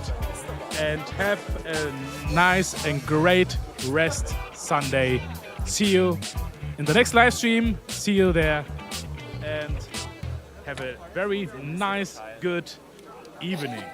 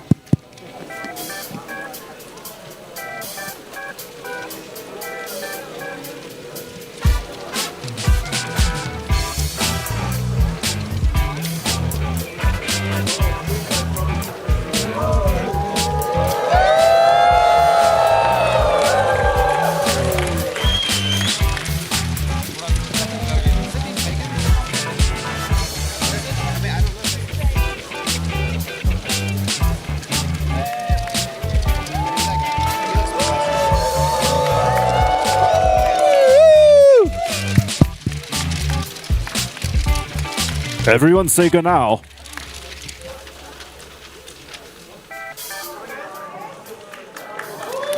Cue some music.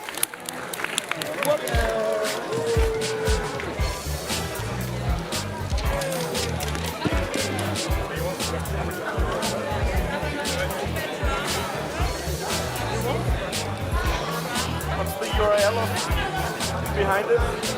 Next one.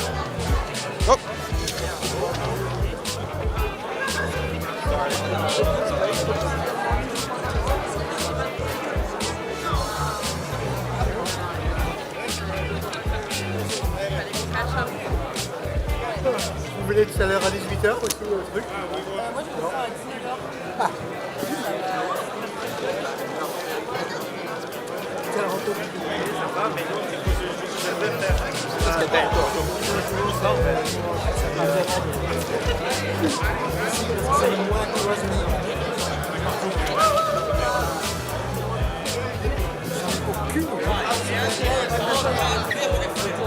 Vas-y, passe une adresse.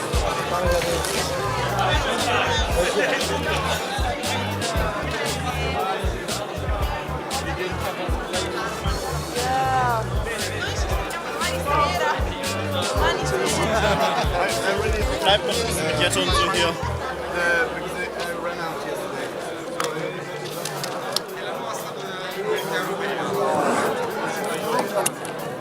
Here we go. Sorry about that. We decided to do it on purpose, by the way, so. Yeah. Because, you know. It worked out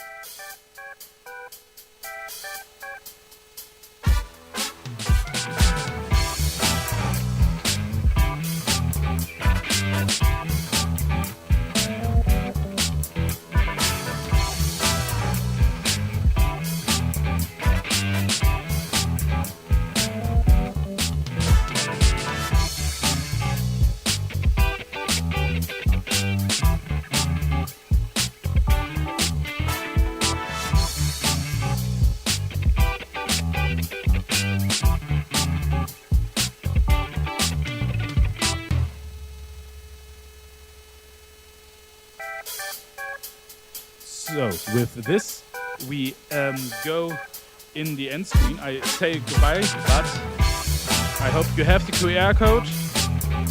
The link is in